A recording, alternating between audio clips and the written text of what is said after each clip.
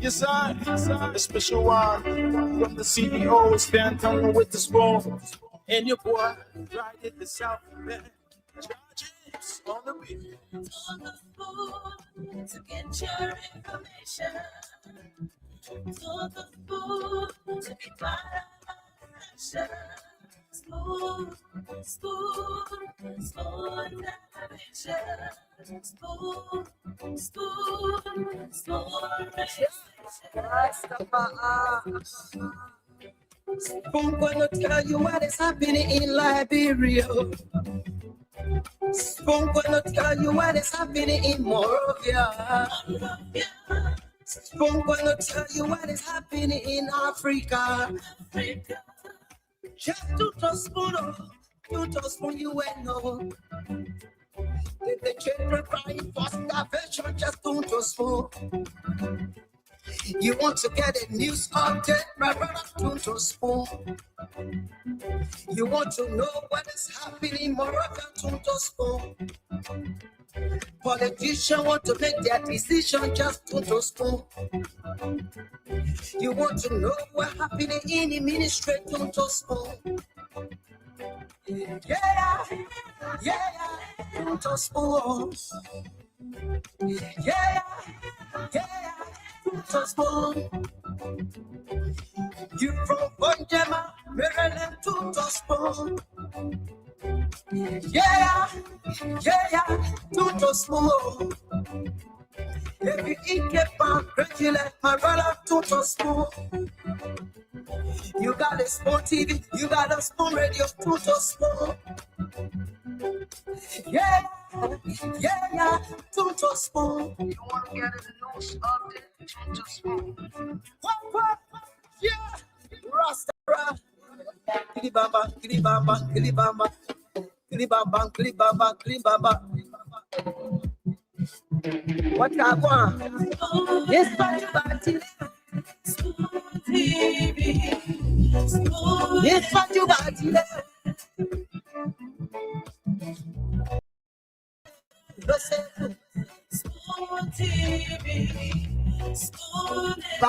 All right, folks. What a way to welcome you tonight to this edition of Spoon Talk. I'd like to welcome all of you. Thanks for joining us tonight. Spoon Talk, we're live across the Spoon Network, Spoon FM 107.5, live on Fabric Radio 101.1, several other frequencies across the country. Thanks to Voice of Liberia 104.1, and the host of radio stations across the country for relaying the program. Spoon Talk is where you get the news, the analysis, and making sure that we bring you up to speed with the happenings in the country every single day. So thanks a lot for joining us tonight. My name is Nelson Collier. This edition of Spoon Talk is loaded, and I want to encourage you to share the program as you join us tonight. It doesn't matter where you're joining us from. Kindly share the show across your different social media handles. Let's have a great conversation tonight on this edition of Spoon Talk. Well, many thanks to our folks joining us, sharing your thoughts in the comment sections. We appreciate you. Thanks to, I see Terry, that's Terry Henry. Thank you for joining. Austin Jackal, I appreciate you for coming in tonight. Mustafa Kanin, Fit Alfonso Brown, thanks to all of you joining tonight. Aliu Jalo Do, thank you for being here tonight. Philip Bala, thank you for coming on. Simeon David Colley Senior, Dede Nuviel is here as well tonight. Thank you for joining us. Wesley Kawa is joining us from Bapolu County. Jerry Toppet is here tonight. Mustafa Alam has joined us. And a host of folks across the country joining us tonight. We want to appreciate you. Kindly share the program and keep sharing. And just keep sharing the show tonight as you join us on this edition of Spoon Talk. So, as we always do, we are going to go to the phone lines and hear your thoughts. What is it you want to talk about? Let's hear what is that issue that's on your minds: health, education, politics, sanitation, the environment, just anything that's of concern to you. You get to have the opportunity to speak to us here tonight on the program. So the numbers to call 0555-101075 is the number to call tonight. 0555-101075 is the number to call tonight, and you'll be live on this edition of Spoon Talk. 0555-101075 is the number to call tonight, and you'll be live on this edition of Spoon Talk. Well, we're here tonight. A great day in Liberia. Great conversation coming your way tonight. And let's go to the phone lines and hear what your thoughts are. Hello, your name and where are you calling from? My name is Emmanuel. Yeah, go ahead. My thing I've been tuned to Yekeh Kolubah, and also I want to say obedience to the Party Congress of Democratic Chamber for studying all the alumni who stand la constitution and born make Honorable Kolubah to move from power today. And also I want to tell all opposition now to come together to become the dictator president who is in our country the way instead of going for our country is just going by. Because every morning we hear different type of things and things that make our country look bad to the outward. All the African countries be doing things that are not being for a long time. The president are making our country to be the country that is not on the world map. President Baga, we need you to lead our country the way we call all opposition to come out now. Many of the country are encouraging to come out now. One is CDC 2005, the CDC 2011 to come out to tell the president what he is doing is wrong. Thank you for the time. Thank you for your input tonight. 0555-101075. Hello, your name and where you calling from? Let's hear you. Yeah, thank you, Nancy. I'm Arvin Johnson, the chairperson for Concern Librarian for Justice, calling from District 4. Let's hear you. What's on your mind? Resident of District number 4. It's a 10,000 signature draft against the lawmaker, which is Marco Thomas. I'll be begging all residents of District number 4. I'm begging you, we'll pull the number up. We'll have the talk show on Blaze FM, Cool FM, that will be raising signature to remove Marco Thomas. Because everybody that took part in that proceeding today, we got to send a caveat to them. So I'll be calling all residents of District number 4. Read my number on the radio. Okay, thank you. Thank you very much. Hello, your name and where you call from? Let's hear you. Yeah, good evening. Go ahead. So my name is Minister Junior for District State, most of the What's on your mind? Let's hear you. I want to listen to the religious school or remove or Yekeh Kolubah today. I think he said he has so many property around, so let's rest on his property for the next 6 months. Thank you for the show. Thank you for your input tonight. Hello, your name and where you call from? Let's hear you. Yeah, good evening to Spoon FM family and good evening to peace, Lord, people of the Republic of Liberia, and good evening to you, dear brother Nexus, for instilling in Liberia. The name remains constant and functional EF Kamal, the beautiful Friday evening. Brother Nexus, I have 2 cardinal issues as a brand new issue pertaining about society issue. We speak about societal matter. I have to relate, I would like to articulate on the statement made by President Joseph Yuma by the proposal of the journalist questionnaire, and he to say he had no veto power. With all due respect, we have 3 branches of government with separational functions, and he is the one who supposed to see as the executive and had a propensity to veto anything. Yesterday he made that proposal before the journalist. And I wonder where are we headed to at this stage. Our country is going on the right, on the wrong trajectory. So I put that to rest. And I want to speak to our colleagues who try to be antagonistic. When they try to be antagonistic, we are going to be the resilient and the villain. Okay, thank you for your input tonight. Hello, your name and where you call from? Let's hear you. Yeah, go ahead. Hello, you're live. Let's hear you. Yeah, for the general experiment on the actually Boulevard 65. Go ahead, let's hear you. According on the former lawmaker of Yekeh Kolubah. Yekeh Kolubah has been a rule lawmaker like what.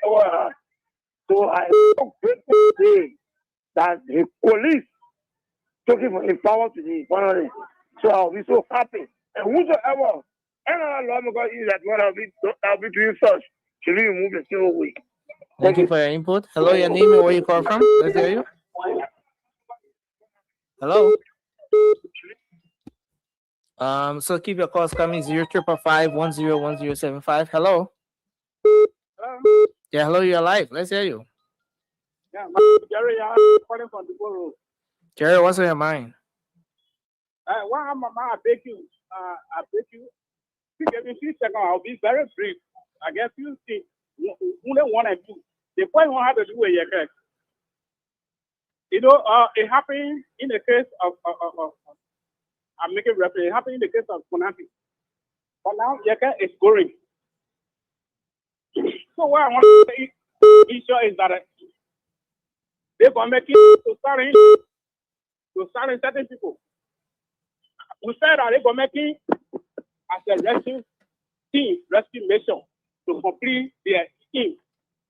But I mean, it's kind of different now. So what I want to say is that Yekeh is going, but this is government. You know that the last thing I want to say, Yekeh for me, I live this before. Yekeh is welcome. Not 2029. Yekeh will be. Yekeh is for you want to see representative. Say he must rather when he comes this before. Will welcome you. Thank you very much. Hello, your name and where you call from? Good evening, Nancy Koda. My name is Steve Ono, and I do call you from Corway. Go ahead, let's hear you. You see, sir, because you gave me everybody a second. This president has been set today for Yekeh. I think it's set as a deterrent to other people. We cannot have this country like this. Because it happened yesterday, so it may happen today. There's a need of people to play. So thank you so much. Thank you for your input. Hello, your name and where you call from? Let's hear you. This person. Hello. Hello. Yeah, hello, your name and where you joining us from? Hello, how are you? Hey, Go ahead, sir. How you doing? Yes, let's hear you. Yeah, so What's happening? Hello. hello, how are you? Yeah, hello, you're live. Go ahead, let's hear you. This is Tuba Kemu calling from the borough Shara. Yeah, go ahead, let's hear you.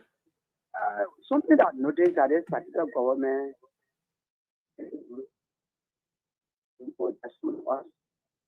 Can you be audible a bit, sir? I'm seeing that this government is not respecting the law. And every country have a law. So I think what I want to do is that the citizen has to come up. You see, in fact, the session, and they will to get that Margaret Thomas out of power. As we're speaking now, because it's too much now. Thank you. Thank you. Hello, your name and where you calling from? Let's hear you. My name is Summer Bono, and I'm on the old. Let's hear you. What's on your mind? Yeah, what's on my mind is that I just want to appreciate the president for the stand I talk today, and those lawmakers who put that in line with the Constitution. But to tell Yekeh Kolubah to be a man is not talking but the action. It was Joe Weir never experienced what you experience. I have funny thing you used to eat at protection. So Joe has to be taking it life with you. You are middle a man. Man is the action. We will not get the physical strength for you, Kolubah. Will beat you with wisdom. Look at how you put behind you today. You're embarrassed with a sin. You're embarrassed. You have said that again, yeah, Kolubah. You have police told you go ahead, put it there. This is a country. Where else? You brother, thank you for the comment. Thank you for allowing me to Thank you for your input tonight. Hello. Yeah, thank you, Nelson. Thank you for this session of the program Spoon Talk. Okay, Yeah, I'm please still go a ahead. Council Brown and I'm phoning in from Allen Community. Yeah, go ahead, Faith. Let's say Yes, my session has been joined to the whole Yekeh Kolubah saga. So first of all, I want to understand 2/3. When I did my calculations, 2/3 should be out of 70, should be 49. It says 48.6 something. So total to get absolute 2/3 should be 49. But when I did the calculation of the sign or lawmakers is 48. So I don't know where this issue of as it relates to Yekeh being expelled is coming from, because that Nelson, you can see it, you can try to count it at the time. Secondly, I'm a bit disappointed in our speaker, because we all know that presiding officers are meant to break tie. They should not be the one going to cast or to sign on resolution. So for the fact that even the speaker or the deputy speaker can sign on a resolution, it just tells us that our democracy that we Thank you. on is Thank you. is kind of Thank you. Thanks a lot for your input tonight. We take this person. Hello, your name and where you call from. Let's hear you. hello, my name is Timothy Kazem. I'm calling from the spoken OP, the new startup. Yeah, Timothy, go ahead. Let's hear you. What's on your mind? Yeah, I'm gonna that is on a Yekeh issue. Uh-huh. Yeah. You see, the Bible said, train up a child, he should grow, and when he is old, he will not depart from it. Okay. Yekeh or God to be popular, like bro, you need a party. Okay. It's going to elect. Yeah, but I just want for people to compare me the word between, if anybody tamper with the election result, there will be no Liberia. And if the land is for the Guinean, they take it. So which one play the higher role? Which one really in our ear for the election period up to now? Thank you. Thank you. Thanks a lot for your input. So CEO, it's over to you. Welcome, sir. Okay. Take more calls. All right, so we're gonna take more calls. Keep your calls coming to 0555-101075, and you'll be live tonight. Let's take this one. Hello, your name and where you joining us from. Let's hear you. Good evening. Good evening. This is John Israel. I call you from Pipeline Community. Yeah, John, please go ahead. Let's hear you. Yeah, okay. I just called to say we congratulate our lawmakers. Right now, Yekeh Kolubah is a former lawmaker. Now, how he's saying that he's going to court. Go to court where? You should go ask the body, how you call him, former Speaker of Kofa. He will tell him. Go to court. Right now, I think he will be arrested at the ministry, and you ask a question. My brother, you know what I mean? A lawmaker to sell his own birthright. That, look. Okay. Thank you. Thank you, man. Thank you. Right. Nelson, how you doing? Yes, sir. I'm doing good. Good. A beautiful Friday. I know you're still taking calls, right? But it's just 4:19. I came out early. I didn't realize that the time. Yeah, it's 4:19. But it's a busy day today. It is. The country is very. Yeah. Yeah, I know. You see, we're going to talk about Yekeh today. We're going to talk about the issue because it's very important. I want to welcome each and everyone that will be joining us today. Share the show. Let's make progress. It's 20 minutes past 8. It's like first come, first serve on the show. Again, was obvious today because one of my many beautiful daughters had to go through her program. Of course, Daddy got to be there. So we took the time off yesterday, and the family went there to support her through her doctoral program, Dr. Richardson. That was a unique one at Rutgers. Yeah. Congratulations. Yeah. A proud parent, you know. It was a fabulous one. But we ate. They had some good food there. We ate. Yeah, They had this program they call the Odysseus program. And everybody, it's a good thing. So, congratulations to your daughter. I'm so proud thanks. of her. Thanks. That's all we can do, man. We sacrifice and we pray that they do better. I want to welcome all of you. I know you guys are waiting to hear our own position on Yekeh being expelled, removed, the expulsion, and everything, whatever way you may call it. But listen, though, like someone said, don't trap now for rather long. I don't know if I can talk now or I should hold my peace yet, and the Lord will fight my battle. But I want to say to you, to all of you joining us, Yekeh Kolubah story is not ending now. We'll take you back in history for us to remind you, how did we get here? So I want to welcome you, Dr. Richardson. I still say that you're doing dog therapy. The human be feeling that. I adore you after. But then you start doing the cat therapy, Dr. Richardson. And then after the cat therapy, you start I thought the thing I was supposed to talk stays in the chat room, but you bring it. Yeah, tell okay, all right. So I'm sorry. I'm not going to talk about the dog therapy. I just can't imagine, you're doing dog therapy. I just can't imagine that, I was telling my daughter today, I was telling my kids today about the dog dying in Liberia. She said, and my other daughter said, oh, but daddy, your dog died in Liberia. I said, yeah. Then she said, what happened? I said, well, the people are going to eat it. She just screamed like, and I said, hey, that's the fact. It is what it is. That's some, but then my wife said, but why would you say that? I said, you see, they should know about the African Liberian culture. And, and we don't do dog therapy in Liberia. But we'll leave that. We got a lot to do today. Go do dog therapy to boost the quarter. You're not going to leave it like that. I'm going to tell you. Richardson, we got Wilfred Bangura coming on. You missed him yesterday, and I missed him too.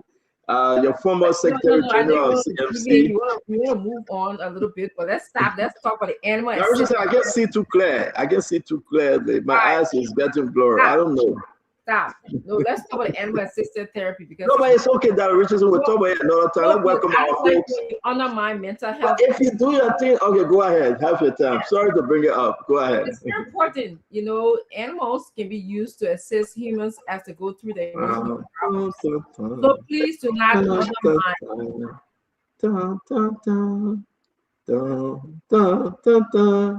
But go ahead. You talking, I listen to you. Go ahead. I say nothing. You singing. I didn't know my microphone was on. Dr. Richardson, I'm sorry. Go ahead.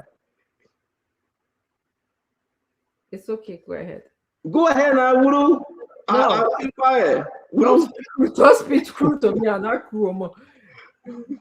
Richardson, Leo with animal therapy business. We get a time to see for that today. You know, when that direction say, I said, told you say no. Then I said, Leo, that day you say you get wet. So, okay, that direction, I keep quiet. Go ahead. Pokuing. Hey, speak English now. Pokuing. Go ahead, talk. We got a lot of things to. We got a lot to talk about today. Dr. Richardson, the dog therapy. We want to say thank you very much to all the loving dogs. You got a beautiful therapy. Dog therapy for human being. I don't know. But again, I want to say, are you taking animal-assisted therapy to do dog therapy? I can't argue. That's not what I put in the chat room. Exactly not I put in the chat room. Now, you see what make me to be one of the best out there, and thank God, and the people love. It's because of how I present it to them, right? You say animal-assisted therapy, right? That's what you put in the chat room, right? Yeah. And I just got a t-shirt, dog therapy. Yeah, but what you're saying is, and you're looking at it directly as I'm the therapist for dogs. I'm not. No, I didn't say that. But that's what you're saying. That's what you're saying. Continue here. You're saying Dr. Richardson with your dog therapy. I don't do therapy with dogs. I don't do dog therapy. I told you I went to a presentation that spoke about how animals can assist human beings with their different emotional or physical problems. I told you that. That's the presentation that I went to in the chat room to break this down to you. That message was specifically for you. I put in how animals can be helpful to humans. That's what I put in there. And it's a growing, the reason why I work with all doctoral students, it's a form of psychology that we have to get them ready for the future in this country and in other countries. That's why. That's why I was involved in that presentation, because our students who are dealing with people who have OCD, depression, PTSD, anxiety, they have to be ready to work with those populations in their diagnosis. And so we are realizing that animals like horse, we can use horses, we can use animals, dogs, we can use cats. They have a sense, and you can train these animals to be able to help people suffering from these different diagnoses. That's what I was saying. Thank you, Dr. Richardson. Thank you. Go ahead. You look beautiful tonight. Thank you very much, as always. By the end of the day, we'll be welcome to the show. You know, two things that people have in Liberia: animals that is domesticated, cat or dog. That is two things. And at the end of the day, they eat it. Now, Richardson, all that other thing you talk about, that you either cat or dog therapy session you want for. I just want to leave it like that. I can't help it. But let's leave that one alone, right? Let's just leave it alone. I'm going to treat the. When we used to treat the dog and the cat, how the smell would get in Kendrick and opium. It would smell well and we leave them. But I want to say, guys, let's leave that Richardson and the therapy alone. You know, that's our own doctor here. Of course, Emmanuel Jones will be coming, another doctor. Dr. Bopler will be joining us. Her cousin-in-law, Winfred Russell, who has traveled. He's on his way to Liberia. He wants the lobby to bring the Lone Star team to Brooklyn Park for the July 26th program. And they will be here by God's grace if the government gives them visa. All of the team. So Winfred Russell is on his way to Liberia. I think he's there now, or he'll be arriving tonight. Yes, indeed. And we will be bringing him on. The people want to say Representative Yekeh Kolubah, they say call him former, call him representative, but he will be on the show today. He's coming on. We'll be hearing from Yekeh Kolubah. Listen, you can beat him, but his soul still alive. And I want to say, ladies and gentlemen, we will be bringing Yekeh Kolubah to you in full gear. Man never shied away from camera. It's good to have him on. We're going to be having a wonderful program today. It's about the exposure of Yekeh, taking him out, suspending him, removing him, expelling, whatever way you want to put it. How did we get here, my friend? What's really going on with Liberia? We're going to get into it. What actually was it a calculated move by the President Joseph Boakai? What's the reason President Boakai removed Yekeh Kolubah today? It's not about the House of Representatives. The marching order that we received from our sources. Now, the allegation that Yekeh Kolubah was removed directly by President Joseph Boakai. Take it or leave it. If you're a unity partisan, you will say, no, it's not the president. It's the House of Representatives. But I can tell you they were under the directive of His Excellency Joseph Boakai. When he arrived, he said, mission accomplished, remove him. No if, and, or but. And this is something that will have to go down. They said they got 49 votes. Guess what happened? I spoke to DJ Blue, and I will be calling DJ Blue tonight. He said, I didn't sign. I spoke to Taiwanwe. Taiwanwe said, I didn't sign.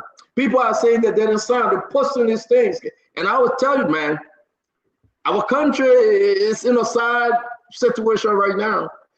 Who are those 49 individuals that signed for Yekeh to be removed? Even if you take them two out, Ava Jones said he didn't sign, that's 3. You be left with 46.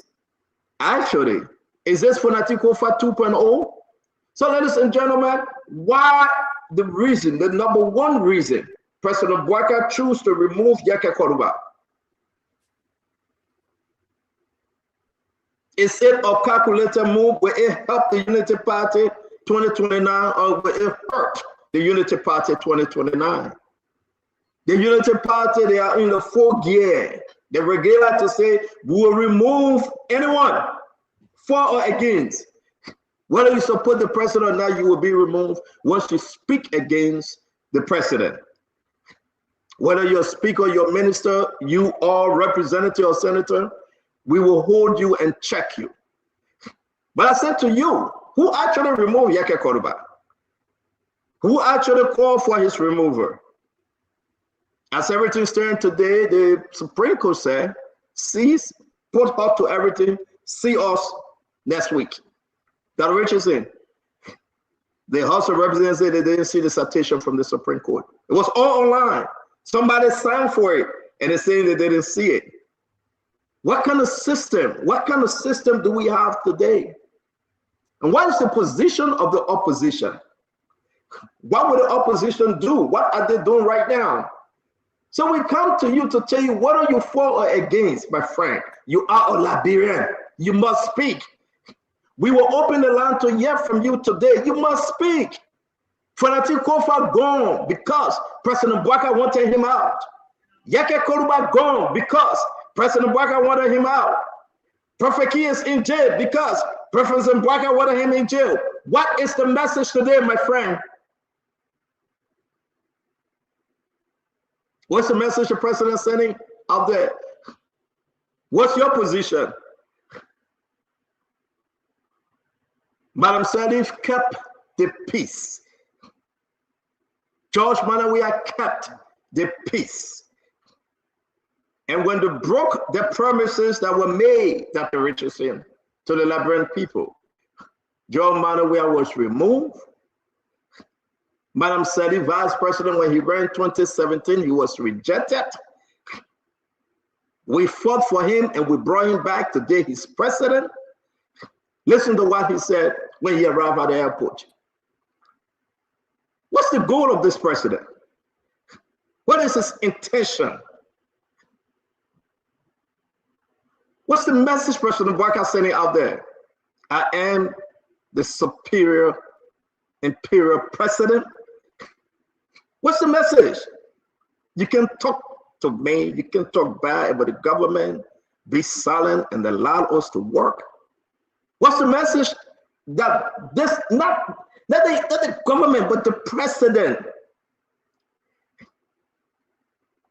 So I want to say to all of you, enjoy the ride. Yekeh is on tonight. We will call those lawmakers. We'll hear from Senator McGill, one of the leaders within the CDC. We'll speak to political leader. We'll hear from Musa Belete, CMC political leader and representative as well. We'll call DJ Blue. He said he didn't sign. We'll speak to Todd one way. He said he didn't sign. I'm going to call Martin Collette, Martin Colley, the activists as well. We'll call as many individuals today for them to tell you their position. Is this helping Unity Party? All Unity Party have just handed out the 2029 election to the opposition. I want to welcome Dr. Richardson, the CMC Global Chair. I want to welcome Fubi Herring. I will be bringing in my brother and friend Jacob Jala. And the rest of the guys will be coming on today. Say your own, I say my own. No man cause, no par cause. Because Chief Justice basically is watching. But you'll say your own, I'll say my own. Because Chief Justice basically said, so long you cause my empire, you good. So we're not causing my empire, yeah? Chief Justice basically is watching Spoon Talk 24/7. If anybody says when you cause anybody mad, 6 months in jail. So we're not causing my empire. Yeah, we were holding government accountable.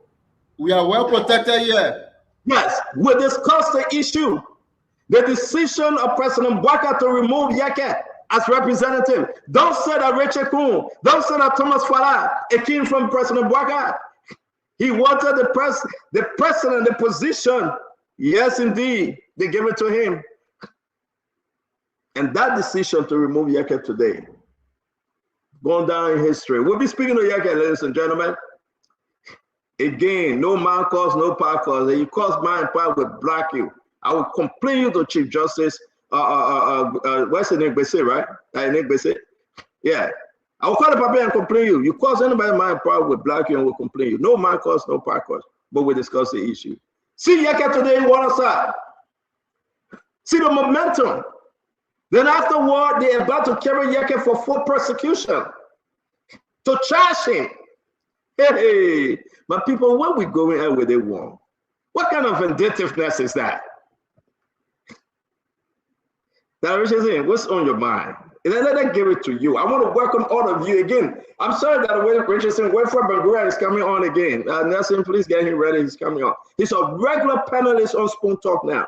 Wilfred Bangura. He's regular, Fubi. The man will be regular on Spoon Talk. Wilfred Bangura, the former Secretary General of CMC. Yesterday, the man appeared that Richardson disappeared. Jacob Jara disappeared. They're always running from him. I'm like, what's going on?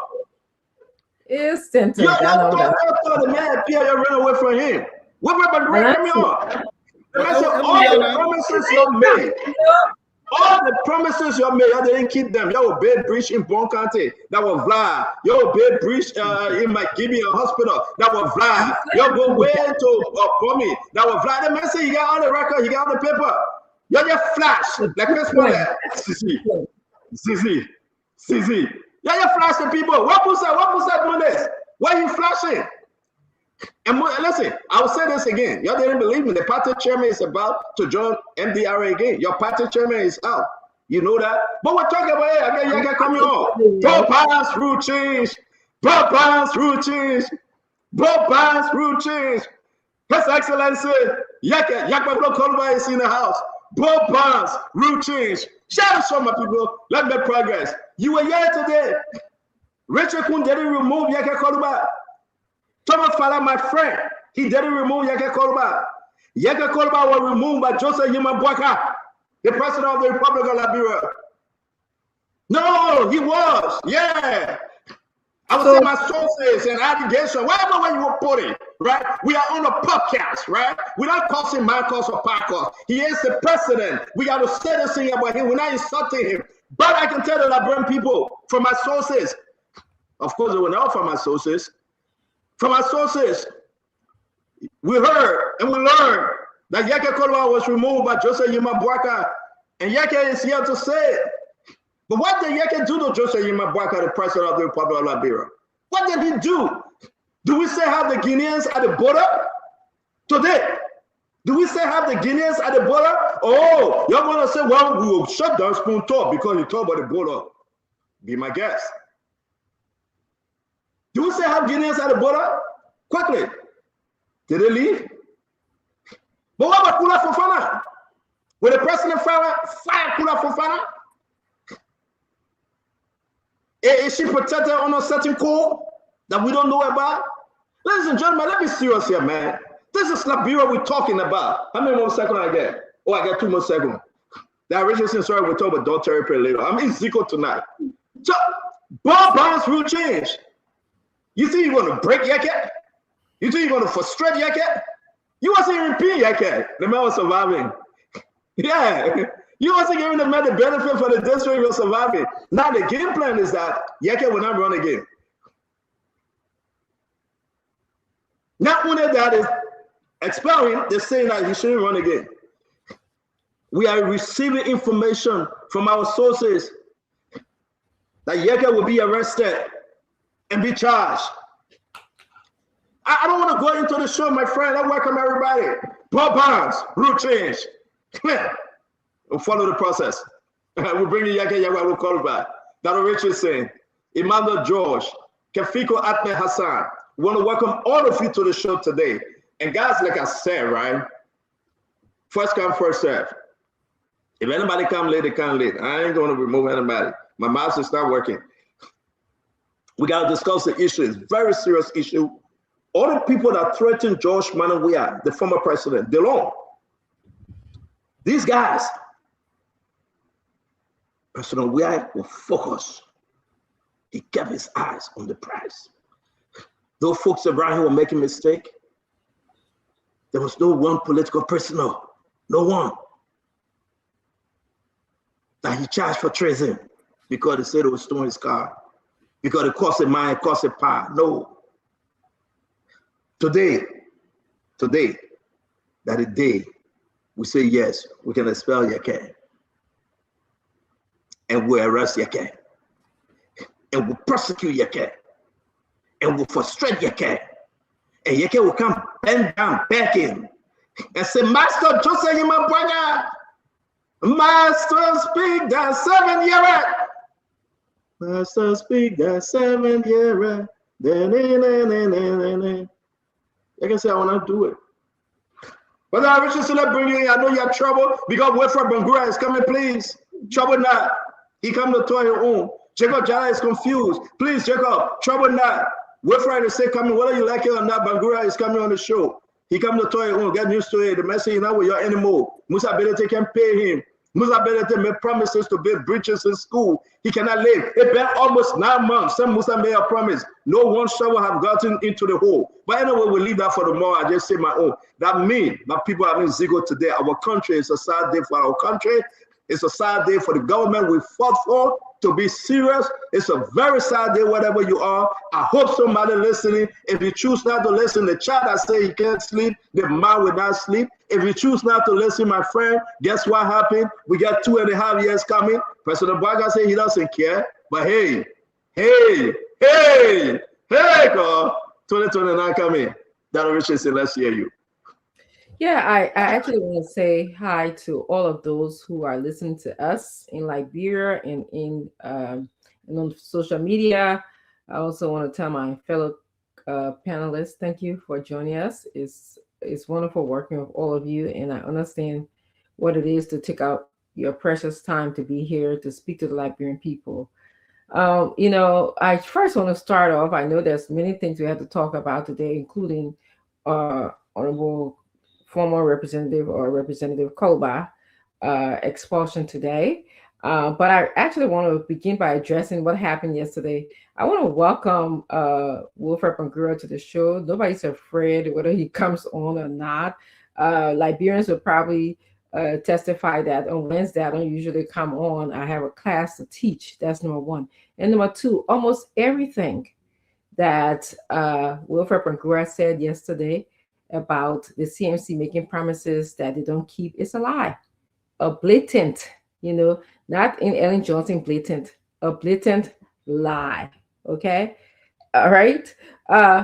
First of all, we are just, participating in different projects. The CMC is participating in different projects around the country to relieve the suffering of Liberians. All right. It is not the responsibility of CMC to provide jobs for people or to build rules, but we do this because we love the Liberian people. We're tired of seeing the political party or the government doing the same thing over and over and over again. But I want to speak directly to the Liberian people this time around. Mr. Bangura came here and he served as the Secretary General for the CMC. I want you Liberians, when you get involved in the organization. But we have a Mr. Bangura talk. Can you just tell us what's on your mind, Dr. Richardson? Dr. Richardson, but can I give you 2 minutes to talk? You started the whole thing.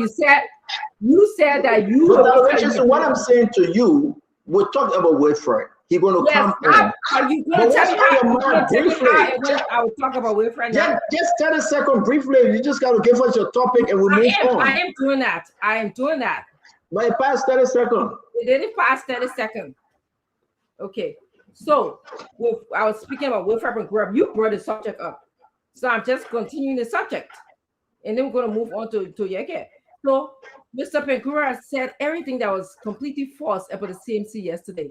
As speaking directly to Liberian, I want you guys to be involved in organizations and institutions that you participate in. Make sure you have documentation. Make sure when people ask you tomorrow, you won't say, oh, all the indictment happening at Commerce Ministry. Well, I don't know. I wasn't involved. Do we have documentation? Did you get up and say anything? Did you verbalize that there was corruption going on? Did you speak against it? Or did you speak for it? If you're in a political party and you see that we are making promises that we are breaking, don't you go to our political leader or go to a general meeting where they discuss these things and say it, have documentation that you said it. But no, you come out and you say these things. You didn't even just say it to the political leader. So, I know we'll have more time to speak about this, but I just want to say whatever he said yesterday about CMC not fulfilling their promises is a blatant lie. And I want him to come on the show and tell me, let him bring his documentation of the days that he went to the general meeting and discuss that he disagreed with whatever the political leader was engaged in. That's the topic for tonight. Thank you very much, Dr. Francine Chinenway Richardson. special your name is. Thank you very much. Let me bring in Yekeh, welcome to the show. Let's hear we know what's on your mind. We know it will be electrifying. It's good to have you on. Let's hear you, my friend. 30 seconds, sir. Thank you, Stanton. It is good being on your show tonight, and we look forward to a good show. Thank you. Thank you very much, Honorable Yekeh Kolubah. CMC Jacob Jala, let's hear you, my friend. Yes, Stanton, of course, a great injustice happened on Capitol Hill today with what we saw around the quote-unquote expulsion of Representative Yekeh Kolubah. But I will elbow that issue one side for the moment. We'll take some time to come to it. But just to spend at least the last few seconds of my time, I had the time yesterday to listen to Mr. Bangura, definitely. But of course, there were, I would say, a lot of things said that were categorically false. Again, we'll have some time to go into the detail of it. But just on the face of it, it's clear he basically talked about two different projects. There are clear-cut evidence today that those projects are currently ongoing. The Jaw River Bridge and the model school in Majibe County will have evidence to that effect. So I think Mr. Bangura information provided was profoundly false, and I think it's good, to trade in truth. And we're here today to go into some of the details and, of course, point out some of the contradictions in Bangura. Basically, you talk about unkept promises, and then, of course, you join the Unity Party. You look at the evidence. Nemo say only was 0.8% of Unity Party projects in year one was completed. I mean, so that was a great deal of promises that were kept. So if the CMC didn't keep promises, which definitely is not true, and you swing to a party or swung to a party that is not keeping promises, then that's a huge contradiction down there. But again, we'll have some time to go into. We will have some serious time on Bangura. Bangura is yet to stay. He's not a guest. He's not coming in on part-time.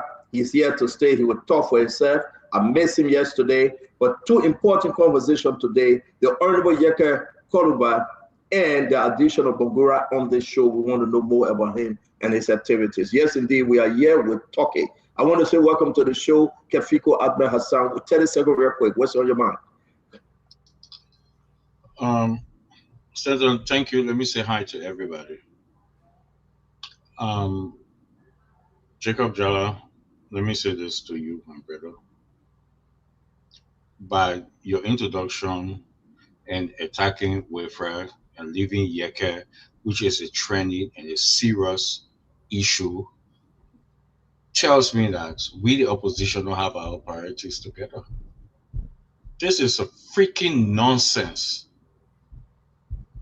We have Honorable Yekeh Kolubah that stood up against his government that he brought to power, and your priority is Wilfred Bangura? No, it's not talking about our own. That means that we opposition, we're not serious. But you must say that in the same party, so what you on? You in CDC, we opposition together. Let me finish my own. But we're not going to meeting together. You must say compare notes. No, seriously, this is not a joke. This is not a joke. Because what you said, it was a complete joke. Because Wilfred decided to go to party he won, that his prerogative, let him do what he want to do. That should not be your concern. Your concern should be the rule, our law, our moral fabric is being destroyed by this government. We have Honorable Yekeh Kolubah on the show, who is right as a citizen of our nation, who went against my government. We gave him his right. If Yekeh don't have a right, you will not have a right. That you coming to Mr. Bangura, this is pure nonsense. And I will okay, Cap, again, thank you very much. Let's just watch what we say. You cannot be too emotional. You cannot be too emotional. He got right to speak to what he want to speak to, Cap. He got right to, everybody have right to speak to what they want to speak to. You cannot be emotional, my man. Watch what you say. You're talking on your own. I'm muted you. Fubi, let's go ahead. Let's hear you, Fubi. The man said talking. I'm not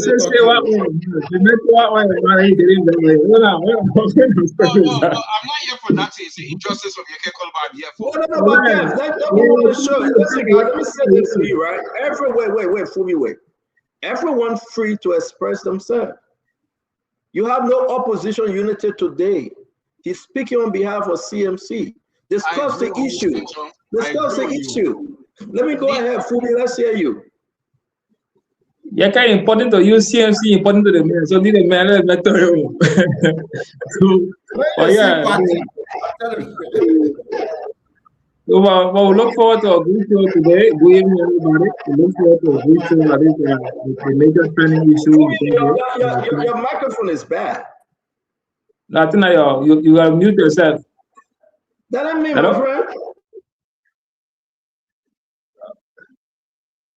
Yeah, because the feedback. It better now? So the feedback from your back. So like I was saying, we look forward to a good show. Smart, I wanted to take you off the show. I wanted to say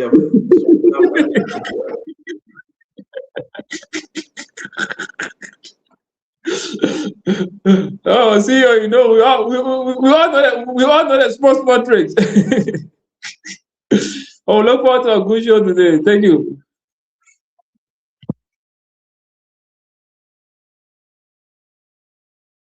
Think that joy that your tongue.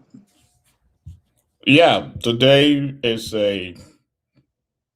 one of the craziest days I've seen in my lifetime. It will be noted by generation. I want to congratulate the CDC. That was on my mind. Let me thank the brothers in the CDC for expelling those people from the party. And as we continue on this conversation, I will go deep into it.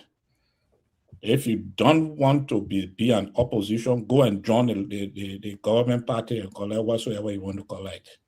You can be an opposition, you don't stand with us. So CDC, congratulations for expelling those people.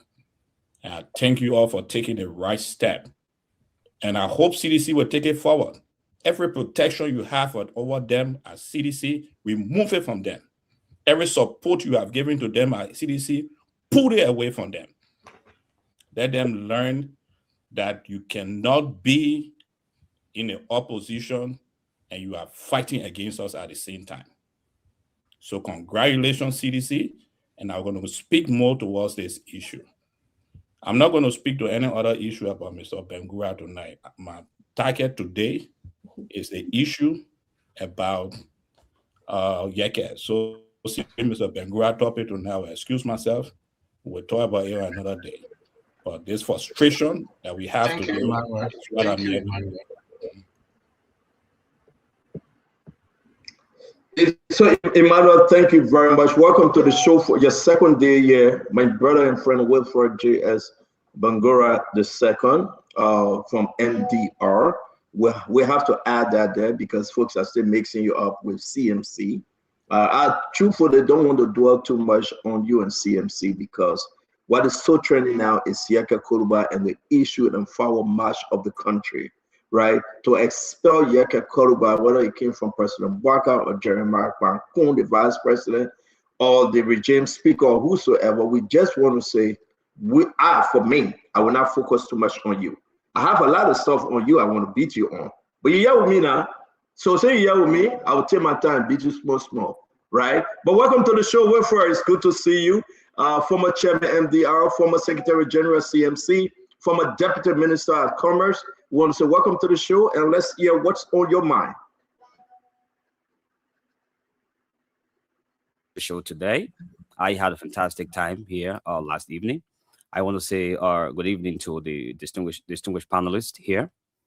Really, yesterday I introduced myself on the show and I said what I had to say regarding reasons that impelled me to part ways with the CMC. And of course, I just resigned the 8th of this month. That was just below a fortnight ago. I dropped my pen. So if anybody wants to question the Secretary General who ran the day-to-day activities of a political party and who kept all the notes of meetings of the party, I think it's something really that you want to double check. But I thought that I had great relationship with the CMC people, and we are going to continue to be very great friends. And I don't think my departure should bring any kind of rancor. I will be looking forward to working with them in the near future. Nobody knows what the future holds. I really thought that I wanted the party to be great. In fact, because my sweat equity is in the CMC, so I thought that the CMC was threading on the wrong path. And if anybody feels that they are on course, they're doing well, they're fulfilling all the promises they made in all the communities, in all the counties, then that's bingo. Okay, but I know that I know what I know, and I spoke my mind, and I spoke the truth. I know that people in these communities, up to now, they call my phone. Most of them haven't gotten the news that I have resigned from the party. Even up to today, they want these developments. The one in Yangali, the model school, you said it's already up and running. That's perfect if that's true. But I know I just spoke to the people today. So the whole idea of coming to try to prevaricate and try to sugarcoat things and make things to look bad, in my opinion, that's hypocrisy. These are the kind of things I do not stand for. Or I believe that as a political party that wishes to change the narrative of the country to provide a better direction for Liberia, we must be truth and we must be self-accountable. And I mean, it's very clear that the CMC is the only party that has been doing projects across the country. That's true. It's not the responsibility of political parties to do project, but when you commit yourself to do project, it becomes a responsibility to deliver on those projects. The last opinion polls were held. One of them was held on this platform. We saw the performance of the party. So we will have to accept responsibility. I mean, you have to accept that responsibility now, as CMCians, for the future of the party. I wish the party all the best. I just hope that you can pay attention to those projects because, what I'm doing, I think you're going to benefit from it because once you do these projects, you're going to have the masses supporting you. But if you believe that you've done those projects already, you're fine with that, then bingo. But I'm on the show, really, I have stated to the public reasons why I left the CMC, and I know that our path may cross, so I do not want to leave on any note of acrimony or bitterness. I've just said what I had to say, but I wish you well. Thank you for this project. Wow, thank you very much. I want to say, let's get into it. It's good to have you, T105. Quickly, T, we gave 30 seconds. We've already got to go. It's 5 o'clock, 9 o'clock already, I believe. T, let's hear you quickly. Thank you, Stanton. And Bangura, thank you for departing the CMC. I want to say here quickly, Yekeh, I feel bad for you. I pleaded, on your behalf. I wish you were not expelled, but I think you made it very easy for those who wanted you out. You gave them all the tools they needed. So some are saying that the office of representative that you had, you denigrated it, and now you are an ordinary man. But I feel bad for you. Liberia, move on. Thank you, Stanton.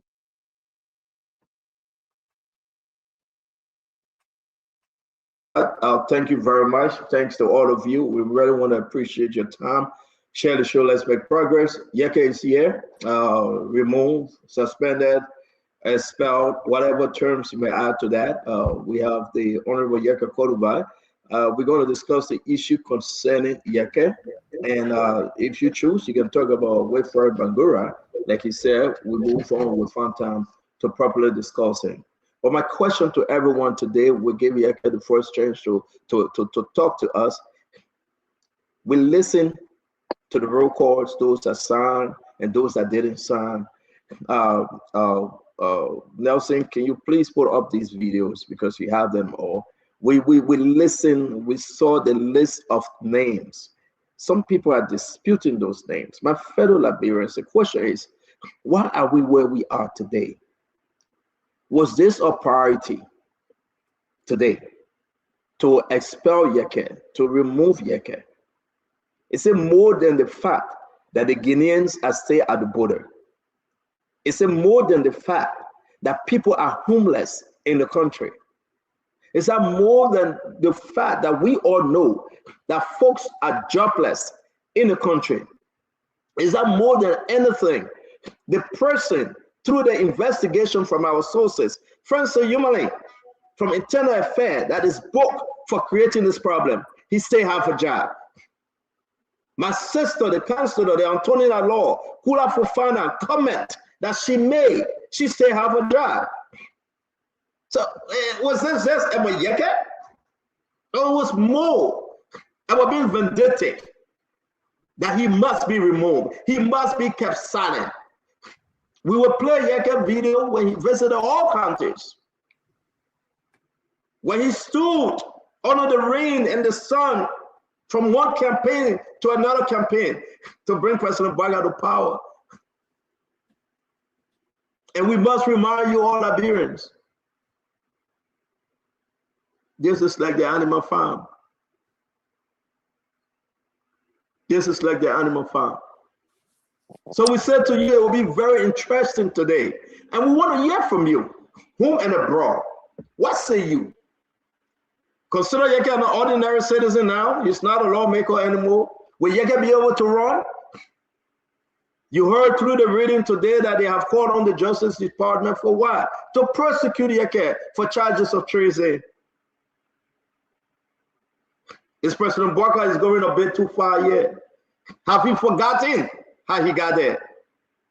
So ladies and gentlemen, I welcome Yekeh onto the show. Yekeh, welcome, let's hear you. We give you the first shot for tonight. Thank you, Stanton. And let me appreciate the Pop District number 10 and support us and the follower of Spoon. Stanton, you know, I don't want us to blame Thomas Fala or to blame Richard Kuhn. Thomas Fala is a very good friend, and I still respect him as an uncle. He and myself have done a lot of things in common. I respect him, but he's not a problem to this issue. People feel within themselves that Yekeh Kolubah should go and lie down on Mr. Bwaka's feet. I can never. When they brought this to me on so many occasions, I told them, I say, I can never betray the trust of the Liberian people. If I will have to lie down on Mr. Bwaka's feet to remain as representative, I don't want to be represented. A lot of people have been calling me. When they call me, I'm telling them the same thing, Stato. Mr. Bwaka feel he a demon god that people should worship him. No. This country is not owned by Mr. Bwaka. This country, Liberia, is Republic of Liberia, is not Republic of Mr. Bwaka. So people will call me, Yekeh, oh, you need to go apologize. And Mr. Bwaka will be coming. You need to go to the airport. Just go for that honor if you for what? Because of representative job? To remain being representative of this country? Stanton was surprised to know that Mr. Bwaka sent for the hierarchy of the house this morning to tell them, don't respect the Supreme Court ruling. We will talk to the Supreme Court. Go and go do what you are doing. This is a test again for the Supreme Court. This is a challenge for the Supreme Court. As far as I'm concerned, the Supreme Court put a stay order. I still remain the representative of District number 10 until we go to the court on Monday and the court rule otherwise. But as far as I'm concerned, I still remain the representative of District number 10 because the court said, stop everything. We know the horse is a political horse. If we lawmakers that were elected by the people cannot respect the laws of the country, what do you expect the commoners to do? Staton, do I look at somebody to go being Mr. Bwaka? Mr. Bwaka owe me an apology. And he will give me an apology before he and myself be friendly. Staton, 1 week before we open, you know the party point myself have meeting, we've been talking. I'm not going to tell you who I've been talking to. That's my privacy. I talk to anybody. We've been talking. We talk. I met with them. Or you want to do like Iran and America? So we will be in one room, I'll be in one room, we'll be passing the message to one another. And I'm still open to talk to anybody. I'm a Liberian. I believe this country must be straight. I believe this country must liberate. We must liberate the Liberian people. Is moving Yekeh the priority of this country? What happened to the Port of Transport Ministry? What happened to the Board of World Trade Center? Because of one person, you make a lot of people homeless. You think we'll not talk? Stanton, the talking have just started. I will speak on Monday, on Sunday. And I will speak of force than ever before. Mr. Bwaka can never ever make me afraid in the country. Nobody can silence me. Nobody whatsoever. I'm waiting for them to arrest me. Because the House of Representatives said the Justice Minister will arrest me. That's why I went to go walk down with us. It's a challenge between they and myself. Put me in jail and don't let me come out. Because when I come out, you will feel the strength of the Liberian people. Stentor, my alleged removal is being done by Mr. Boakai. It's now Honorable Thomas Fowler, the Deputy Speaker. He's somebody that I respect. He got nothing to do with my issue.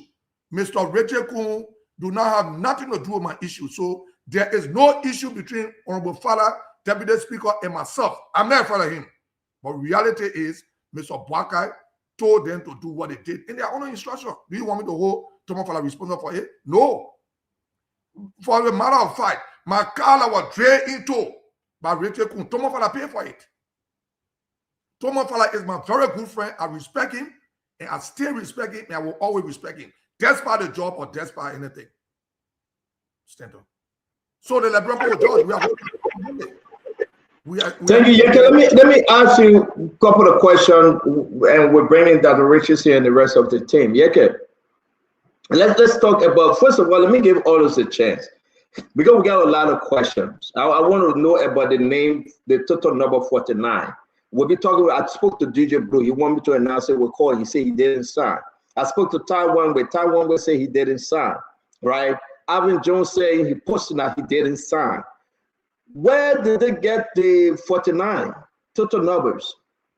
If those lawmakers are on record saying somebody lied, somebody intentionally lying, who falsifying the document? These are some serious questions. You needed 2/3. You needed 49. The people name that you put on it, the people say they didn't sign. What's going on with the government of Liberia? Stentor, in the first place, that's why you know I'm not educated. Like people always say, I'm not educated. Stentor, I know my rules very well. My rule says if any member is not certified with a yea and nay, you must raise the issue and you should be recognized by the presiding, and the presiding should ensure that there should be hair count. You saw me raising the issue today. I said this matter is not but yea and nay. Stentor, what the pope failed to do was to say, Stentor signed. Stentor, did you sign this document? Stentor said yes. I, Stentor Waterspoon of District Number 10, signed this document. Did they do that? Did they do that? I know they won't respect the code. Mr. Parker will not respect the code. Though. Thomas Fowler and Yekeh Kolubah do not have nothing to do with the issue. I know Mr. Parker will not respect the Supreme Court. But if the Supreme Court rules, I will go to work.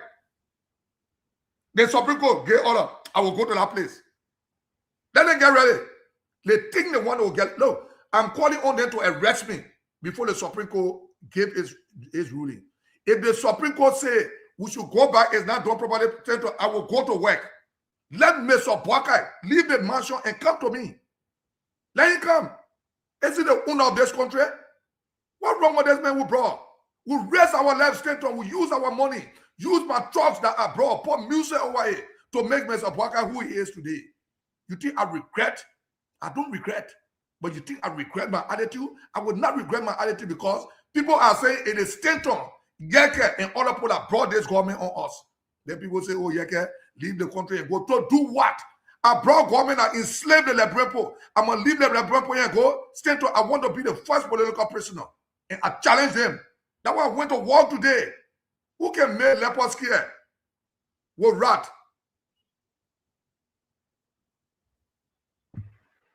So, ladies and gentlemen, again, we're going to spend a lot of time there. Let me bring in Dr. Richardson. Dr. Richardson, let's go through our own comment, right? Then we would go into the question, or you can do either or. It doesn't matter to me because tonight's show will be at the 12th May night, if you can hang on. This is a wonderful special edition today. I want us to also go to our audience, our fans, home and abroad, to take a lot of calls from them. Because this is a new day, a new day. But whether that day is new, we'll consider a sad day for Liberia. But let's hear you, Dr. Richardson. Yes, Stentor, I want to agree with you that today is a sad day for Liberia because due process, the rule of law, wasn't followed as it is said in our Constitution and as we have studied for a very long time. Yekeh, you're right. When you speak about the Constitution and proper due process was not followed. Like you told us in the House, the rule says you have to have a yea and nay vote.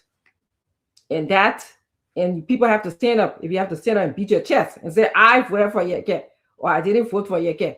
Okay? That's part of the rule, as someone who's in the House telling us right now. And I'm happy that we have such a rule, because we don't want someone like Mr. Bengura, who will be in the Ministry of Deputy, as a Deputy Member of Commerce, and sit there and say that I was not involved. I know nothing about the commercial. We don't want someone like Bengura in our body politics today in Liberia, in a member of our country, to say, I don't know anything about what's going on. People can be indicted. People can be indicted for corruption. Okay? Or alleged corruption. And you come to the public and say, I don't know anything about it. So in your House of Representatives, you can stand up and say, I, Francine Chenoweth Richardson, voted or not voted for Yekeh Kolubah. And we want to see that documented. So we won't have today what we're talking about here. That's a roll call. Yes. We won't have this kind of confusion that we have in our country going on, where we'll say 48 people voted, 49 people voted, or whatever. But what I'm trying to definitely say, I'm ending here, Stanton, because I know you're becoming impatient with me. I don't know. Maybe a woman's voice. Dr. Richardson, I'm not even after you. I'm uploading stuff. Irritating to him, I am uploading stuff, Dr. Richardson. You will give me the right to talk to him. Okay. Yeah, I'm laughing, but it's a very serious and sad day. That we should, Liberian people should be paying a lot of attention to this matter. All right.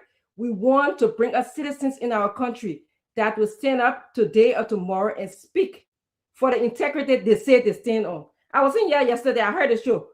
Wilfred Bengura talked about integrity yesterday. That is the integrity we're talking about today in the House of Representatives. Because Wilfred Bengura, who was a custodian of CMC record, can come today and say he don't know whether we have promises or not, or we broke promises, when we know very well. We know very well promises were kept. We know the Jaw River is a very serious bridge to be built. It's not something that will take 1 day or 2 days. But yet and still, they're custodian of information, who, if you look at any of the pictures when CMC was doing the activities, he's not into it. You don't even see him. Then he would come on public radio yesterday to talk about, I was involved, but I wasn't there. I was involved in the Ministry of Commerce. They indicted. Okay, Dr. Richardson, we'll come back to you now. I know you still want to get piece of Wilfred Bengura. Let me bring in Emmanuel George. Just to remind folks, guys, if you go out and come back in, your position change on the show. So don't blame me. I'm not doing it. If you want to try, you can try. I will just keep the road going through. If we get to you, we get to you. Let me bring in Emmanuel George. Emmanuel, let's hear you on this Yekeh issue. A lot of questions.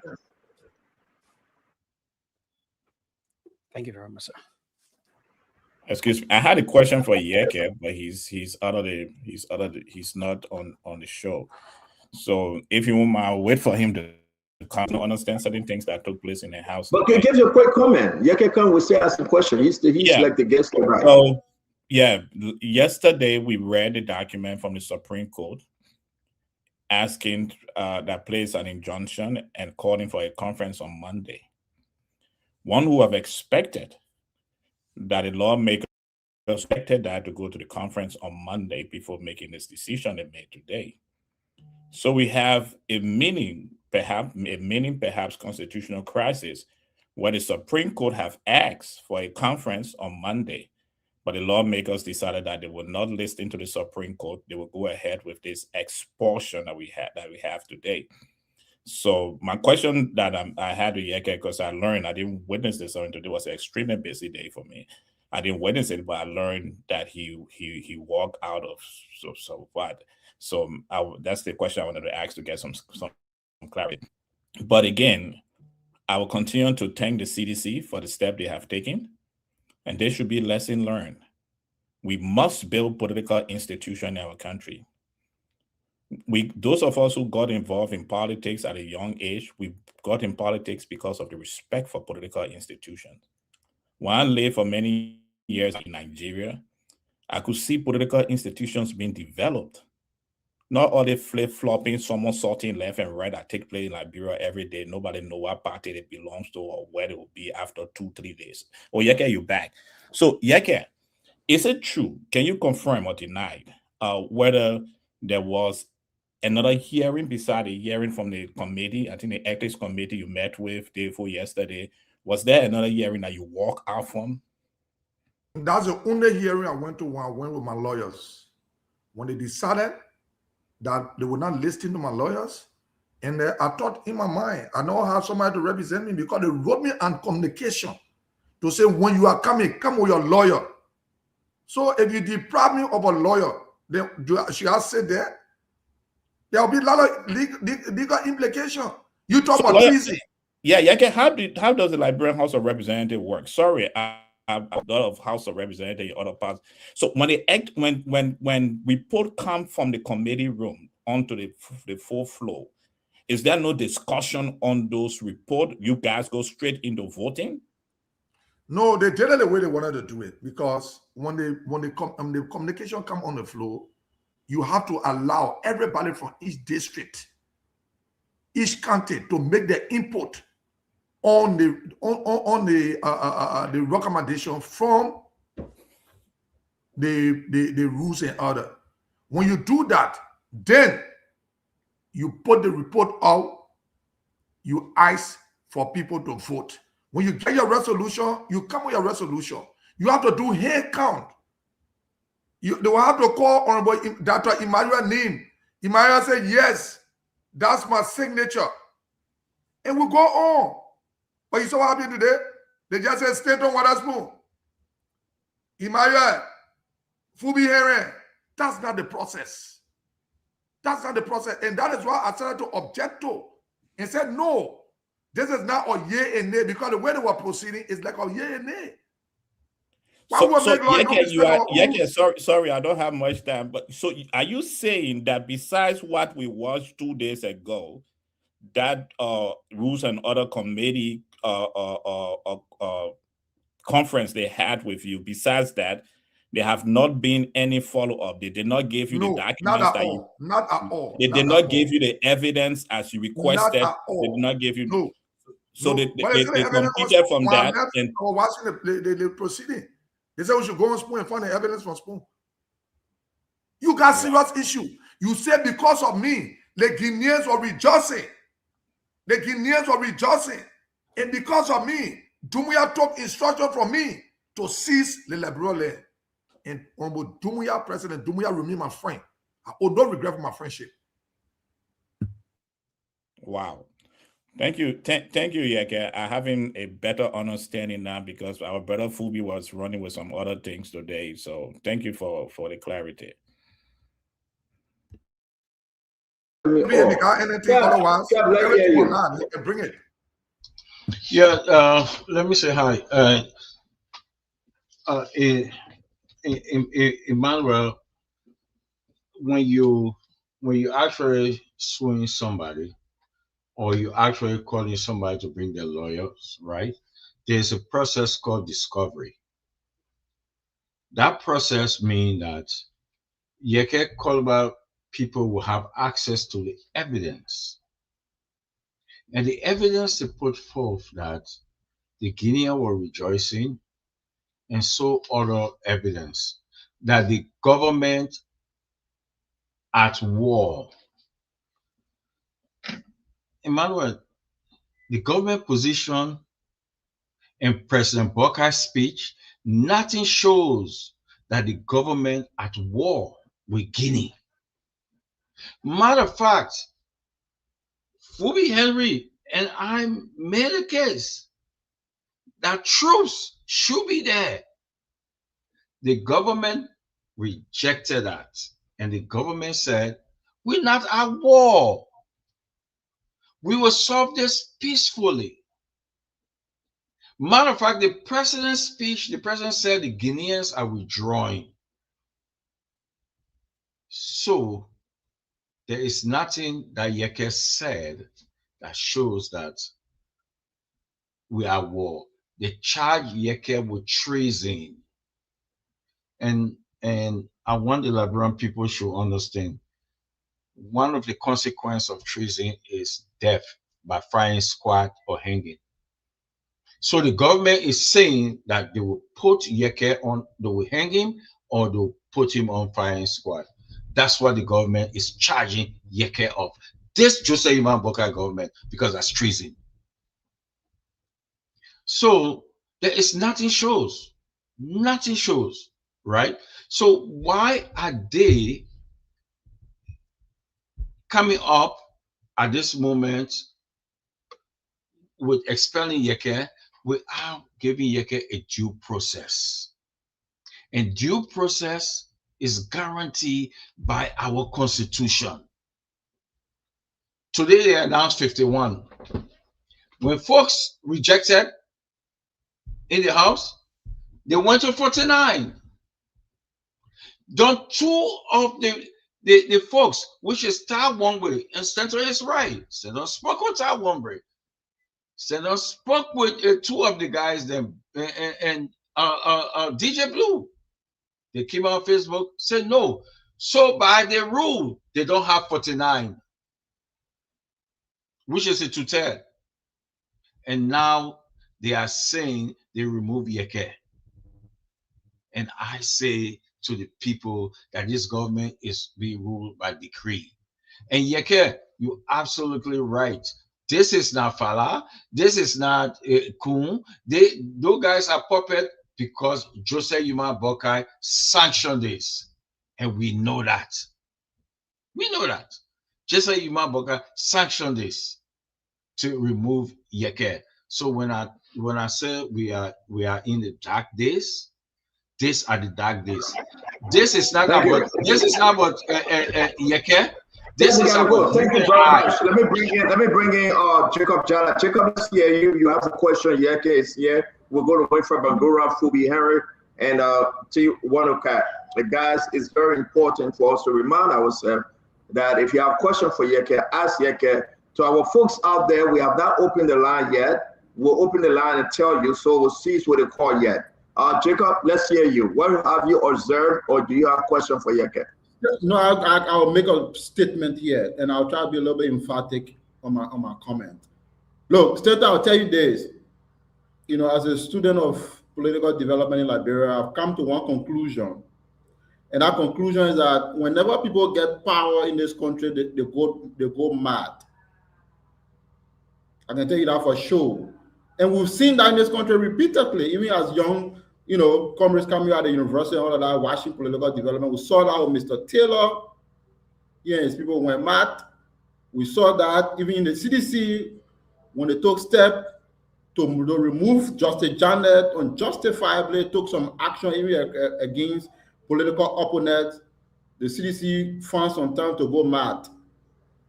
The Unity Party is going mad. From what we see here, getting extremely drunk with power, and we see what happened with the Yekeh situation, it is a piece of madness in all respect, a violation of the law. You're stepping all over people's democratic right. And today, Senator Amarakone said something he exposed, and I was touched by that to the very bones. And he talked to one lady who said, about the removal of Yekeh and the expulsion, so-called expulsion exercise. And then the woman said she was frustrated and disappointed because her vote was disrespected and thrown away by a few insecure, greedy men at the legislature. It is wrong, wrong, wrong. And we should not play with the democracy yet, because the Liberian people pay heavy, heavy price, blood, tears, and treasure over 14 years of civil war bloodbath for this democracy that is only 20 years old.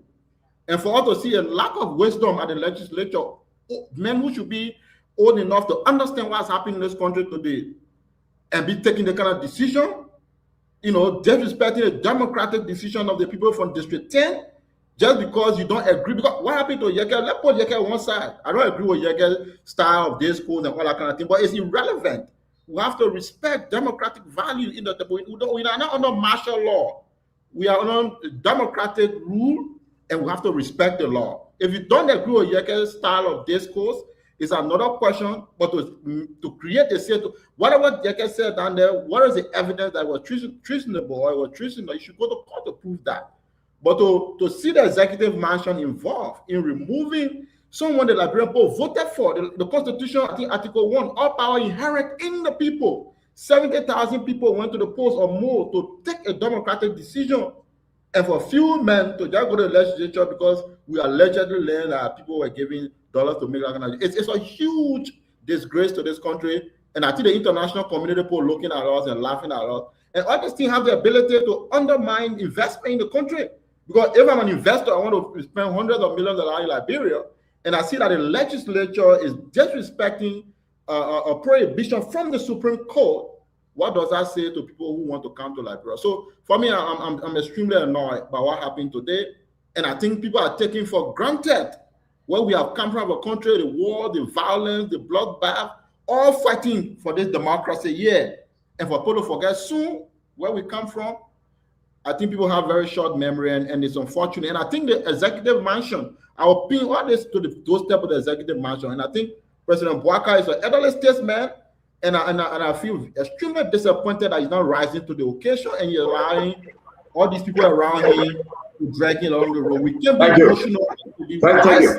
to make the right decision. Thank you. Thank you very much, Sugar Jada. Let me bring in Fubi. Hold on 1 minute, wait for I bring in Fubi. Seniority play a lot here. Since you left CMC, we have reduced your seniority. Fubi.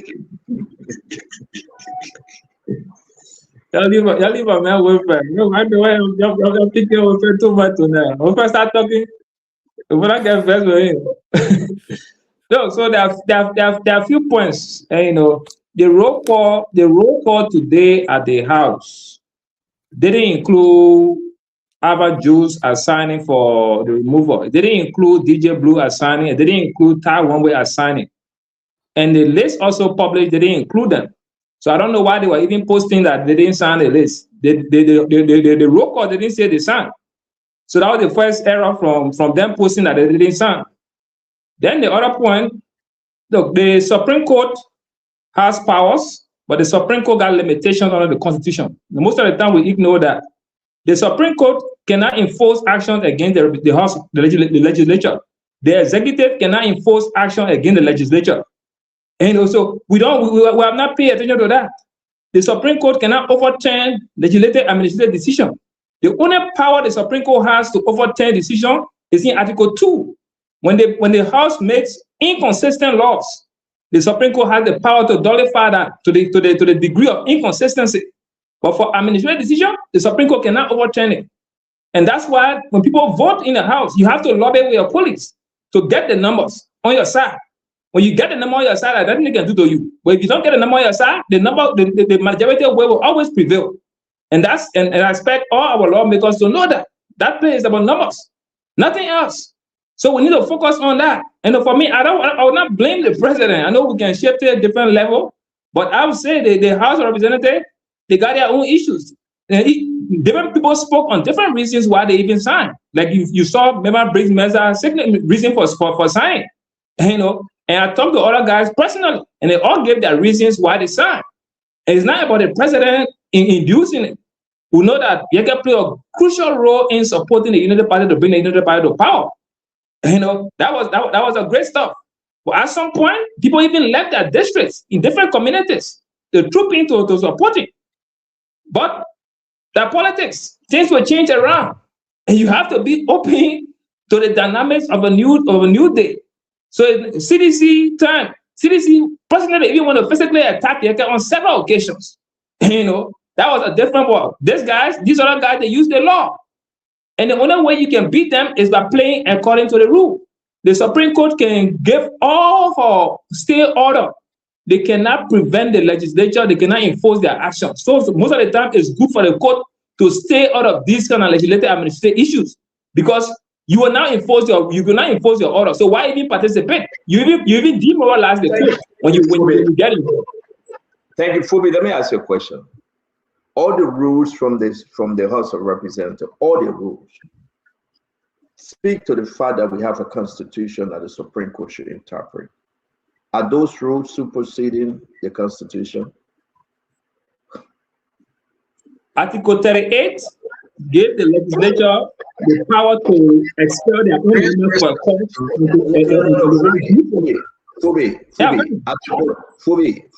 Article 38 is Article 38. Can we say that it supersedes the Constitution of the Republic? Great question, Stenton. What you said, Fubi? Article 38 is an article within the Constitution. So is that article superseded the Constitution that gave the interpretation of the Supreme Court the power to interpret? It's a mandate given to the lawmakers to set their own rules, to enforce their own orders against them. That rule supersedes the Constitution? The Constitution in general, Article 38 is a part of that. You see how you cannot explain freely because I'm sorry, man. If it's superseded. Stop, my man. You have your time. Let me say something, Fubi. And that's the reason why you cannot explain freely. There's nothing. Now, hold on, Fubi. I beg you, Chief. I know you still get the flow. There is nothing that will supersede the Constitution of the Republic of Liberia. The first thing, let me ask you the second question. They were started to appear next week. They sent them a letter. Do you think that they intentionally refused the citation? Were they right to ignore the citation? The first thing, Article 38 is part of the Constitution, so it doesn't supersede or go under or anything. So it's part of the Constitution. That's the first point. So who's responsible to interpret that Article 38 in line with the Constitution? The Supreme Court interprets the Constitution by mandate, and the Article 38 is not a default. No, so the lawmakers solution based now. If we have the argument from the House of Representatives, like in the case of Fonanti Kofa, it went to the Supreme Court. The Supreme Court said ultra-virus, right? And they were very clear. Though we have our own position, but it has to work for them to interpret and find a solution based here. But if we say the member of the Capitol building today can do anything they want to do because they make their own rule that supersedes the Constitution, then our country is in trouble. So I don't want you to run with that narrative that the Supreme Court should always be ignored because we got 73 lawmakers that can make the rule to protect themselves from us, from the Constitution. But Yekeh, talk to me. Talk to me, Yekeh. The article that my brother Fubi talking about, he's right. But the article says we should make our own rules, not in conflict with the Constitution. Anything that comes in conflict with the Constitution is no. That's what Sandra saying. That's what Sandra is saying. Yekeh, he's not right. Because Fubi is saying, anything that is inconsistent. You gotta wait back. Let's talk one at a time back. And that's why I'm asking the question, Yekeh. It should be in conflict with the Constitution. But when my brother Fubi Heron present this thing as if to say the House of Representative members are Lord and Gospel. You cannot touch them. So we need some clarity. I will be calling Horatio Guya, who will be appearing on the show, to explain to us. So therefore, let's hear you, Winfred Bagura. Fubi, thank you very much. We got to get here sometime. Winfred, let's hear you. Then we'll go to T1. Thank you very much, Stanton. Thank you so much. I'd like to say good evening once again to Yekeh. Just like T said, I'm in solidarity with you in terms of what happened today. I know that nobody would like to go through such experience, especially when you hold public office. So I can empathize with that. But that being said, I thought that it's very important for us to be very truthful to the discourse. Yekeh got expelled today, not because of his normal rants or his normal usage of vulgar language. He's been doing that before, but he faced the action of the House of Representatives today because of certain remarks he made with respect to the aggression from our neighboring country, Guinea. And it's very interesting to hear that the blame has clearly been put on the executive mansion. I hear Stanton say it's the president. I hear Kev say it's the president. A lot of people are saying it's the president. Now, I'm interested in the evidence because it's very easy for us to blame just anybody. But it's very important for us to bring evidence forward to adduce to say this is the evidence that we have. Otherwise than that, to just accuse the president or accuse anybody for something we said by ourselves. We opened our own mouths and we said certain things, and we've been held accountable for what we said. And instead of facing that, then we want to blame a second party. I think it's unfair. I would like to submit 3 citations that you may want to look at: Article 31, Article 76, and Article 2, Section 4 of the UN Charter. Article 31 talked about the solemn oath of affirmation that lawmakers will have to take. That will include senators and representatives that they will have to take. It's an oath of office that you take, and the words there were carefully chosen, and you will have to recite those words. And because those words have meaning, that you will uphold and defend the Constitution of the Republic.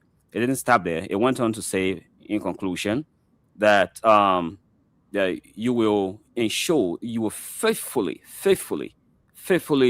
discharge the duties of your office as a lawmaker. When you take that oath, you have given consent that everything you say and everything you do, you are going to ensure that your action and inaction are in conformity and that they are consistent with the Constitution of the Republic of Liberia. That is the organic law of the land. In Article 76, it says that there are certain things you can say that can amount to treason, such as, I don't want to mention espionage, but if you make comments that, to the effect will surrender a portion of Liberia, as it were, to a foreign country, that action is treasonous, is in Article 76. And clearly, as we speak, we have foreign soldiers, army on our soil. We have a hostile flag being hosted on our soil. Under international law, no nation state has got the right to breach our political independence, territorial integrity, and move into our territory bearing arms and hosting their flags. Those are hostile flags. The legislature, as a member or as a body, has the constitutional responsibility to even declare war. You can declare war. So, as a student of international relations, I know that when these kinds of conditions are obtaining, we can technically say that our Guinean neighbors have declared war on us by bearing arms and crossing the borders and hoisting the flag on our soil. Liberia and Guinea are not at war. Please. I'm a student of international relations. Where is the government position? Is the government saying that? If I would just finish, your platform is being used. It's being highly monitored. If I would just finish my comment. So guys, let's pretend wait for Kev, I beg you, my brother, I beg you. We gotta protect each other. Bangura gotta speak. Bangura, please, you should last 30 seconds, please. Thank you, Stanton. I'm saying to you that Guineans breached our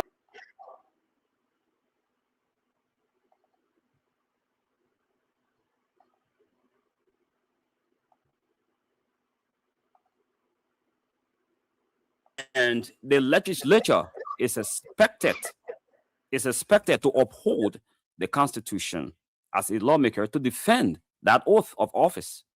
So when we make comments, if we will have to make comments about anything happening around the border, we must be prepared to take responsibility for what we said. And I would ask you, are you proud of the statement that you made that the Guineans own that piece of property or that piece of land, when clearly we have a boundary that indicates that that is Liberia? So, but I will interrupt you now. It's when I will interrupt you. Why can't you ask President Barker that question? Why are you asking Yekeh? It's the Guineans. No, Bangura. And then you know what? Let me tell you the truth. I've been Bangura. I've been studying for you for a very long time. Do you want me to answer your question? Yeah. Because the fact remains is that we have a president that have promised the Liberian people that the Guineans were leaving, and this is it. Listen to him. I'm encouraged that the government of Guinea has issued instruction for its forces to return to their previous positions along the border. You hear that, my friend? No, Bangura way, right? This is from the commander-in-chief. He is encouraged that the Guineans have issued a withdrawal, and everybody say, hey. But you asking Yekeh who own the land? President Biden is the judge. No, Bangura way, my man. Let me land. Let me answer your question. No. Let me enjoy my question. Let me enjoy my question. Okay. And let's understand this, Jacob Jara. The president have not spoken. They're putting Yekeh on the spotlight that Yekeh gave the land to the Guinean people. He is the commander-in-chief. What happened with the land issue? The Guineans are still there, Bangura. When you asking Yekeh the question, we should be asking President Bwaka who owned that land. I mean, Bangura, come on now. So are you ready for me now? Yeah, I am. Go ahead. Thank you. So this is where you are wrong. The president did not say the land belongs to Guinea. He did not make that comment. Yekeh made that comment. So how would I be asking the president the question I'm asking Yekeh? Why the Guineans say on our land? Why the Guineans say on the Liberian people land? The very tip you play right now. Why the Guineans stay on the Liberian people land? But they are the aggressors.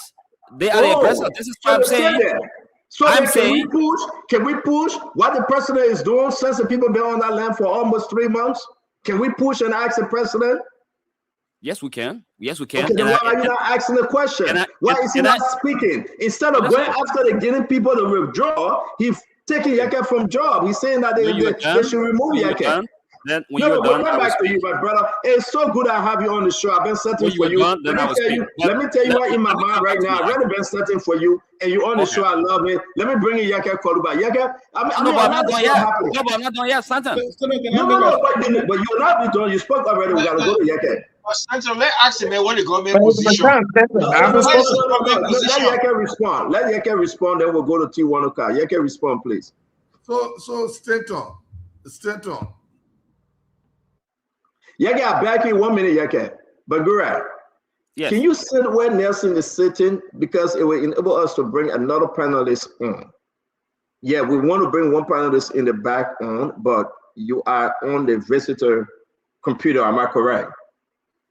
I don't know which computer belongs to the visitor, but I'm on the computer. Yeah, so you don't know because you're day number 2. That place will be your home. We'll get a room there for you.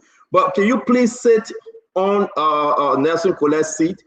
So to give us one more room, please, and then Nelson will just sit and just monitor you from a distance, please. I'm calling, he's not answering. That's why I'm saying this to you. Okay, go ahead, Yekeh, please.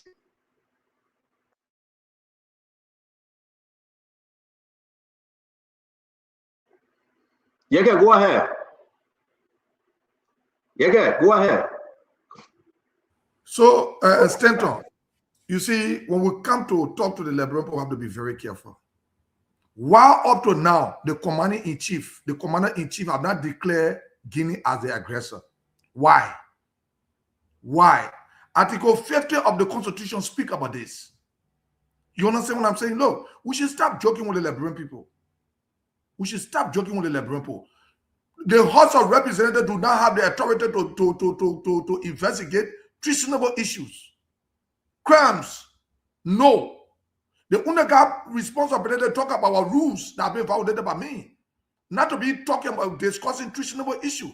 Treasonable issues are discussed by the Supreme Court, by the court of this country. So while up to now, the commander-in-chief have not declared Guinea as the aggressor. Why? According to my brother here, that want to justify why, maybe because of certain reason, he want to justify certain thing, have not asked the president, Mr. Bwaka, why Guinea have not been declared the aggressor. Why? According to him, he said Guinea is the aggressor.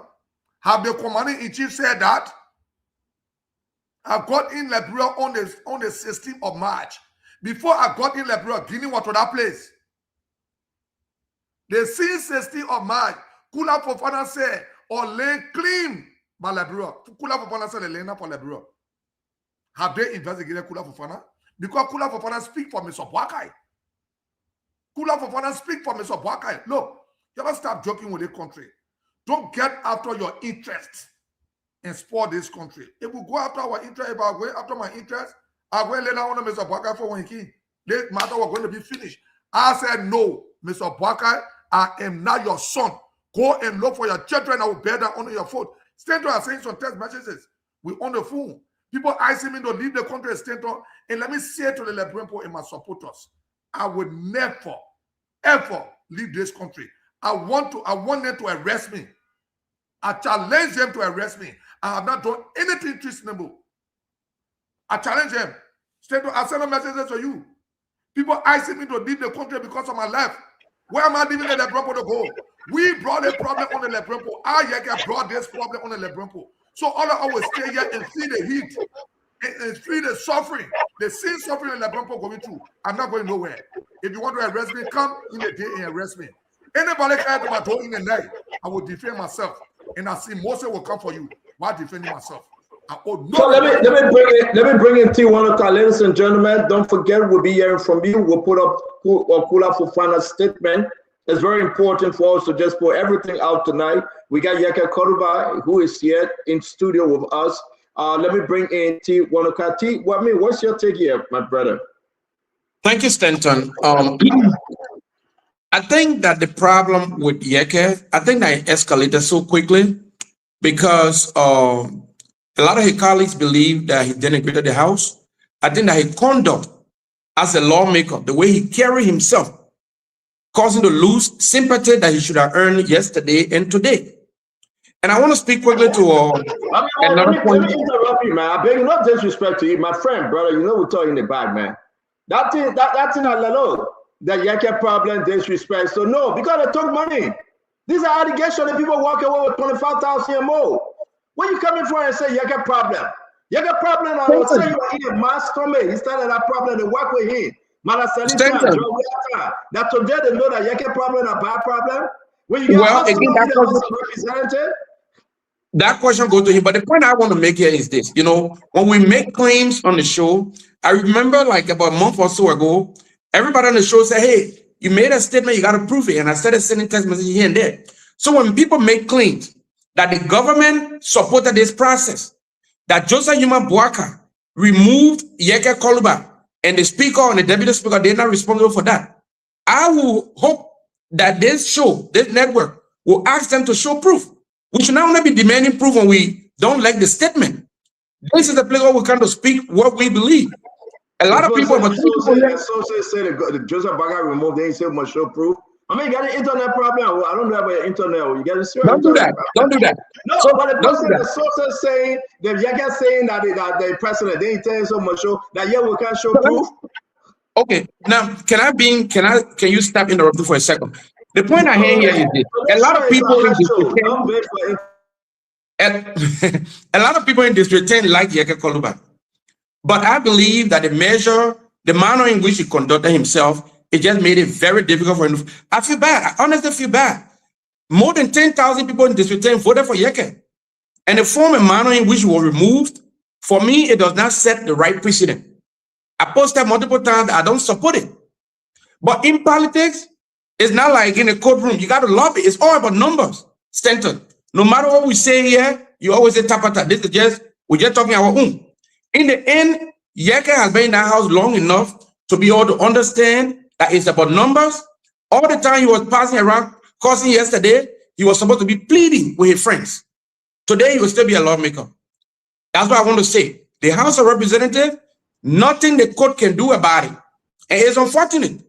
I agree with you, Stanton, that the court is supposed to be the final interpreter of our law.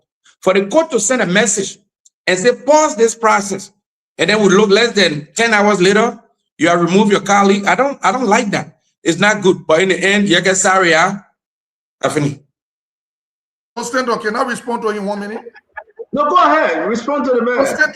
The commander-in-chief of this country is Mr. Bwakai.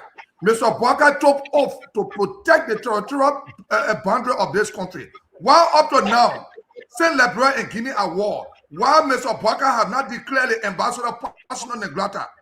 Why he have not done that? Why he have not tell the ambassador to leave this country because Guinea brought war on Liberia? Why? He took off. Why have he not done that? Look, but let me answer. Diplomacy negotiation is going on in the back channel. Why you call diplomacy when you say the brought war? Why you call diplomacy when you say the brought war?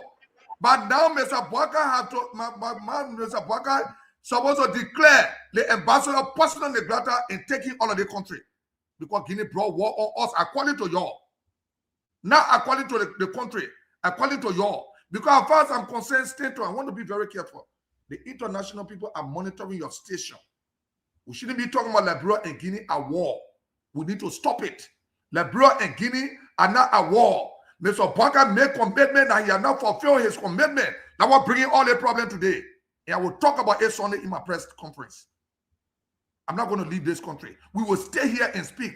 Let Mr. Barker take the courage and declare the ambassador personal neglect and taking all of the country. I challenge him. If Guinea and Liberia are at war. So thank you very much. I see you just joined us so quickly. We give you time. I got to bring back Dr. Richardson. Folks, this is, listen, I'm sorry. If you want to get fair, you don't want any attack, then just take off today. But today is a good one for us to just say it as it is, right? Who removed Yekeh Kolubah? Was it the lawmaker or was it President Barker? Who actually removed Yekeh Kolubah? I said my question remains the same. To all Liberians, the president appeared at the airport. And this is what President Barker said when he appeared at the airport. There is this controversial discussion of the expulsion of a certain lawmaker, Yekeh Kolubah.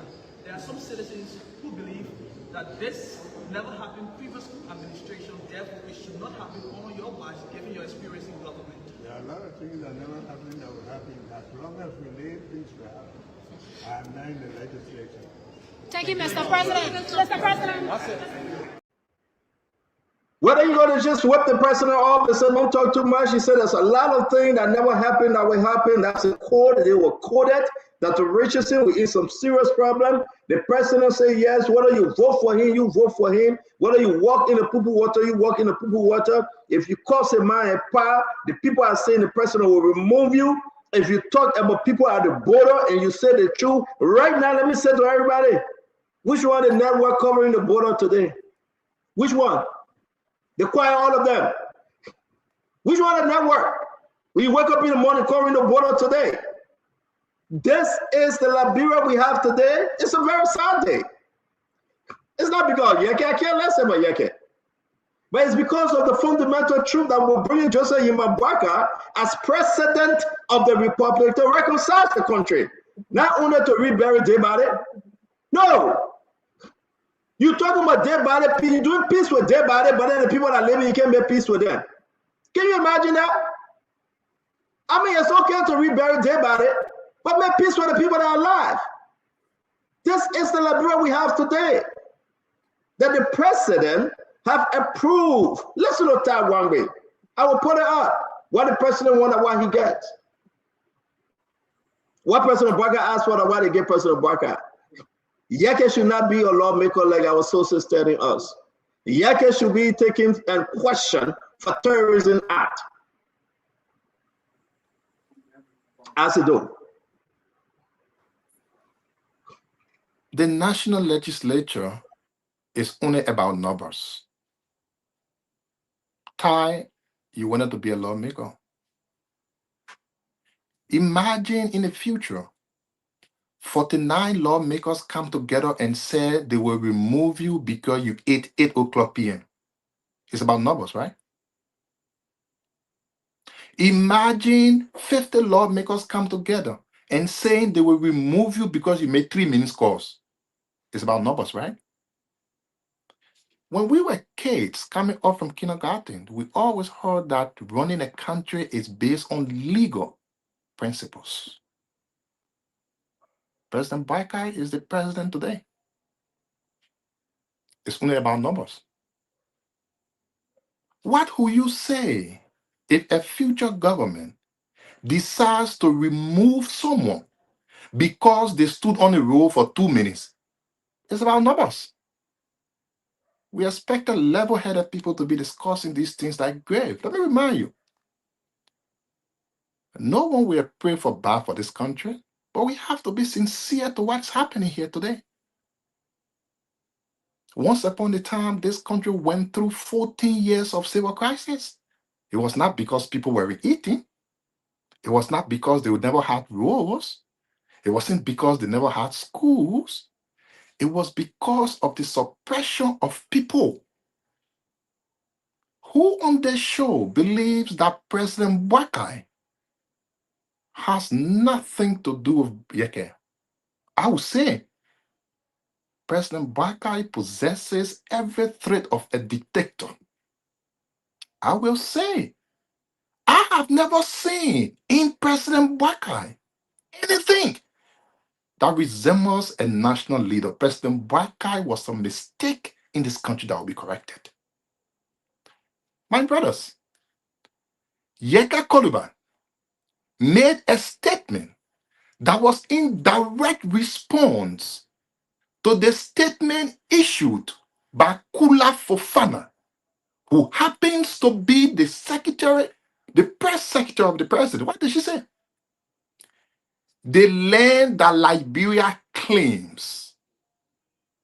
She did not say the land that Liberia owns. She did say, though, the land that Liberia claims. And Yekeh came up to say President Wakai was just breaking down the homes of old people and poor people when he said God is not making new lands. So maybe the Guineans heard what he said and said they're coming for their land. In direct reference to Kula Fofana saying this land that Liberia claims. Someone said, as a lawmaker, you took oath to defend the Constitution. In kindergarten, they told me the president took oath to defend the territory of the nation. Whenever that oath is broken, the president is subjected to impeachment and removal. Have we lost our senses simply because we want to defend? And my brother Bangura, you know where we come from. You are a decent, smart brother. I can tell you one thing. If United Party had accused you of taking all the Liberian government money doing CC and the fact that you supported them today, you will never be persecuted. Let me end on this. Today, someone created a fake page in my name and saying Oknati on Facebook, and I went to clarify. You know why you people were saying, oh, you scared now? Oh, you scared now? My brother, this is the country you want to live in? Imagine people you be, oh, you scared now? So now, everyone now should be afraid. Nobody dares criticize the president. And of course, I will say the president is a brutal dictator because his actions have shown everything of a dictator. And one of the reasons why I'm always covering Thank you. Asa, let's go. Because I know. Let me put this up quickly, Asa. We'll come back to you again. We want to say, let's put this up, Dr. Richard. So let's start with Kula Fofana. The second paragraph here says, recent incident in the Solomba area of Foya District, Lofa County, have raised concern among residents and local authorities following reports of confrontation between Guinean soldiers and Liberian civilians near the border. Local sources indicated that tension intensified, that Guinean troops crossed into territory claimed by Liberia near Solomon, a border community in Lofa, right? That Guinean troops crossed into territory claimed by Liberia. So, and people that want to argue with this, though, right? Where is Kula Fofana right now? She's the press secretary. Will the president punish her? Will the president dismiss her? Will she be investigated because she used it? Even the pastor claimed, right, that it's for Guinea. And they came to take back the property. Talk to me, Dr. Richardson. Let's take this step by step. Then we'll talk about threats, right? When they don't say he will stone the president car. When President Vargas said there will be no Liberia if the election is rigged, it will go through the different threats that came from folks that were in opposition at the time and say which one is which. Talk to me, Dr. Richardson, on Kula's statement here. So Stanton, you're making a point here, and your point is what was wrong yesterday should be wrong today. What was illegal yesterday should be illegal today. When we talk about the House making its own rule, we're talking about making a rule that will not supersede the citizens' due process. That's what we're talking about. Yes, the Article 38 gives the House the right to make its rule, but the rule should not supersede someone's the citizens' due process. As we're talking about here, Yekeh Kolubah's due process should not be abandoned by the House. That's what we're speaking about. But as I'm hearing you guys on the show, especially sources on the show are saying that there was cash violence that was used, okay, to remove you, Yekeh. And if that is the case, that is wrong. That is very, very wrong. And the president did not clearly say, I did not remove Yekeh. I don't appreciate anyone saying that I do. He said, there's a lot of things that will happen that never happened before. How would you guys, or anyone who's listening, interpret that? That's what I wanted to ask. How do you interpret that? When the president says, there's a lot of things that never happened will happen. It sounds to me, he's telling us that Yekeh will be removed. Perhaps it didn't happen in previous government. Yekeh was adored by previous government. And so in my government, he's going to be removed. But let me remind people, okay? President Buckeye has been accused for holding grudges. Y'all please ask Amara Conner if I'm lying. Amara Conner wrote a book, and I was on the show, and I asked him where he said President Buckeye has about 17 grudges that was written down about Ellen Johnson Sirleaf. I'm not lying. I'm telling the truth. And what I'm trying to say is that, is it possible that President Buckeye, and Liberian people, I don't know, I'm asking questions again, and is it possible that President Buckeye is holding a grudge against Yekeh? And so he is now using the power that he has to remove Yekeh. We know that, when you support the Unity Party, and we have seen people who are now supporting the Unity Party, people who are now getting protected, okay, in a whole department where people will be indicted, but because you support the Unity Party, you are not being indicted. That is very similar to what we're saying here for you, Yekeh. When you supported the Unity Party, you were a darling boy of the Unity Party. Now you speak against the Unity Party, they want you removed. Now, Mr. Yekeh, and all of us know in Liberia, okay, Representative Yekeh, that we will not always say that we like what you say. You will not say you are our cup of tea.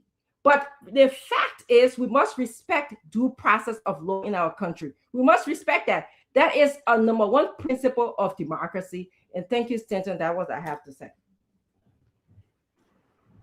Well, you asked a good question whether President Buckeye can keep grudge. You asked a good question, but I'll wait for my turn to answer that because we got a video on Henry Pedro Costa. He answered that question. He did. Henry Pedro Costa answered that question, not only Amara Conner. But what actually happened between President Buckeye and Yekeh? Stanton, look, Mr. Buckeye need to tell the Liberian people what he know. And he don't want to do it. Look, the foreign affairs minister know what's going on. These people know what's going on. Stanton, look, Mr. Buckeye can be the greatest dictator. He can do nothing to me. Look at him talking. And things that never happened before happening today. They may were already in a grave. We brought him back to left. We brought him back to left. I will post some picture on my page. I hear myself talk. He was finished. We brought him back to be human being. He can make me scared. You better arrest me. Because Sunday, I will hate you. Politically, I will hate you, Mr. Buckeye. You think you ain't me? You think you can silence me in the country? You waste your time. I'm not one of those. Because I do not label you. I able to sustain myself. My wife had agreed that I stay here. All the messages are saying to her, she said, don't leave. You brought the problem on the Liberian point. You one of those one. I told you Mr. Bwaka is not a good man. I know how he treated my father. Don't vote for him. You voted for him. You will remain there. You and the Liberian point will suffer it. And I will be here with the children. We will be good. Mr. Bwaka, you are embarrassment and you're a strong dictator. You can't do nothing to me. You better tell the Liberian point the arrangement between you and Dumuya. Why Dumuya get you no pickups? You better tell the Liberian point and start joking with yourself. Who abused the trust of this country? You told all to protect the country. I told all to protect the constitution. Have you declared war? Why you still get a Guinea ambassador here? Why have you not drove in out of the country? Take him out. Oh, you don't want to go declare war? You say Liberia and Guinea are war? Then you talking about hey, they were arrested, man. Look at you talking to the door, baby. Let me hold you there and bring it that to Josh, and we'll bring in Winfred Bangura. Guys, again, listen, like I said, to each his own. Our comment will be our comment. We're going to be very straight up. It's a sad day in our country, Emmanuel George. I will say this. I never expected this from Joseph Yeman Bwaka, the president of the Republic of Liberia. I expected President Bwaka to make peace to the end, because that's exactly what he ran on. I expected President Bwaka to be that grandfather, that grand uncle, that father, that uncle, traditionally and not traditionally. I expected President Bwaka to talk about healing and protecting the nation. There's a lot of reason people voted for this president. But to come around and say you will remove a certain speaker because you want your own regime speaker. To come around and say, well, we will grab those hooligans that they can back me. They will be going to court every day. To come around and say, yeah, we will remove Yekeh because of words that meant to be news. To come around and say, we'll jail Prophet Key because Prophet Key caused you, we are man and power, caused you, we are wet. And he was happy to celebrate with Prophet Key. When this Yekeh said, yo, muya, Paul, that black guy said that, muya. When this Yekeh was dancing around and saying, this one is to bury George Manor, we are in Lofa, President Bwaka and Ben Ayir were just laughing in the back. That the Bwaka today, the president of the Republic of Liberia today, giving the final instruction, like our sources said, remove him. Remove him. It's a sad time in our country. We should be talking about unifying our country, coming together, man. Come on. This is not about Tomo Falah. This is not about Tomo Falah. I beg you, Emmanuel George, allow me my 2 seconds. Let me put these names up. Hey, Emmanuel George, look at the list. Somebody said, Fubi, let me remind you, my friend, don't do that to us, Fubi. DJ Blue is Bernard Blue. His name is here. He's not carrying DJ Blue. He called Kevin Bernard Benson Blue. I believe that's his name. He's there. Somebody signed for him. He said he didn't sign. Ted Wangbe was signed for. Ted Wangbe said he didn't sign. Albert Jones, somebody signed for him. Who doing this nonsense to the country? Who actually doing this to the country? Who impersonating? They did it to Fonati Kofa. The people celebrated. They are doing it to Yekeh Kolubah. Who's next? How can we forget? Why should we forget? Emmanuel George, my friend, talk to us. Talk to us, brother. Talk to us, Emmanuel George. Stand up.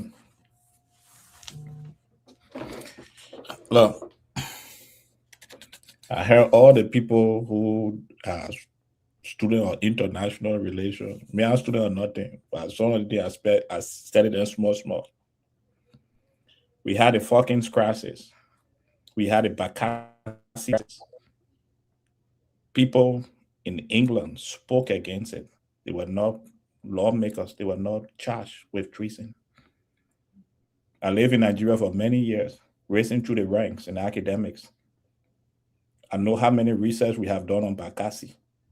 Nobody was charged with treason.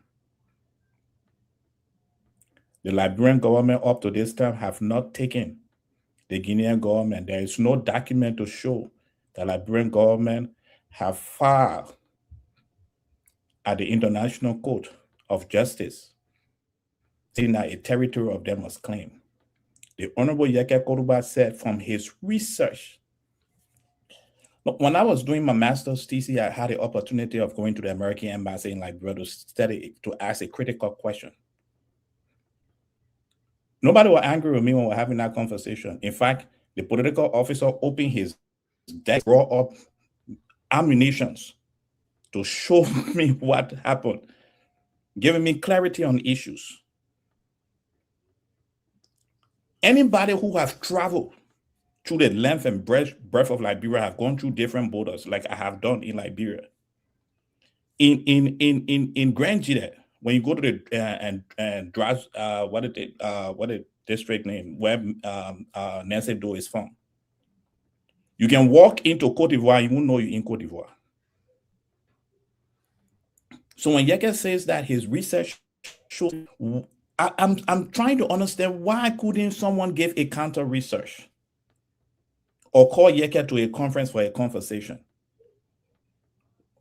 Look, the painful part of it is the amount of money we are spending. We're going to move Yekeh alone. We are going to spend between $6 to $8 million. A poor country, an extremely poor country. We are spending between $6 to $8 million to remove one lawmaker. Because when you remove Yekeh, we're going to have elections in that district. And I'm from district number 10. Maybe I'll be running in that district because I'm a district 2. To remove one lawmaker, that's how much. What sense is in it? What is sense in this thing? But let me conclude with this. I'm not angry with the people who did this. I'm angry with members of the opposition who put their signature on this paper. CDC, Somo Moba, Michael Thomas, Emmanuel Dan, Ase Bani, P. Mark Jerry, Austin. These are members of the CDC who should have made this thing not to happen.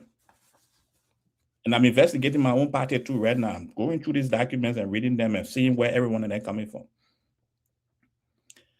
Every opposition political party that opposes this, we should start by expelling these members of our party who are bringing poverty to the Liberian people. And coming 2029, if you think the House of Legislature is where you put money in your pocket and find your life that you did not have before, you're not going to ride on the backs of the Liberian people. We should be serious. Spending $6 to $8 million in a country that have no money just to move one lawmaker. As I said last week, if the president read Yekeh, they should have called Yekeh and gave him $500,000 and said, "My man, take this small one." The whole problem will be solved. We won't spend the excess money we are spending. But to move one person because you're not happy. And I learned some of you saying the president not involved. The president involved. The president of the Republic of Liberia, in my opinion, I believe. Again, thank you very much. Let me run quick with. I mean, thank you. Can you don't tell us no more about Nigerian story? I beg you. I know you grew up in Nigeria, but anyway, let me bring in. Kev, let's say before we go to Bangura. I believe you're here before Bangura. Let's say before we go to Bangura. Yeah, that is guy Emmanuel. Kev, let Emmanuel Leo with the Nigerian story, man. You're Igbo man, that's fine. Let's talk about our issue here, Kefiko. Talk to us. Yeah, but Stanton, and yeah, I know you said I should come before Bangura. I listened to Bangura, right? What we'll get is somebody who understand that the only way I can survive is to go with them. That's what we will get for him. That's all we'll get on the show. I will survive by attacking Yekeh. I will survive by going back to the MDR, and that's what we will get for him, right? But we're going to a dangerous path in this country. the freedom of expression, the freedom of being yourself. I thought it was the pillow that we rely on in post-war. In post-war, Yekeh attack everybody.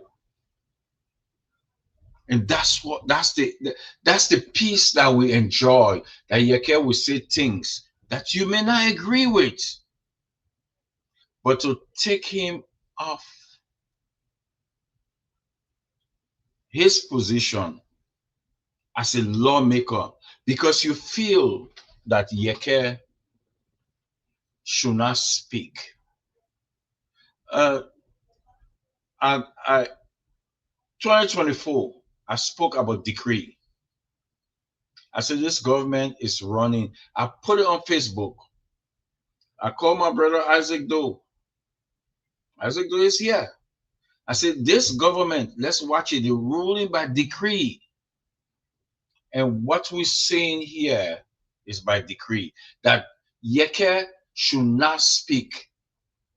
If Yekeh walk in there today, stand on and say, I'm sorry for what I said, they will embrace him and they will let him go. So it's not about what Yekeh say. It's about what Yekeh is saying about this government, what they are doing. Senator, let me say this. You know, Yeah, real quick, we gotta move. You know, one of the things that I respect, I learned to respect you and Yekeh, even though you guys were not on the same side and you stay on your position, it's a consistency of what you guys stand for. You guys stand for the better Liberia. Yes, you hate us, you attack us, and you're doing the same thing to this government. But the question is, Stanton, why this government decide to silence you guys for saying the same thing that back then they rally around you guys and preach to you guys?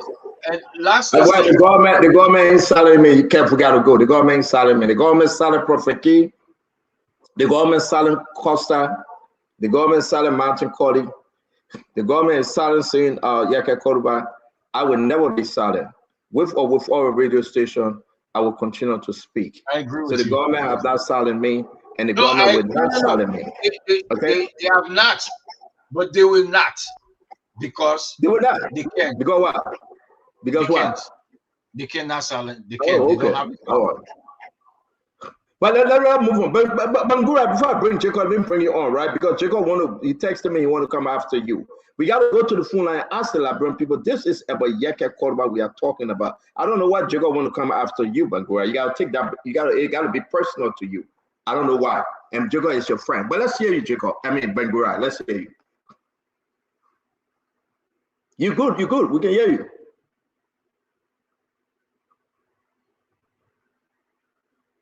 Nande. You want me to CNC clash to do? Nelson, can you help Bangura? We're not hearing him. Don't touch your Bangura. Is Nelson there? Is he in studio? No. All right, hold on. We'll come back to you. Jacob, can we hear you? No, Bangura, wait 1 minute. Don't touch anything. We'll come back to you. Let me call Nelson. If he's not in studio, he should be there. Jacob, can we hear you? Yes. Stanton, you know. Am I coming across now? Okay, you good. It's Nelson in studio. I'm here. Okay, go ahead. I'm in studio. I listened to Kev. I thought that, some of the things you said are quite pathetic, parochial, and provincial. I would take some time to deal with that later on. I don't know how you wouldn't, make your comments without alluding to me. But let me go back to the topic that we are dealing with. Stanton, are we still on course with looking at the release that was written and sent by Kula Fofana? I thought that was what you put on the screen. If that is not it, then if you want me to put it up, it's your time to speak. I will put it up. Do you want me to put it up? Absolutely. Can you please put it up? Because I saw that you underline the word claim. I think claim appears to be the problematic term that you have. So territory claimed by Liberia. You can put it down. I'm reading from the Merriam-Webster dictionary, looking at the various shades of meanings of claim. Number one, to ask for something as a right. Number two, to take as the rightful owner. Number three, to assert in the face of possible contradiction. Those are the definitions. How does that usage in any way resemble, or how is that analogous, or how is it the same as what Yekeh said? These are completely different things. So it's like comparing apples and pears and pears.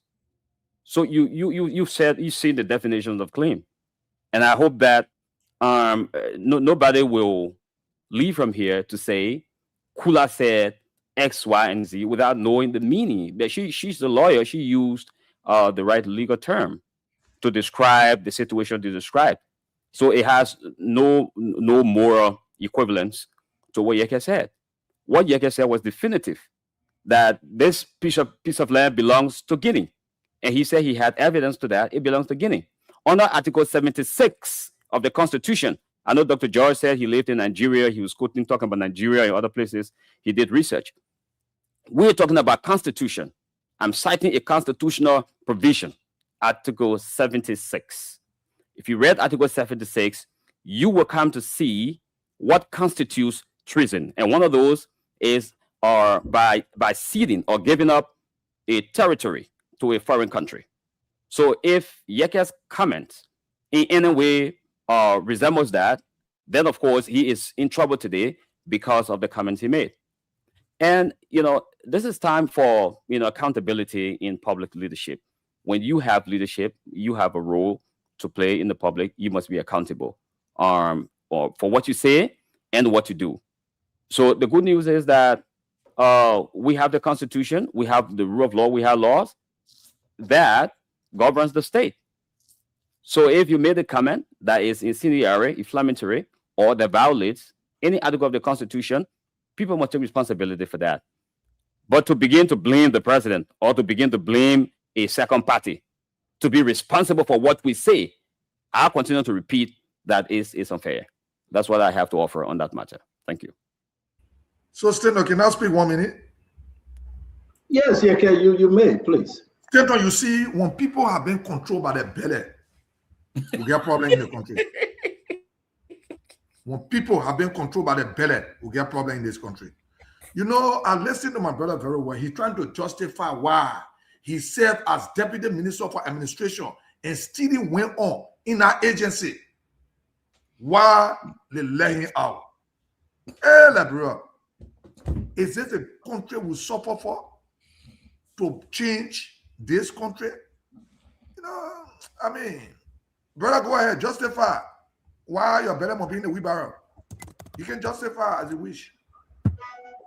So let me say this quickly. We'll come back to you, brother Bangura. Jacob, let me bring you in. I hate to keep you. I hate for you to be quiet. This is so important. I have to bring you in, bring Fubi and Asido. Folks, remember, you will say your own tonight. We gave you 1 hour to talk, and you will take us straight into midnight. Don't worry. You will have to say your own. You get Yekeh, he will take your question. Enough is enough, folks. It should be no way. Now, Jacob, before you say, I got to squeeze this in, and I'll play the clip. The region speaker, Rachel Kuhn, asked the clerk, did you receive any citation from the Supreme Court? The clerk said no. The clerk said, I received nothing. They said, oh, but the court said the same for all, we got a document. Hey, man, how far from the Supreme Court to the Capitol building? Who would believe that other part of the story? But who signed on the document? The class is somebody that want to receive that came to apply. They made a mistake to get the document to that person. nonsense is that? No, nonsense, of course, right? Because Chief Justice basically listening. Okay, what kind of tabata is that? The class said she didn't receive the document. Can you imagine that? So the citation that is saw on Facebook, Rachel couldn't call.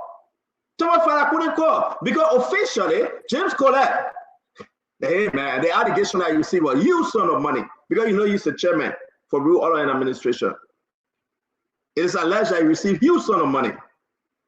Jacob Debbie wanted to tell me in the message, but I got to put my signature on it to kick Yekeh off to save my position. That's what Jacob Debbie saved a job for. Because the first time he talked about 200,000, the person will nail you. I called Jacob, I said, Jacob, man, how much you receive? The messenger, man, I'm scared to tell you before they pull, kick me out of here too. Can you imagine? Our country, c'est fini. But you know what though, Jacob? On a serious note, we are in April. How many more years a month left for President Bouakai? Everybody thought Madam Seri was going to be president for life. Till January 18 came. 2018. January 22nd, 2018 came. Everybody thought Madam Salif will become president for life. President Bouakai, no matter how long it takes, he will be former president.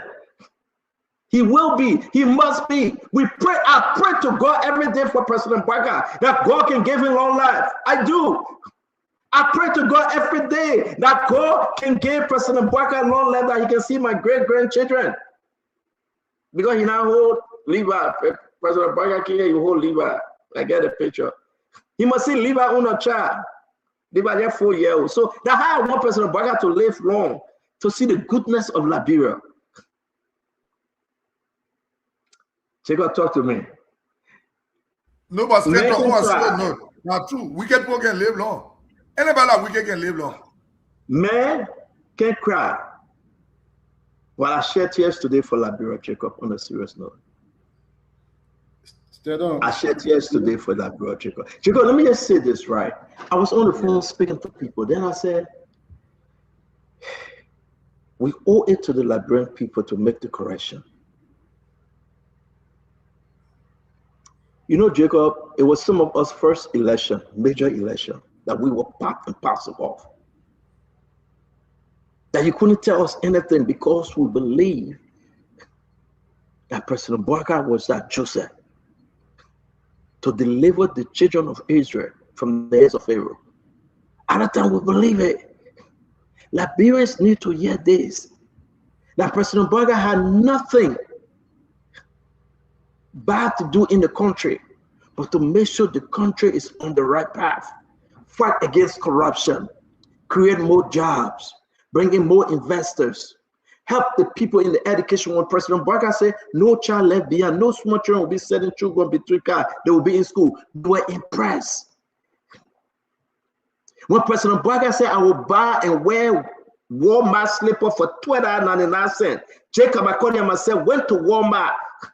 We took the slipper, and I get one of that slipper here. I bought it also. Though I'm not wearing it, but I bought it also. $12.99. We went to Marshall. If anybody know Marshall. And then I said, Bob, Uncle Joe, why? He said, my son, I get nothing to live for. All this thing here that yama. I can eat my chicken. That might be that scam, man. That might be that scam. Careful on. I felt it. I was seeing the reincarnation of Joseph during the days of Egypt. I felt it. I saw Moses when he was at the Red Sea, when everything was coming towards him, and he said, Lord, what should I do? I felt President Bouakai like that. When the president told me, forget Western Cluster, forget Asalamita, forget B. Martin, forget this, forget that. We will change that country. I believe it.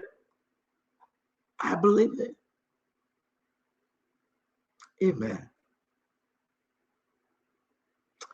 Jacob. Yeah. those are the real example of like broken promises. My brother Bangura used the word yesterday, broken promises. You know, yeah, his MDR and the Unity Party.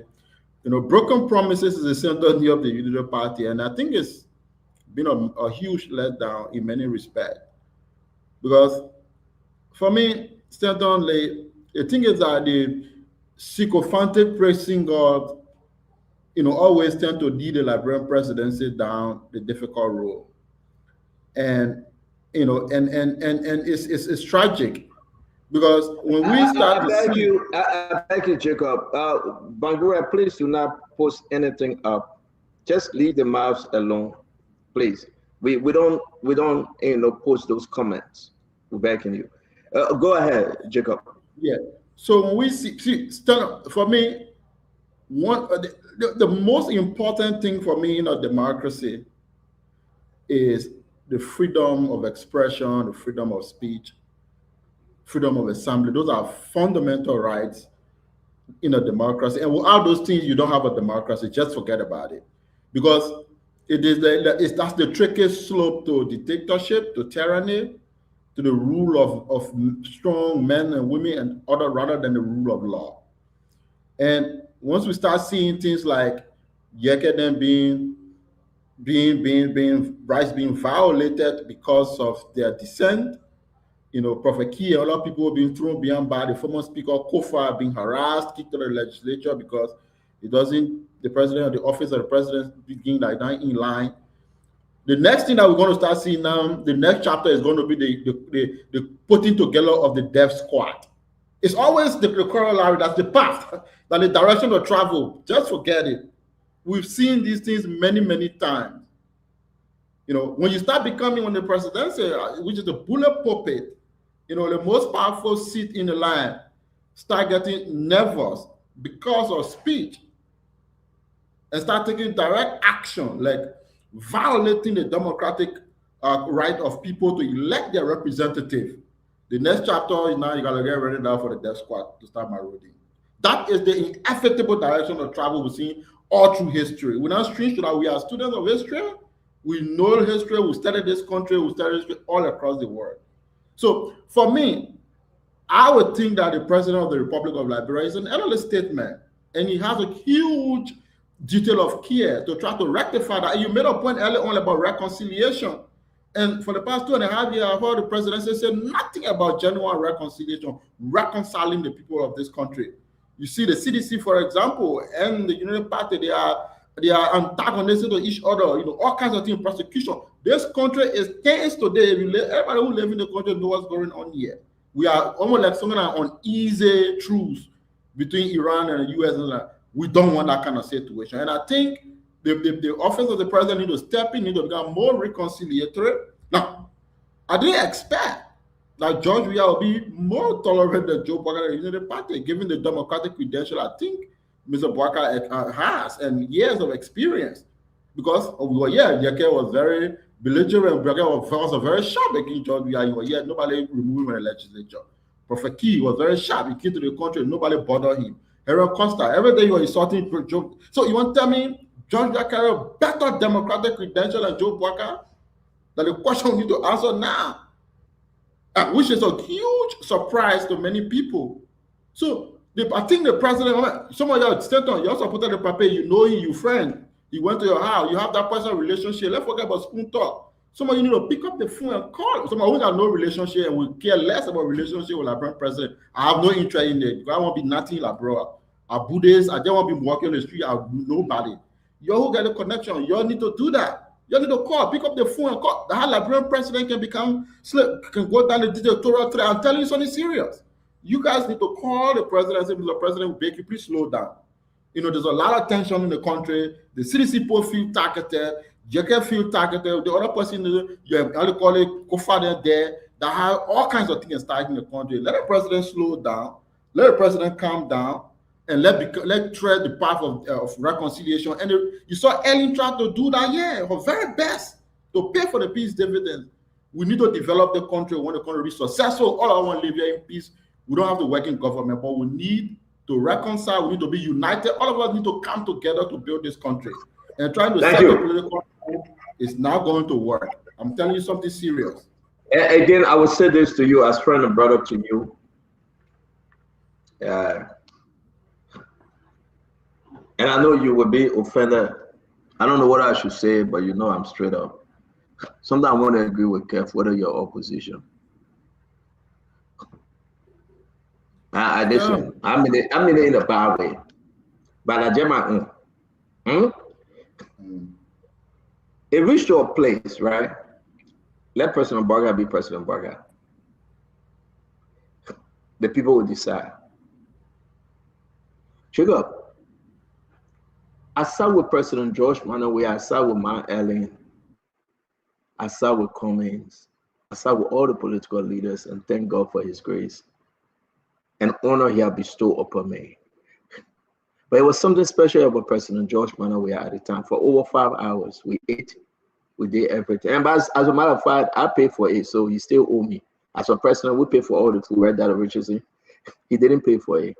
The food, the drink, we pay for it, so he still owe me. But to tell you the truth, story, please. I got nothing to say, nothing to do with that other story. Okay, yeah, but I would say I pay for it, he still owe me. I will ask him to give my money. But on a serious note, though, Jacob, there's a big difference between President Weah and President Barker. Not the age, not the mental status, but there's a big difference, and Liberian people should know. Leadership difference. What happened today?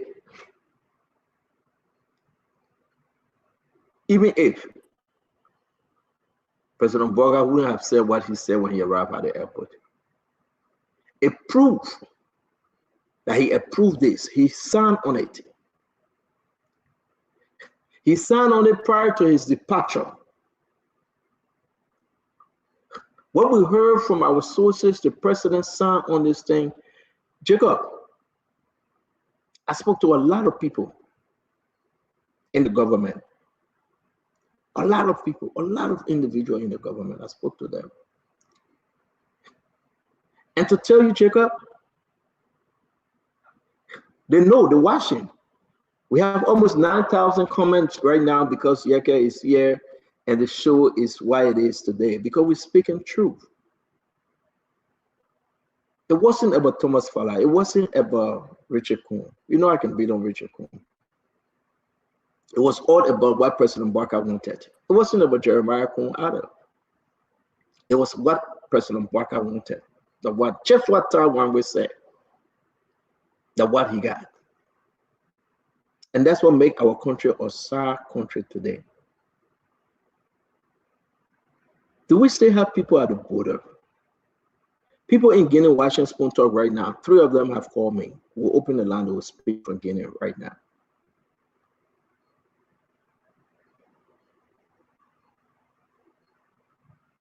Is this a new day in Liberia that you suppress freedom of expression, freedom of speech? Is this a new day in Liberia that when you talk, they will go after you and they want to destroy you that don't talk? Let's get to the political part. Can Unity Party win 2029 on what is happening when you have an opposition? Look at the border as of recent. Look at the border. But to continue what I'm saying, that the Guinean security, yes, Spoon FM, the Guinean security, stay on our side as we speak. Today they what? Today they 10 or 11, something like that. The Guinean, since last month, they've been here. Since last month, they came to the country, to the river bank. They are still there. They are still there. Therefore, no normal activities going on here. People are scared. People are afraid that anything can happen anytime. Because a matter of fact that they come with arms in our country to the river bank, anything can happen. So no normal activities going on here. As a matter of fact, one of the companies that engage in rice production, a massive rice production here, they call it Makona River Farm and Agriculture Services, not working. But right, they're supposed to start preparing their land She are preparing her land to start planting next month. But they were denied by the security, by the Liberian security, that the environment is not conducive, the environment is not safe. So as a result of the Guinean security personnel on our soil, no normal activities going on here.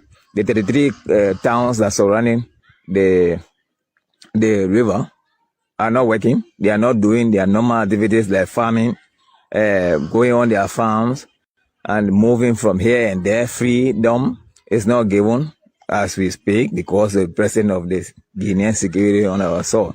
So to update you guys, nothing happening here. Major, no normal activities going on here. Absolutely no normal activities. If anybody tell you that the Guineans gone back, it's not true. They are still here as we speak. No normal activities going on here. Everything remains the same as we started. Follow spoon and wash it. Follow spoon and wash it. Fugi, let's hear you. Asido, let's hear you. T1 let's hear you. Then we'll go back to Yekeh. Guys, it's a lot. We'll continue. We're having a full show tomorrow, by the way. We will be here on Saturday. Again, there's a funeral service for Nan George, the Liberian that passed away here in Pennsylvania. It will be in Ewing. I know a lot of people will be there, but we'll be having a full program here. I want to announce on Sunday, we'll be having a community conversation here on Spoon Talk. Danny Watkins and Dado Albert Gipley, they're running to be president for the Liberian community in South Jersey. We'll have both of them on the show to discuss their agenda. But Fubi, now the border is still closed. Now the Guineans are still on our side. Now Yekeh is expelled. Then what now? What will President Waka do now? The people able to care the people back home.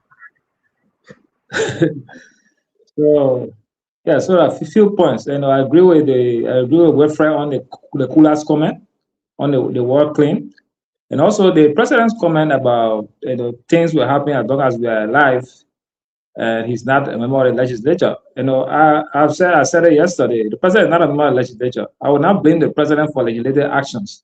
The guys that are there, they are full-grown men and women that were elected by their people, without some with the influence of the president and some without the influence of the president. And so they made decisions. I will not hold the president accountable for their decisions because they signed the resolution and that was done. So to Jacob's point about we are being more tolerant than President Bouaka, I would disagree with that. Jacob, you follow the trend of history. Kabina Janet, Justice Janet at the time, issued a dissent on the 2017 election that was challenged by Charles Bronski. As soon as we won the election, the next thing was impeachment proceeding for Justice Janet. The Supreme Court at that time, Senator was Justice Nchima. She wrote the House to put a stay on that. The House of Representatives told her to stay out of their matter. So they didn't honor that stay order. And they even told us a proposed rate. They didn't honor that. And then went ahead and then impeached Justice Janet. That was not tolerance. The issue of Yekeh we're talking about today, CDC went after him physically. These guys went after him with a law. CDC went for him, attacked him personally on several occasions. That's not tolerance. CDC, at some point, Yekeh had to relocate their family. Yekeh family were in Liberia at that time. That's not tolerance. So we can't be talking about we are even issue a statement that if you gather you will waste you on Broad Street. Costa was not saving Liberia. They're attacking many occasions. So let's just focus on the issue today at the House and start talking about tolerance, trying to compare the two presidents. Because we are regime was not tolerant to opposition. And they even told us that if you don't jump with deconstruct your ability to survive. So that's not tolerance. But the House, like I said, the Supreme Court has a way, has a rule. We hold on that tolerance issue. And because of them being intolerant, we remove them, right? You and I, Fubi. Right? And that's why I said we can forget about that. Let's focus on we'll not forget about that, though. So if our leader that we brought to power is following the same path, don't you think it's troubling for us that supported Jose Imam Bouaka? I don't see that as the same part. I'm not blaming Joseph Boakai for Yekeh removal. I'm not blaming him. I'm blaming the members of the House. They are the one responsible. And Yekeh being a seasoned lawmaker that stayed there, he should. Kabinet Jane, that Joe will remove Kabinet Jane. I said CDC. I didn't say George Weah. Okay, so you blame Unity Party for Yekeh removal? The government, the government at a larger extent will take the responsibility because it's a Unity Party-led government. But I'm not putting the blame. So that's the reason why I was squeezing though. The leader in power with our system, the president have the final say, and you know that for me. No, I disagree. Yeah, I agree. Okay, let me say this to you, and I will say this to you. I'll go back to my question. Do you blame CDC for removing Yekeh Kolubah today? I blame all those that sound the government. All those that sound make all the government. So you blame CDC for removing Kabinet Jane? All those that sound CDC led the charge. Led the charge. So you answer my question. You blame CDC for removing Kabinet Jane? Yes or no? I already said it. I said I blame the city. The government at the time will take the greater responsibility because of CDC-led government. Correct. So the government today will take the greater responsibility for removing Yekeh, correct? Yes. Okay. So then you blame the government. Thank you. Let's go ahead. Let's bring it. The government and not necessarily the president. You just answered the question. If the government today is a part of the government. Chief Fubi. Legislative action is also government action. Chief Fubi, in the government, Unity Party government today, if you blame them for removing Yekeh Kolubah today, then I bring his own president, Boakai. He's the head of the government. I said the government, the legislature is part of the government. So we cannot exclude the legislature from the government. You can explain all that's part of the story.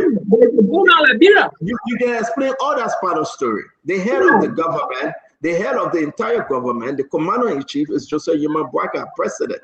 I am saying to you, if you blame Joe Weah yesterday, and you blame CDC government yesterday, I'm saying to you, you cannot blame CDC government yesterday for removing Kabinet Jane and say you don't blame Joe Weah. You play that part of political story that will not move. Legislature, Fubi, you're too educated. You too educated, my man. You make a lot of money in Burkina Faso. Let me do one, my man. I don't say I'll follow your profile. You well educated, but the other spin without whole water. The other spin without whole water because we gotta go to the program. It's good to have our friend and our pop, G. Witsep Blamo, here on the show. Welcome to the show, sir. But as a do, let's hear you. We'll bring in Minister Blamo, political leader Blamo, and make all the tattoo. We'll bring it in. Isaac? Thank you, Stanton. So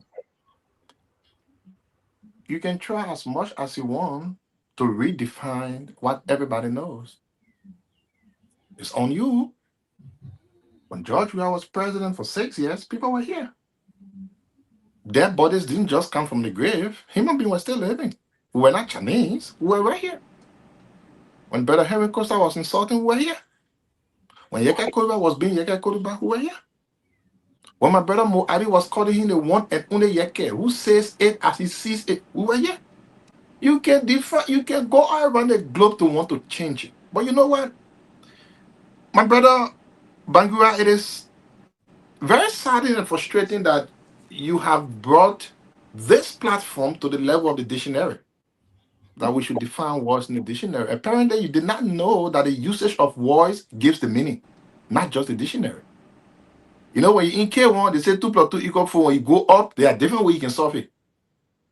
I am sure you know your name is Bangura, but your name can be used in a sentence to mean an act, not actually you.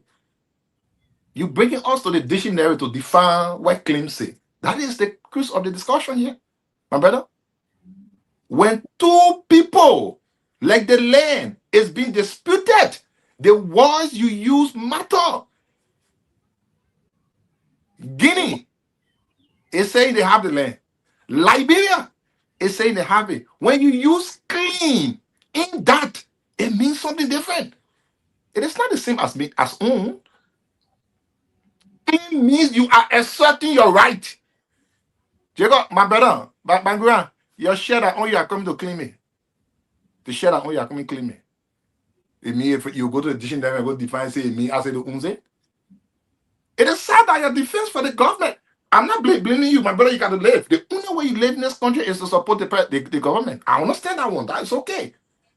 But I'm thinking it should be out of the dictionary, brother. I'm saying this show has some of the smartest people, and the people that listen are very good as well. Kula Fofana said the land is not owned by Liberia, but Liberia is asserting its right on the land. We don't expect the president to get rid of her because, of course, the president is a dictator. What he wants is what he does.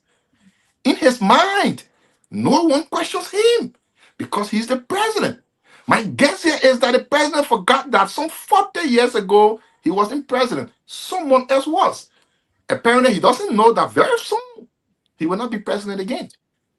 I wonder if he sits and imagine what happens in the future if he's not a president. And if you indeed have come to provide defense for the president as a young man, one of the things you were telling said, "Oh, Papa, you are putting yourself in danger in the future. When you are not president, Hail Mary help you, Papa. It might be a difficult time for you. It's not a threat. I'm only saying. If you come on this show to ask us to go to the dictionary to define what you should as well know the meaning of the word, especially the context in which it is used. Liberia claim a land. That means Liberia is asserting authority over a land that might not belong to Liberia, according to the statement. Apparently, you didn't know that one because you have to defend the government. That's it. Just go and defend, my brother. No, that's not it. If we had a government that had 2% dictatorial signal, unfortunately, President Boakai is a complete dictator. He who have taken action against his press secretary. But oh no, that's what the president wants. Bangura, you can come here and say, "Oh, water sweet." Once the president says your statement, "water sweet," is bad, he will come after you. I can come tomorrow and say, "water sweet." Once the president enjoys what I said, he will let me go. That's the definition of a dictator. And that's why some of us saw this. When Edwin Snow came on the show and talked about the threat that the president issued to him. When we listened to Henry Costa and talked about the threat the president issued, we knew he was a dictator in making. And today you are forced to defend him, or else you will be investigated. But you know how you can avoid that now? Is to tell us to go to the dictionary to define claim. Simply because you want to make a point, although you know the meaning of it in a context in which it is used. The Guinean can come and say, "You know what? The people that are saying they own the land, they are saying they are coming to assert right over it. Meaning it could not have been their land, but they want to claim it to be theirs." It is sad day in our country. Thank you, Isaac. Should be concerned with our country. We should be concerned. Thank you.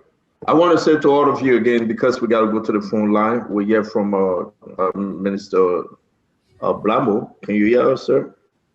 Before we do our closing on this Yekeh thing, I will come to you, Wafer. I will come to you 1 minute. Minister Blambo, can you hear us? Okay, you can hear Wafer. Let's hear you. And we are going to do our closing. We'll give Yekeh the last word. We'll go to the phone line. Today's topic is only Yekeh. The country Liberia, just give it your best shot because this is your closing. On this, on the show, we're not closing the show. Yekeh will go because we got to go to the phone line. So we'll do our own best closing on the Yekeh thing before we hear from our fellow Liberians home and abroad.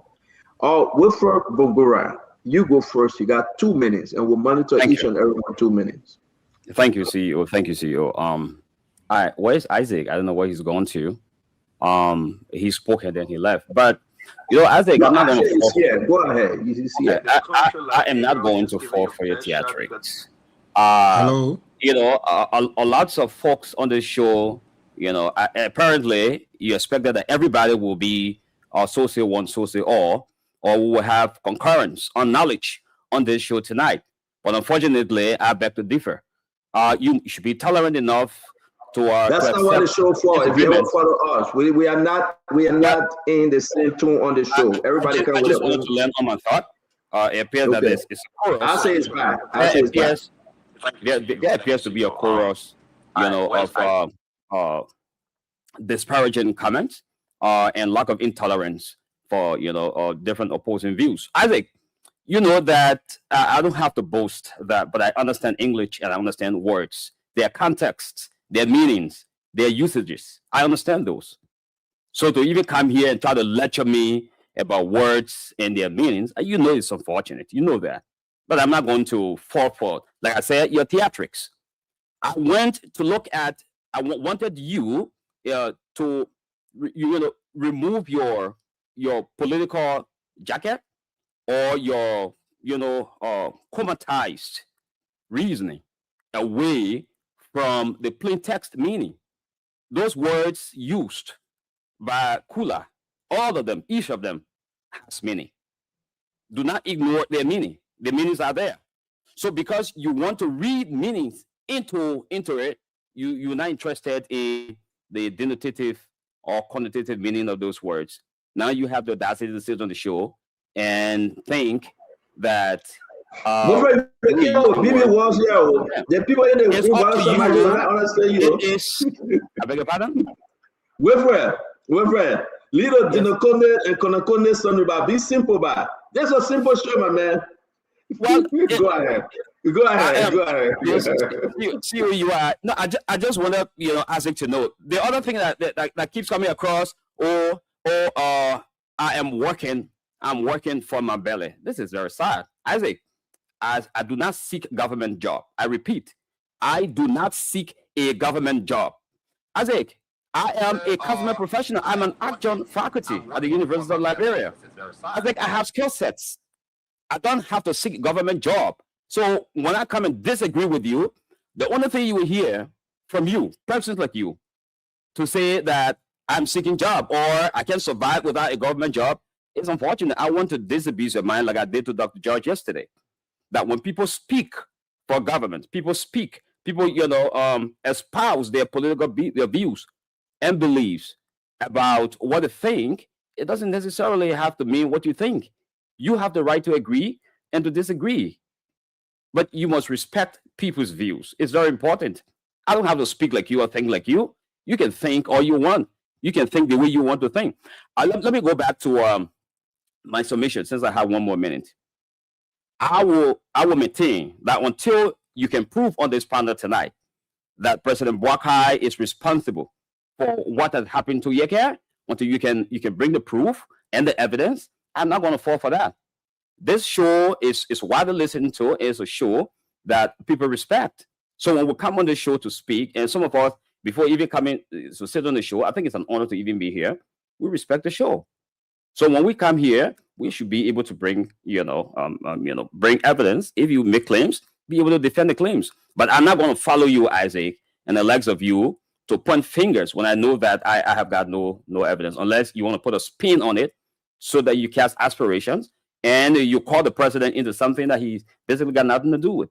And he said that in his interview that he is not a member of the legislature. How do you think the president will hold everybody's hand? The 49 people who signed, he held their hands and said, go and sign. So those people do not even have their own minds. What you're trying to do is you are insulting the intelligence of those leaders who volitionally, willingly affixed their signatures and took action that they thought was necessary to safeguard the Constitution and defend their oath, to make sure that there is sanctity in the house, that there is accountability for public leadership, that corruption can be frowned on. You cannot repudiate them because they are not thinking like you. It's unfair. This is a democratic society. People have got the right to lead in the way they think is necessary. Now, if you want to take glory and give a pat to Yekeh on his back for all of the incendiary and inflammatory comments he has been making, and speaking in his position as a lawmaker, which is clearly unbecoming of his office. You want us to clap for him? Is that the kind of society you want us to lead? Is that the kind of leadership you think you can bring to the country that will make Liberia a better country? You must be strong. You must be courageous enough to point out contradictions. When leaders do wrong, you must have the courage to say this is wrong. But when other people disagree, then you say, "Oh, they're looking for a job." It's insultive. Thank you. I think we should do better than that. Thank you. Thank you, but listen, thank you for appreciating. Thank you. No, we'll come to you. No, let everybody speak. I beg you, Chief. Get ready down. Bagura, thank you very much for even joining the spoon. It's good to have you. Everybody come here with their own mindset and discuss the issue. We do not always agree, and that's the reason why the Liberian people follow us. Say your own, I say my own, and we'll move on. That's what Rich is saying. A lot have been said today, but it's troubling for our country. As we go to the phone line, people want to call in. It's 11 o'clock right now in Liberia, 7 p.m. here. That's what Rich is saying. We have come to a crossroad, man. The put politics aside. What's your closing on this, Yekeh? To be continued tomorrow, but for today, what's your closing on this, Yekeh? Thank you, Stanton. I want to start off by just saying I think there's a reason why you played that tape regarding the border. We don't hear any news about the border, about what's going on between Liberia and Sierra Leone. That's a question that we should really be asking. So there's a reason why you played it.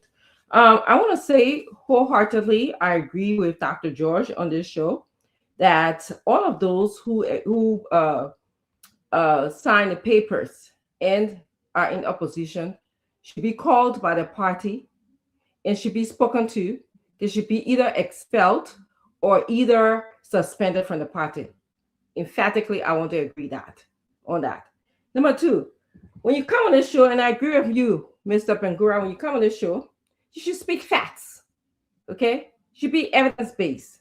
You don't come and say that CMC has broken promise and you don't have facts to prove that. You tell me that you have 2 phone calls that came in. Okay? So when you come on this show, bring something, show something to Center Hill, put it up. Secondly, I want to say in the past couple of days, people have been talking a lot of negative things about political parties. Political parties are like any other organization in Liberia. There's pros and there are cons. But there are some good things about political institutions and political party. One of the things I know that it does, it teaches you leadership skills. It teaches you how to speak when necessary and when not to speak. It is also good for democracy. And as Liberia evolves, we will learn, we'll get to a place where, we'll be able to utilize political parties correctly. But before we even get to that, if I can speak to Liberians in my closing, I want to say that you Liberians do things because you are convicted to doing it. Don't do it because you are belly driven. Don't do it because your name was involved in an indictment or your name was involved in a corruption scheme and you want to find a way to save yourself and you think that I will side with a political party in order to save myself. Don't do it. Do it because you can beat your chest and stick to whatever you believe in. And that's what I have to say. That's one of the ways that our political party and our democracy will evolve if we don't sell ourselves for rice, t-shirt, or joining a political party because of freedom and come on public radio and spew lies. Thank you. Emmanuel George, and while you close on this Yekeh issue, let me wish your beautiful wife. By the way, your wife looks like Wade Power. I seriously want to say this. I thought you were holding on to Wade Power. Please be very clear. This is not Wade Power. I beg you. I don't want to get you in trouble with your wife. That's her birthday today, I believe. We wish her all the best. Well, we just what? That my cousin-in-law, that Francis, are not Wade. I'm saying his wife looked like Wade Power. That's what I'm saying. I'm not saying that Wade Power. The man got to explain that. He get a microphone. Is that Dr. George? That Dr. George. That Dr. George wife. I never see the Mesteni before. Before I see the Mesteni. I don't know whether the woman, I hope you're making a mistake. Or I hope not Wade twins. So, my man, the woman look like Wade Power. Seriously speaking. You gotta clear the Nah, man, you don't look like what you man. Happy anniversary and happy birthday. We gotta go. Man, look like what you man. My friend, what is my man, but Cap, I beg you, Emmanuel Jordan, that the woman breath declare the air. You're not making a mistake yet. Because the other day we saw you with Ellen Johnson, way in Pennsylvania. Today we see you with a woman and Lola what power. I mean, what's going on here? Yeah, you were with Ellen J. Johnson, the girl from Pennsylvania today. You were the woman. Which is which? I mean, happy birthday to your beautiful wife, my sister, though. Happy birthday to you. Thank you, Stanton. So, and thank you for sharing that, Stanton. I appreciate it. And thank you for your comments. I know she will not appreciate it, but we'll work our way around. But the great thing about education within the system of the university. Happy birthday. Send a shout out to her, man. Quickly, we got to. I did say you were talking, so you didn't hear me. I said happy birthday to Francis. May she have a wonderful and beautiful birthday. No, but you didn't. You say it quietly, like you kind of like had it from Ellen. Started beautiful and wonderful day with her today. Okay. School district was exciting with she and her colleagues, but yeah. So happy birthday to you. Have a wonderful day, and I wish you all the. Wait, I told you guys, you're not home. You're not to the hospital. Are you somewhere else? Are you somewhere else? You're not with the woman. So let me answer the question. I mean, don't answer that question, man. Move on, man. You answer too.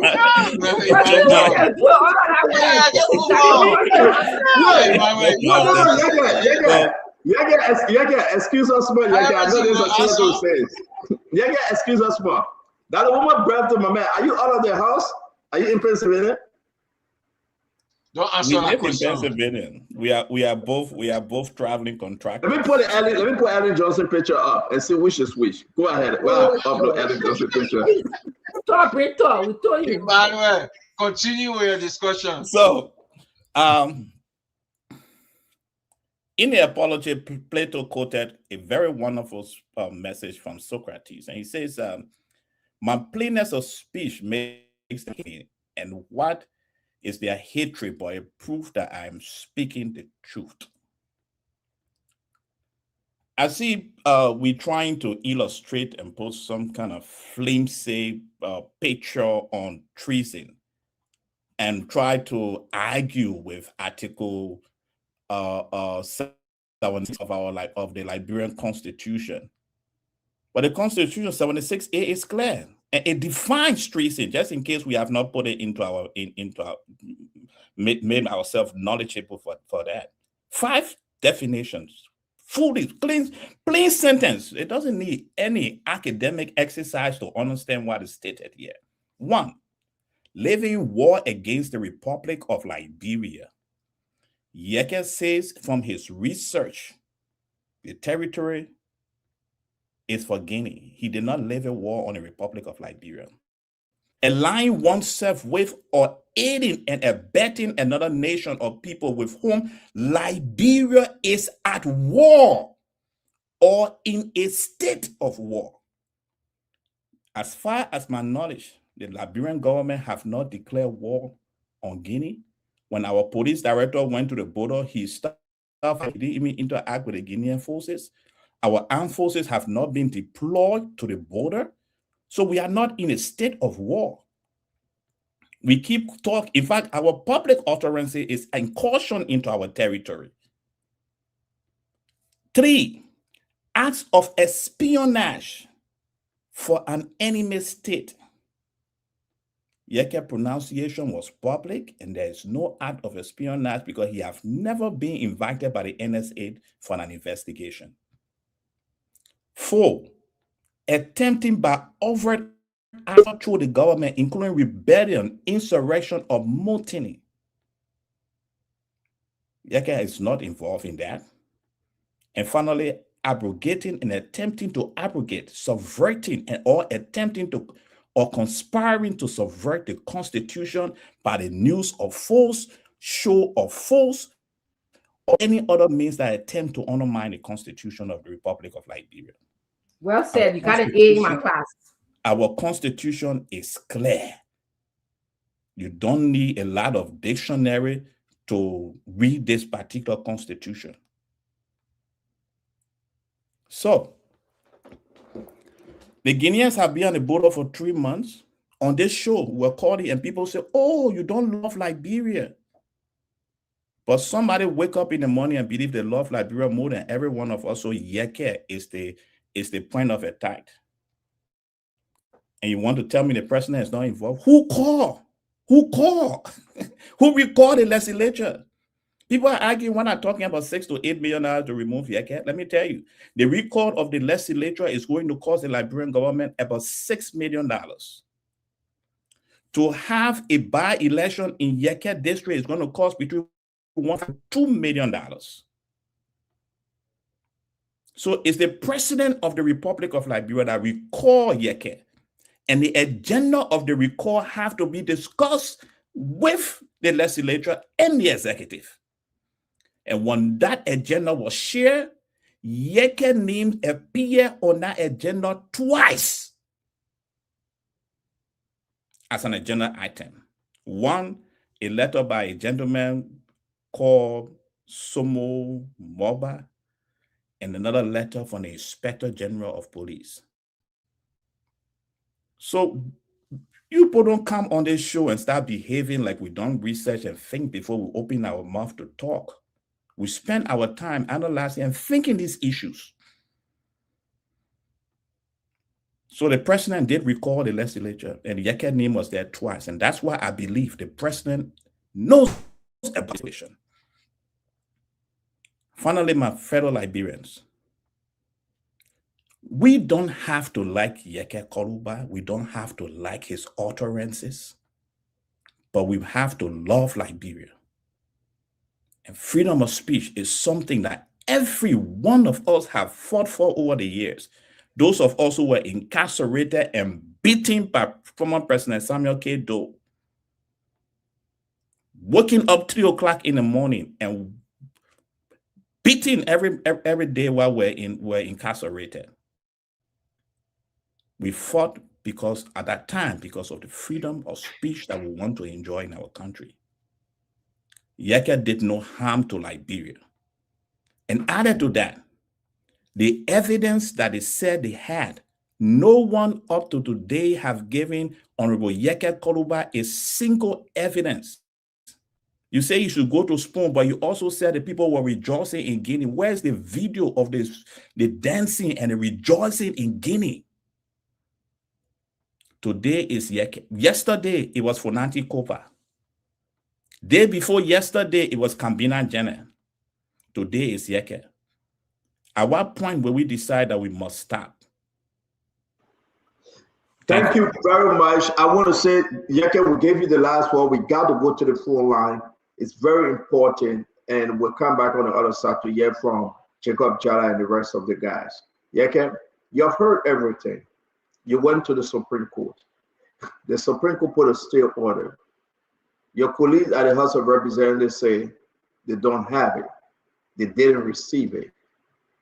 Your lawyer arguing today that yes, indeed, what is happening through Kabina Jana is totally outrageous. It is unlawful, it is unconstitutional. And I know you're going to follow the court process.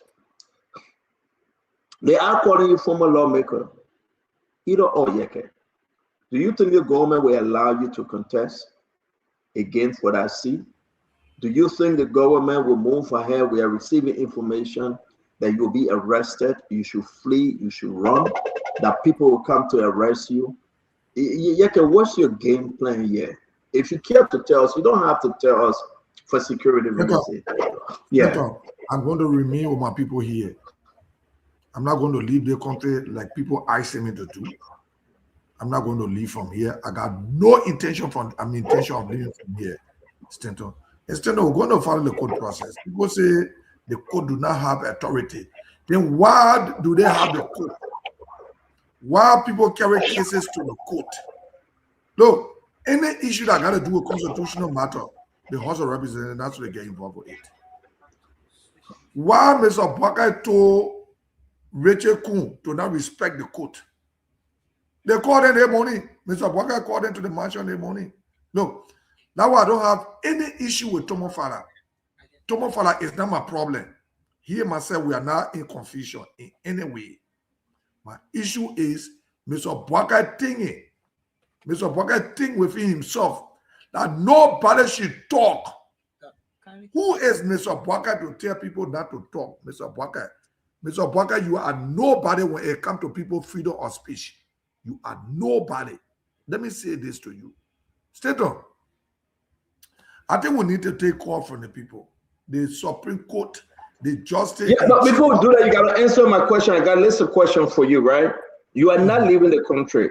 Do you know that your colleague have asked Oswald Twelve, the Justice Minister, to carry on any legal proceeding, even though, I mean, we cannot put finger on this, but they will be arresting you and charging you with treason? Are you aware?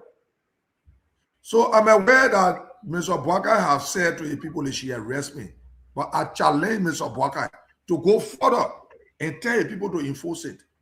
Do you know that you do not have the protection like before? They said they have stripped you of your right as lawmaker, so you do not have that protection like before? The justice in Chimo have said we should put stop to all proceeding until we can go there on Monday and still remain representative of district number 10 until we can go to the court on Monday. Will you challenge the fact that 3 of the 49 lawmakers said they didn't sign Ty Wimway, Alva Jones, and that of DJ Blue that they didn't sign, and the roll call today saying that they have 49 votes to remove you? We have a lot of errors in the process, and that my lawyers will take advantage of what we give them to go up to the justice in Chimo. So through this process, Yekeh, do you still believe that the land belonged to the Guinean? I did not say the land belonged to the Guinean. I said Guinea fee within itself that the land for them. So they are coming for the land. I said that Guinea fee within themselves that the land for them. I don't know why English is very hard for Mr. Bwaka. I don't know. 46 years in government, 12 years on the Manasedi, English stay hard for you, Mr. Bwaka. It's very frustrating to know that you are telling. What do you think? Well, if this is 100% accurate, what do you think the president wants you out of the legislature? Why? Because Mr. Bwaka said nobody should talk. Stand up to the point where the United Party hurricane went to the Capitol building. And I appreciate them for it. To tell the people to the Capitol building what you're on, we don't want it to happen. They say go to Mr. Bwaka. Then someone else call me. Yekeh, the only thing that can solve the problem, I'm not going to mention their name. I want to respect them. The only thing that can solve the problem, Mr. Bwaka is coming. Just go to the airport. We'll find a means. You just go lay down on him for what? Do I look at Mr. Bwaka's son? Do I look at one of his child to go lay down on his feet? And I told them, not this Yekeh. If that will make me to be representative, you can take the job. I would not. And I would never. Because Mr. Bwaka is not my father. He has his children. If you want comfort his children, let him ask one of them. If they are children, his children, let him ask one of them to lay down on his feet. I'm not one of those. Are you an opposition now to Joseph Bwaka and the United Party? Mr. Bwaka owed me an apology. And Jai, he took the courage that time. When I decided not to support him, he took his telephone and called me. He said, last time he used to call me nephew. Nephew, do you want me and your auntie to come? I said, no. Mr. Bwaka will take this phone and call me. Watch the process and see. He owed me an apology. If President Bwaka apologized to you, if the president apologized to you, will you still support him? Does he have then your we support? can start moving on, but not for me to support him. Yeah, no, one minute ask the question. Why you went after President Bwaka, after sacrificing everything, supporting him financially through your campaign in different counties? You use your own money, you bought motorbike, you bought pickup truck, everything. At what point you think it was necessary to break away from the person you brought to power? You know, I thought Mr. Bwaka was tolerant. When Mr. Bwaka went to Tudota, our affected in a fire situation. When he identified with the people. Mr. Parker told the whole world that he was living on loan. He even gave salt to belly goat to make the stomach big, to cook people to sell it. Mr. Parker, the Constitution is very clear. The code of conduct say every elected, they never say inaugurated official. When you are elected and declared the winner, every cent you receive that more than 200 US must be declared in 7 days. Mr. Parker, declare to the people that you cook state on and state on give you money, you won't give it to the people. Declare in 7 days. Mr. Parker refused to do it. They started But take my name from there now.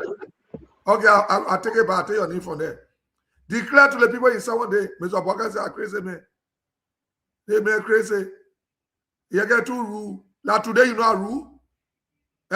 It's a challenge between you and myself. Mr. Parker, you talking jelly when radio battery go low. Thank you. So my issue here though, here we are today, Jacob. You want to squeeze in something real quick? We'll be going to the phone line. Nelson, are you ready? Ladies and gentlemen, let's just recall when Kabina Jana was suspended, the former Unity Party suspended all its senators for voting to remove Kabina Jana. Unity Party at the time suspended their senator. This time around, those that voted to remove Yekeh Kolubah, CDC suspended them.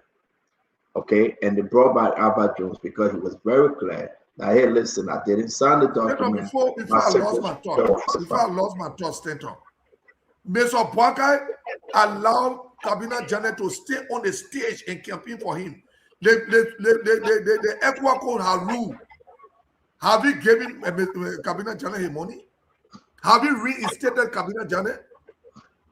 No. There is another person that he can use people and dump them.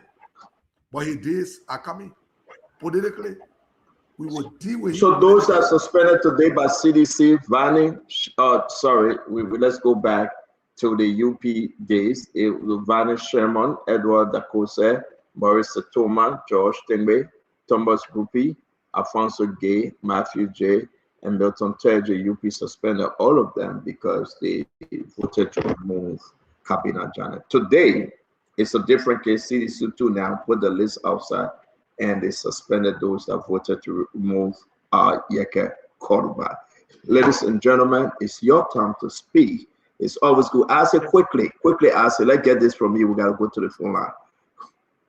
Yeah, I mean, were any on the Yekeh issue? I didn't end on this one. Just I think everybody should talk and then go to the phone line.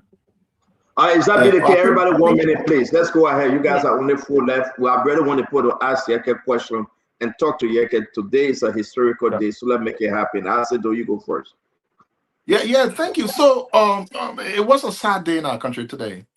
A day when a lawmaker is expelled because the president wants him expelled. No one who have thought possible this would be a day we will see. I'm very sure about 80 or a super majority of those that voted for President Bakai did not ever think Liberia would be here today. When it came for Edisana comments, you didn't talk. When it came for Teda Ure, you didn't talk. When it came for Henry Costa, you didn't talk. When it came for Prophet Key, you didn't talk. Now therefore, Yekeh Kolubah, it will be you tomorrow rescue. And to end, let me quickly on the last point you made, Stanton, say kudos to my party, the CDC, for taking a stand, especially against one person who I will talk on because he's from my place, P. McJury. From the time we noticed that P. McJury was never about leadership, but about what he can get, I thought it was a day he needed to be gone. And I'm sure Marylanders will be joyful that a person who have shown nothing for his more than 13 years, going to 13 years in 2029, can show for the country. Rather, to have gone back home of recent and took what he called loans, giving people $1,000 liberty and calling the loan around the place simply because he thinks he's going to come back in the legislature. Those are the people for which some of us will ensure we are back in the county to make sure they are not there. If our country, Liberia, should be better, just to end.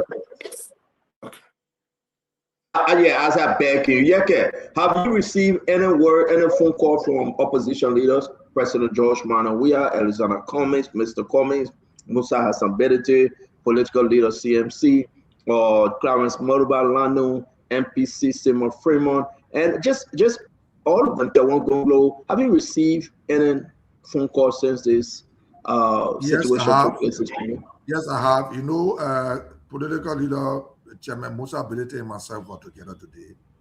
I saw him he made his presence felt. He did what he could do, but they put mind was made up. Mr. Baka mind was made up to do what he wanted to do. I received a call from former President Weah today, yes, and I also received a call from Honorable Cummings. I received a call from Honorable Ure. I received a call from Simon Fremont. I received a call from Tewa Gonglo. You know, he also have somebody on my legal team that helping with the legal team. So they did their best. If you are not prevented from running, will you run in that district again? We have not reached that point yet because I'm not former representative. I'm still representative of district number 10 for the Supreme Court. The justice in Chimo to his challenge right now. We'll see what. Do you have faith in the Supreme Court? That's the only court we get. Where can we go? Do you want us to go back to the bush that Mr. Parker did when he was the treasurer for the local defense force? The reason why I'm asking whether you have faith. The reason why I'm asking whether you have faith in the Supreme Court, the same Supreme Court that is headed by the Chief Justice, let's listen to this first. Distinguished colleagues, before stating our readiness, we will not give any relevant or any legal statement from the Associate Justice. If someone going to kick you shot and make a legal statement, we're not giving any relevant to it. That's the same for the formula that called the Chief Justice today a legal statement, Chief Justice, right? And the Chief Justice went and said, well, I'm going to put a dissent that I support the work in removing Funati Kofi, right? He got a job today. Do you believe in the Supreme Court on a Chief Justice? That's the only code we got right now. So, you know, myself wrote an impeachment bill for Yami Gbese. I said he lacked moral. He corrupt. And I still made him a statement. So because I call him corrupt, so we shouldn't go there? Let them prove themselves otherwise. That's the only place we got to go. We can't go back in the bushes. We are not going to do that. Well, thank you very much. Let's listen quickly to the region speaker. How you call him again? What's the guy name? Richard Kuhn. That's him, right? Before we do that, let's listen to President Barker then, and we'll give Jacob Jalad the chance to speak, Henry Fubi, and Kafigo. If you think they will see this election, you will not lie. Because if you do it, that's the end of this country. And we're not going to allow that to happen. I don't know how you turn that. Is that not a treasonable statement? No, straight on. You listen to Mr. Walker, right? Huh? He's speaking the way he spoke the way he spoke. Then he said nobody should talk. Mr. Walker, you waste your time. Your children will be not some of us. We're going to conclude with Richard Kuhn. The decision made so far by plenary on the acceptance of the resolution and expulsion of the former Right Honorable Yekeh Kolubah, the real honors order to please take seize of the House's property and ensure that the former lawmaker do not enter any offices that belong to him in this regard. Is hereby so ordered. Motion for adjournment. There you have it. So the speaker then, Richard Kuhn, he gabbled down. He's saying that's it. We would beg you guys. Can you talk after this? We beg you, Chief Fode. Beg you guys. Let's go to the phone line. It's very important. Our folks on the way in. Except you want to do 30 seconds, Jacob. I see you look at me bad way. So go ahead, Jacob. I'm afraid when you look at me like that, it makes me have a bad dream. So go ahead. The other time you said you're going to, I just trying to remind you this. You said you're going to ask. Now I said turn now because I know you will not lead the thing. Go ahead, use your time. No, you know, I yet to be reminded. You said you're going to ask Bangura about the indictment from the arrest people and Nemo on the. No, Bangura is not leaving yet. I want us to close with Yekeh. I beg you, that it's very hard right now. People want to call you on Yekeh. Oh, all right, okay. We'll have Bangura tomorrow, but man, that man he here to stay now. He will. I'll put you in the chat room right now. I'll put Bangura in the panelist chat room. But Bangura, I'll put you in the chat room. Let you in that too as well. But check out close on the stream real quick now. The phone calls are coming. No, you know, Bangura, I've been calling him now for I don't know how long, but he not been answering me. So I thought I wanted to ask you about You get him now. You get him now. You get him now. Yeah, no. Okay, no, sure. So let me come back to the thing and let me be quick. I myself want to hear the callers too. I'm interested in hearing from the callers, to be honest. But so I'll try to be quick on this matter. I again, it's very clear here. We can't keep going like this. We need. You see, for me, I always said the country is not blessed with great leaders. That's the problem we have. You know, we're not blessed with great leaders. Most of our leaders that have come up to now, they haven't been great leaders. That includes the current president. I have no fear to say that, because I think the bar here is being extremely low, and I think that Dr. Josh always quoting Greek philosophers and stuff like that. I'll borrow from him today. Plato says something about a philosopher king. He said only philosophers should be kings, and kings must be philosophers. Now, philosopher in me like playing with idea about wisdom, deep intelligence. People who will be, human beings who will be able to rise above ordinary human beings will do. So things like criticism, things like having an extensive level of tolerance. You see, the last leader again, Georgia seems to be more tolerant than Joe Boakai, but Joe Boakai and Georgia are not too far from each other. I don't see, if these people were Ellen Johnson Sirleaf, I think Latin de Labrador are going to go back to war in the time Ellen was president of Labrador. Because that was the time where we had a great deal of credit, everybody was criticizing Ellen, condemning her, causing her doing everything, and she was able to take this country 12 years and maintain the peace and become very tolerant. Here we are, just gone 2 years, people can stand Yekeh disagreement. And now they eject. I can't believe it, to be honest, that in this modern democratic era, that is setting law. So, real quick, and we got to go. I beg you. No, okay, I'll end it there. But I understand. I just want to say, under my Ellen, Speaker Snow was removed. Under my Ellen, Speaker Tyler was removed. Under my Ellen, another person was removed, I believe, right? If I can remember, is another representative or so. Under George Manor, we have Kabina Janet, Associate Justice, were removed. Under Joseph Yimabwaka, they are removing Yekeh Kolubah. It's a pattern, right? But every one of them paid for it a lot. Don't make a mistake now. When you say remove, I'm saying Yekeh was expunged from the legislature. Yeah, George Weah did the sitting. He removed Kabina. Those things were very wrong. That's what I'm saying. We should not be. I don't know whether because you use expunge and I use remove, what is different? No, when you say remove, Snow was still a legislator. You understand? I'm not talking about Kabina Jana. They take the man from the speaker or something. Yeah, You see that? Your way of using what is so fool the old man and I listen to. But they remove the people from the position back. Yeah, they may not know more speaker. Yekeh were expelled. That's what I'm saying. Okay, I'll use expel, then we'll go back to Bangura. But before we real quick, man, we gotta go to the phone line. Make it quick, Fubi. Yeah, so a few quick points. Oh, all the regime had their own bad times, so we can't be talking about tolerance level here, like you said, CEO, you're right. My Ellen more to speak up. The government more to speak up. So we can't talk about tolerance. But on the issue, the Supreme Court, like I said earlier, the Supreme Court. The Supreme Court cannot argument yet. The man Ellen removed them. Tyler and Snow, she removed them. They were expelled from the legislature. Yes or no? No, they were not. No, but no.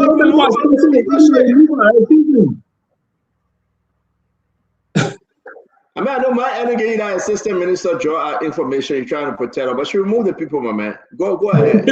Yeah, so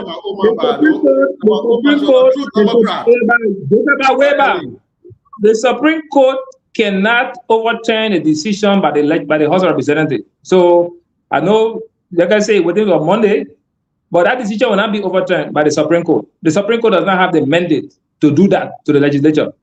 So it's not under the constitutional mandate that was given to them by the Constitution. So they can't do that. On the issue that Dr. George was raising about tracing, if you want to use that, Guinea planting flag on our land is a provocation. And it can also be termed as the declaration of war to some extent. And so we all don't support, we have all criticized the government for the stand they took and how they handled the matter. But it doesn't mean that others cannot define it the way they want to define it. Article 38 gave the lawmaker the mandate to expel that member for a cause. It didn't say what that cause is. That's the tricky part about the law. So on that basis, they will decide their cause. I agree with you. You've been singing this song forever, Fubi. Where the process followed well according to their own rules. Let's talk about the rule. Did they follow the process? The issue about due process. The due process is followed by the very legislature themselves. They don't take their matters to the court. Fubi, leave the court on, leave Supreme Court. Let's stick with the process. I want to say the due process. Fubi, you're smart man. You're trying to sway out in that speed. I'm coming. The due process that they should follow. They themselves are to execute that due process. Yes. Did they execute the due process for Yekeh? Yeah, I would say yes, because once the serving notice to come for investigation, he went there. Yes. And he waived his right to be investigated because he said his lawyer left. No. We're not there yet. Did they provide all of the document that were requested for, the video, the statement to Yekeh for review? At the legislature, the quasi-judicial function they have is not a regular court cause, and you have to give evidence to. I see you. If it's a due process, isn't it required to do that if you want to investigate? Like they did Jacob Debbie. Jacob Debbie asked for the document. They said, "Mama, let the document." Yeah, you said it. It on spoon. They called me, and Jacob was there. I said, well, yeah, Jacob said it. He's on spoon. I want to be transparent enough, right? Jacob is my friend. I'm asking you, they didn't do that to Yekeh. Fubi, you wasting my time. Yekeh said to Fubi, you wasting my time. I see why ANC kick you out. Yekeh said I see why ANC kick the guy out. Because you wasting my time.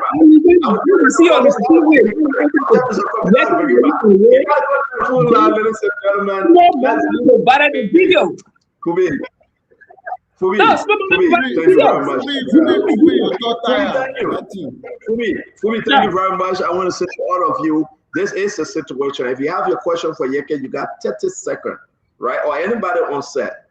Just go, forget recording your name or where you're coming from. So now you get into that long explanation, we'll cut you off. I beg you, Nelson. Ask a question. No, he was the first. Remember, I went to him before coming to you. He was the first at the agency. He was still not come to CMC. He gone. You can advocate for him all you want. Bangora gone. So Nelson, let's go to the full line. I will take a few from here. Your name and where you joining us from? You see that the problem? Your name and where are you joining us from? Hello? Yeah, my man, waiting for you. I'll take the next call. Well, talk to us. Your name, where you joining us from? CEO is Kringa Royal David. Kringa, hurry up now. Yes, CEO. I want to say hi to your studio guests and all the listeners. But one thing I must say, there's a message to all our leaders representing the people of this country.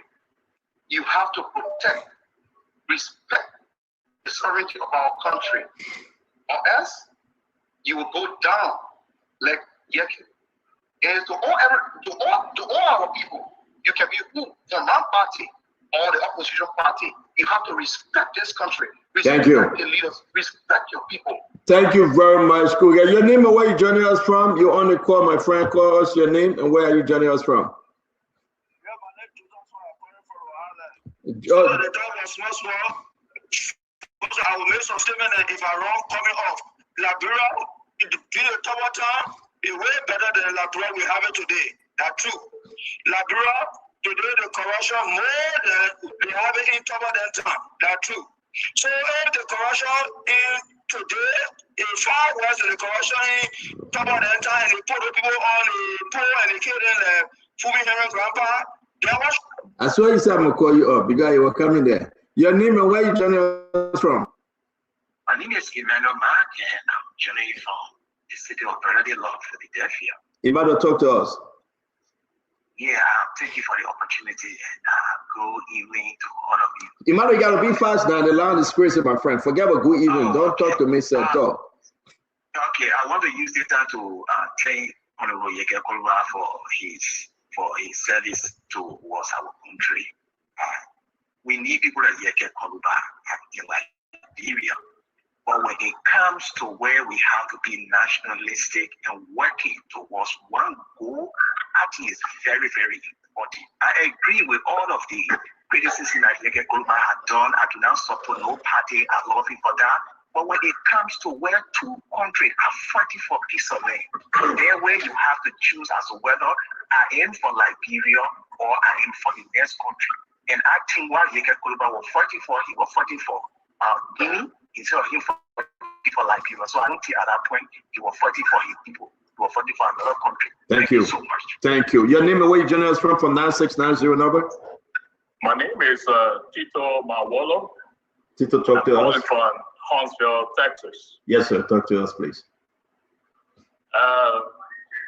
My situation with Yekeh Kolubah, the former lawmaker, I want to say, was done in accordance with law. Yekeh Kolubah, a certain lawmaker, violated the Constitution of the Republic of Liberia. In any country, for that matter, when there is a violation, that person should be held accountable. So Yekeh Kolubah is paying the price today. And let this serve as a deterrent to everyone in the house, not only in the house, but our government officials, people who serve in public offices around the country, out of the country. Let them know that the law is the law. The law should take its course. Thank you very much. Thank you, sir. All right. Your name here on the 4206 number, your name? Good evening, Stanton. My name is Phil, and I'm calling you from Canada. Well, talk to us. Stanton, why it is truth? I listened to a previous caller say that we need people like Yekeh in the legislature. That is truth. But I'll just say these few quick things. Stanton, the other time on Spoon Talk Show, you asked Honorable Yekeh a direct question about his position on the situation between Liberia and Guinea at the border. Instead of addressing that issue with responsibility and a matter that demand serious conversation as a lawmaker, he immediately shifted and made troubling assertions that the land belongs to Guinea, which was something unacceptable. And that statement alone elevated the issue from a concern to a serious national matter, Stanton. And this is not something, Yekeh is a sitting lawmaker. Stanton, border integrity is not your opinion. It's coming from somebody like Yekeh. Thank you. It is like sovereignty, Stanton. Stanton, let me just finish. Please just give me 30 seconds. Thank you. You know, it's not secure. Hello, your name and where you joining us from? How you doing, CEO? I'm super. Where you joining us from? Talk to us. I'm Thomas William calling from Minnesota. Yes, sir.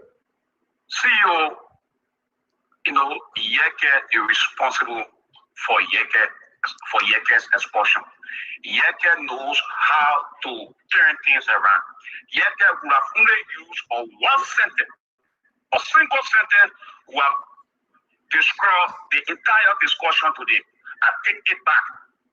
That's Yekeh's statement there. I take it back. But Lila should be held accountable for the action. if Yekeh does anything wrong, he should be responsible for his action. He cannot be shifting blame on Joseph Parker. Yekeh knows how to manipulate his friend. Just use a single sentence. Thank you. I take it back, gentlemen. I take it back. Finish. Thank you. So why are you wasting our time? Thank you. Your name and where you joining us from? 4938 number. Your name and where you joining us from? I'm Amara calling from Philadelphia. Amara, talk to us. Okay, good for me on the studio. You know that Nakuna region there, that Nakuna I was born about it. I know the entire land process over there. The boundary between Abura and Guinea is the Nakuna region where I was born, from Jeremiah, where I was born at risk of death.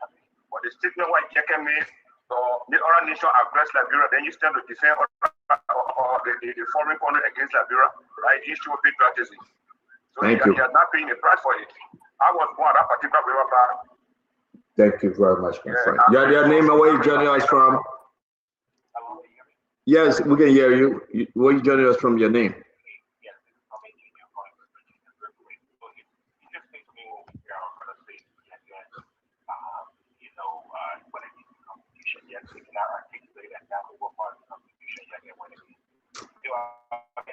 I'm so sorry, you are very low. The phone call just coming in. I cannot put you on speaker. I'm so sorry. Your name and where you joining us from? Yes, your name, where you joining us from? Name is Mike. I'm calling from Europe. All right, when you wake up, then you will call back, yeah? Your name and where you joining us from? Yeah, we yet having a serious conversation and man sleeping calling us. Your name and where you joining us from? Yeah, talk to us, Steve. All right, something, let me make this clear. Is intolerant. Risky is just simple.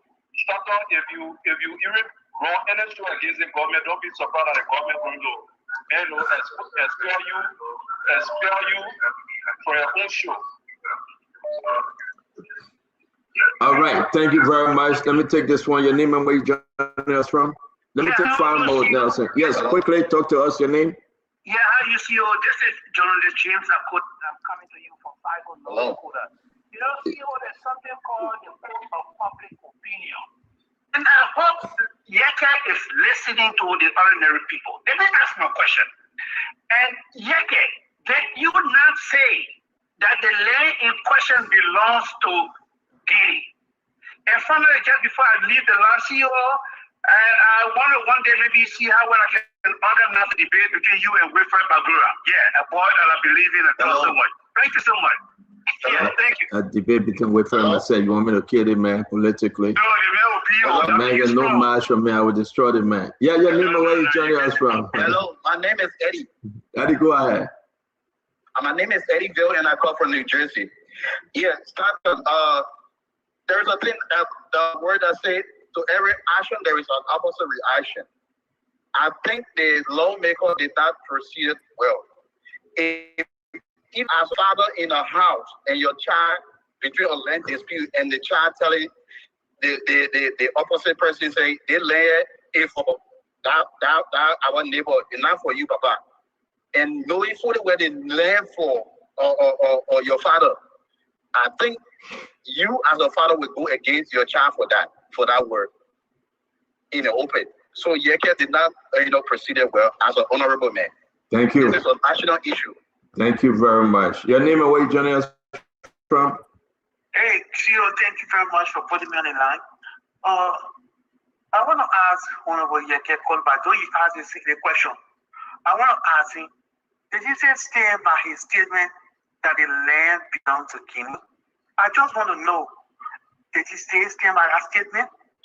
All right, Yekeh will answer you once we go back to him. Let me take 5 more calls. The lines is crazy, folks. We got 12 more minutes to be here. Then we'll go to Library and take calls. Then we'll end the show. Wilfred Bagura, thanks a lot for joining us, man. We do appreciate you. As soon as second day on the show, we want to have a debate between you and I. I don't know what you're giving these people. You need to stop. I will subdue you politically, Wilfred, seriously. Yeah, your name and where you joining us from? My name is Masu. Masu, talk to us. From New Jersey, right? Yeah, from New Jersey. Okay. So, Honorable Yekeh Kolubah, it started with Honorable Fanatic Kofa, United Party people defended it, and there is Yekeh Kolubah. The next question is, who is next? Even though I was offended by Honorable Kolubah's statement, I wanted him to take his words back. But I don't like how the proceeding went. And I'm not looking for a Yekeh Kolubah perspective, but who's next? This is getting serious, So again, we keep watching the process and we're following the United Party people government and see how the proceeding. We just hope that in the future, they won't be surprised when the CT start hunting them, because it's a bad accident that is setting, and I hope tomorrow they will not cry when the CT start hunting them. But the question is, who is next after Yekeh Kolubah? Thank you. Thank you, Mama. Thank you. Your name and where you joining us from? Thank you, Stanton. This is Simeon, call you from Pennsylvania. Go ahead, Chief. Stanton, it's just so sad that we hear people sit on the radio right now and try to heal Yekeh Kolubah. This is a man who has been a representative for District 10 over the years. Not a single law this man has passed. He only goes on radio, try to buy public sentiment, insult people. Is this the kind of governor we're looking for? Are these the kind of people we are looking for decency in this country? Not to have people like Yekeh sit on the radio and only insult people and say nothing, adding nothing to the discourse. I support this decision. Yekeh should learn that if you are an honorable man, you should act as an honorable man. This is a lesson to everyone who's out there as God makers. Thank you. We are looking for a country, a responsible country. Thank you, Sima. Yeah, your name on the 9690 number. Your name, where you joining us from? On the 96, hold on 1 minute, my friend. You're calling from 4938. Let's talk to the 9690. Your name, where you joining us from? Hello. Yes, your name. Where are you joining us from? Oh, my name is Kumar Keita, and I call you from Minnesota. Talk to us, Chief. So Stephen, this is the pattern happening now. So you might take it to be like something that the government is not after your institution, but it is clear. Let me take you back a little bit, Mr. Waterspoon. When you had that iconic interview one-on-one with Fanatic Kofa, what happened next? The regime went after him.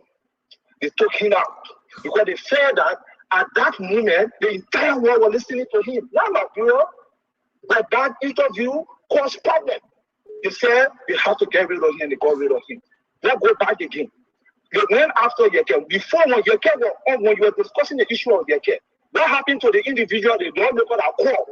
What happened to him? They went after him. They made him to apologize. And you have to go and even went to the extent of providing information. Then you say they're not after school. They will not come close school down. But they will come after school while any critical voices go on school. The regime will go after them. In other words, the Unity Party is not listening. The Unity Party, they are very, very sensitive. They understand what they're doing.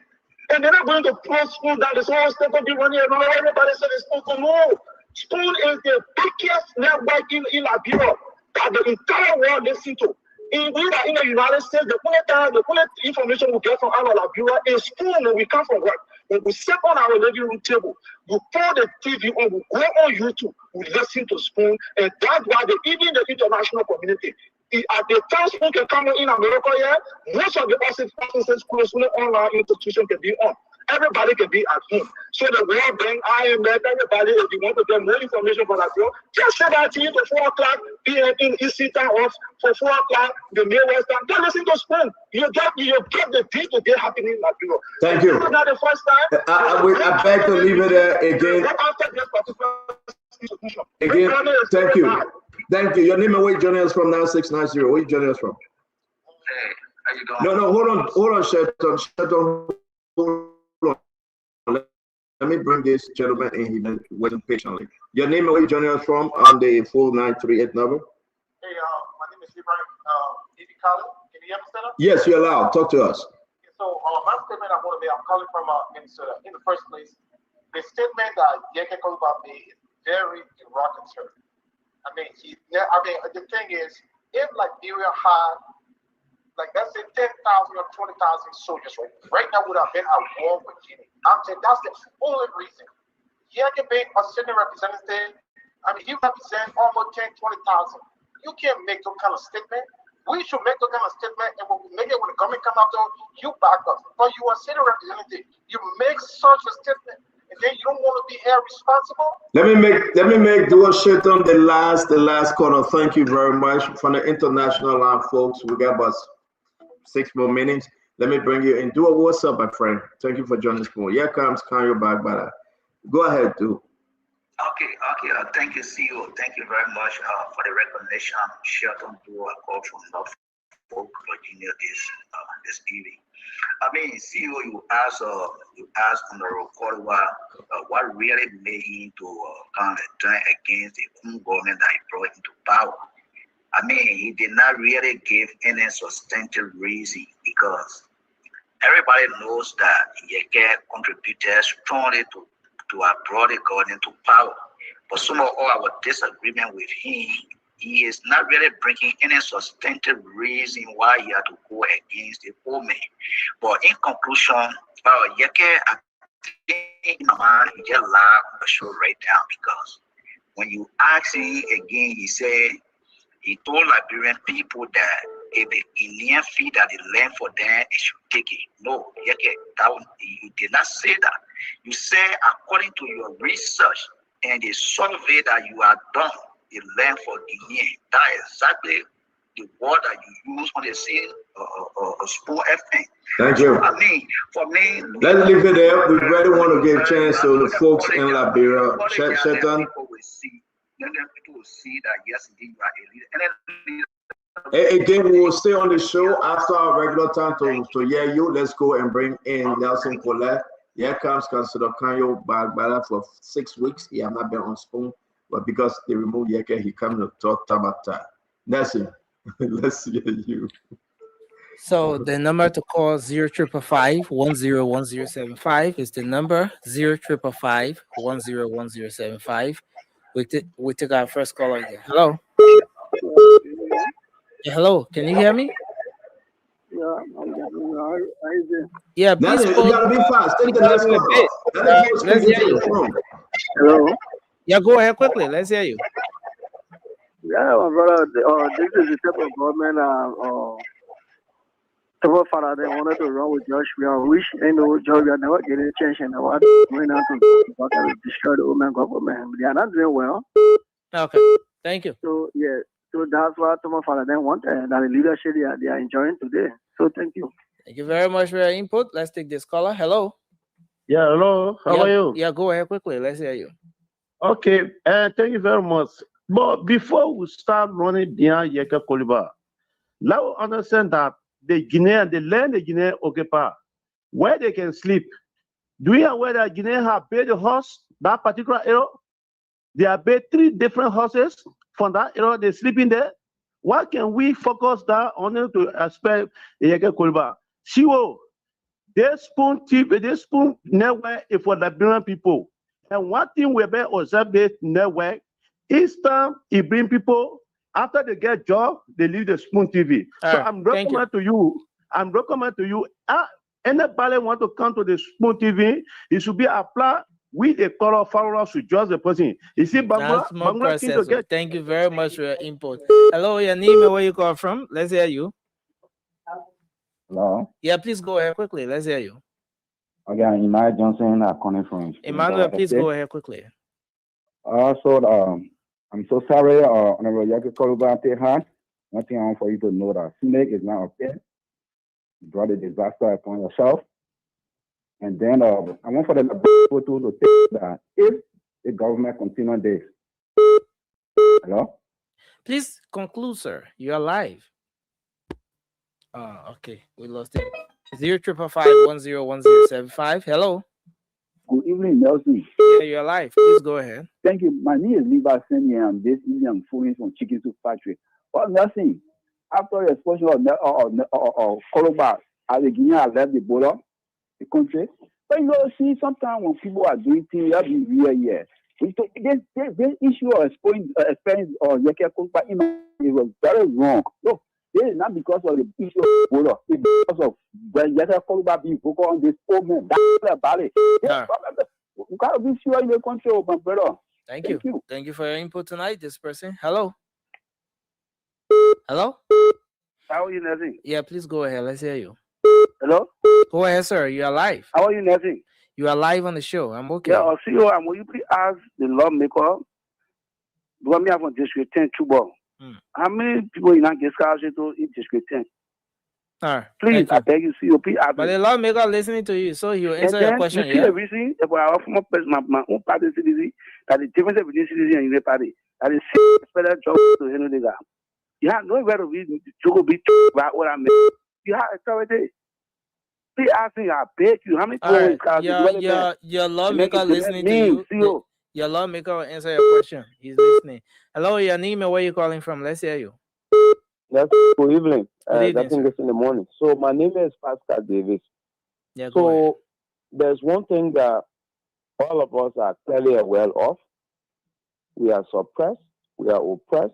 The laws have been disrespected. And we only left with one alternative, is to rise up against the government. They can come to kill us. We open to that. Let me say to Kolubah, please, don't allow the movement to die. Try to visit all of the cases in Moscow, and so we ourselves can get our own support. Thank you very much for your input tonight. Hello. Yeah, good evening. Yeah, go ahead. To go, please. Yeah, go ahead quickly. Let's yeah, me appreciate you put on there for your talking, but you know, Yekeh Kolubah, former Honorable Yekeh Kolubah, you know that area is not your place. The reference decision your colleagues are taking, that's the thing that's over because you call the problem of yourself.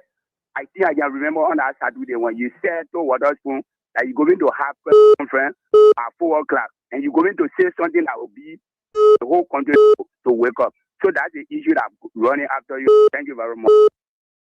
All right.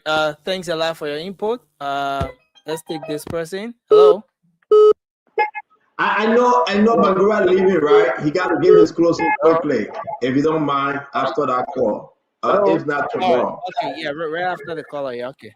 So please conclude quickly, caller. Go ahead. So there's Gabriel calling from the Token Network. Yeah, let's hear you quickly. So yeah, on our call back start to cry because if you call now tomorrow, you will not go back.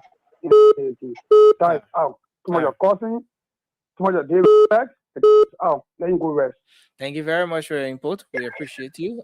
So see you. So hold on. Let's hear from Wilfred. Usually we close at 11:30, but because it's a special edition, it's after 12 midnight, and you got to leave. Please be safe. Give us your closing, and then we will speak to you again tomorrow if you're available by God's grace. Thank you very much, CEO. I will be very brief. I wanted to thank you and the panelists here tonight for the show. It was a good show. And I maintain that when we occupy public offices, it comes along with public accountability. What we say, our actions and inactions are very important. And I think tonight is a very sad night for Honorable Kolubah. But again, it's a learning curve for other people in the House and other would-be leaders. And yesterday, my good friend Jala is condemned. Now he's back. He said he got some questions for me. I'll be looking forward to those questions. And I'll also be looking forward to catching up with you, where, later today, because it's already Saturday. So thanks a lot, CEO. It was a great pleasure being with you tonight. I'll be looking forward to join you tomorrow. Thank you. Yeah, tomorrow will be all about you. I hope you are ready. We're talking about Commerce Ministry and your role you played in and out of the government at a time and your position to leave CMC. A lot of people want to hear more from you, but we want to appreciate you for being part of this film panel. That's going to be a redux because we did that yesterday. You were not here either.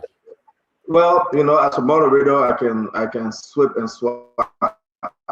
And what we're going to do is I'm going to add you into our chat room. You got everyone here in the chat room. They argue a lot, and I hope you get ready to go against Jacob Jada and Councilor Kanye Bala. Yekeh is in our chat room too, by the way. So thank you very much for joining us. It's a pleasure having you, sir. Thank you, and good night. Okay, so Nelson, let's leave it there. Let's go ahead and close the show. It's a good way. We welcome Councilor Kolubah. Before we come to you, Yekeh, you heard from the callers. A lot of them, you know, they're standing with you, but the reservation is very clear that your comment was reckless, and they believe that the action from your colleague, you know, huge percentage of them say your police were right to remove you. We gave you the time to do your full closing tonight and to address some of their concerns. As far as I'm concerned, my statement was not order. My statement that I made, I know what statement I made, and I stand by my statement. I'm not going to reverse it. So if anybody feel my statement was wrong, you have the authority to do what you want to do. But my statement was in place. My statement is in place. I didn't make any reckless statement. I spoke my English, and I know what English I spoke.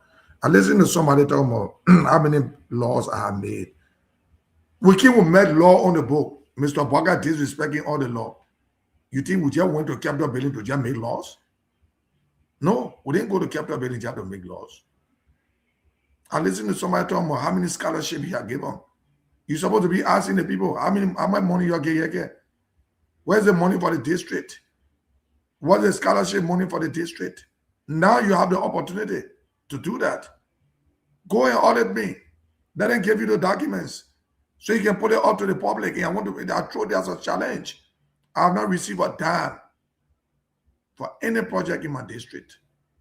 I have not received a dime for any project in my district. So after the Supreme Court, whatsoever come up, you have the opportunity to go and go do research on your own. Go to the Capitol Building, ask the people. So we want to know how much people gave district number 10. So we can ask the representative or ask Honorable Kolubah what he did with the poor district number 10 money. And so challenge to everybody. I want to challenge anybody that want to do that. Stand up. I know we are closing now. I don't have any issue with Honorable Thomas Father. Honorable Thomas Father is not my problem. My problem is Mr. Bwakai that decided that he will show me that he may. I must go and surrender to him to lie under his feet, in which I can never ever do for any amount of money, for any amount of job.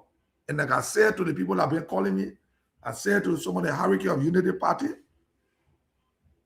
if it is for me to go and lie down under Mr. Bwakai's feet to remain be a representative of District number 10, I'm not going to do that.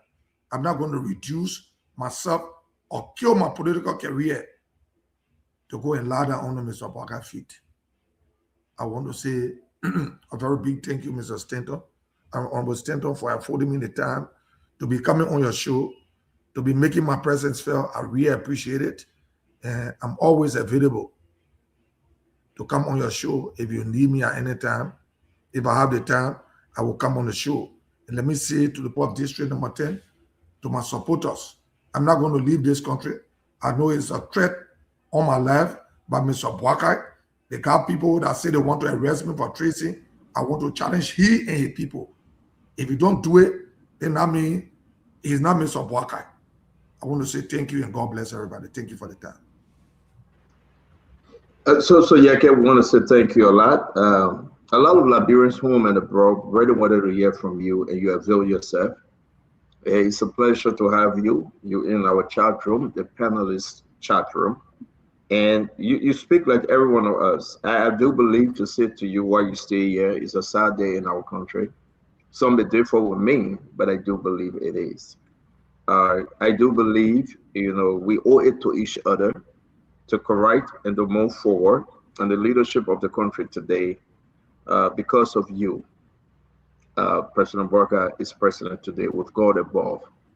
With God above because of you and others.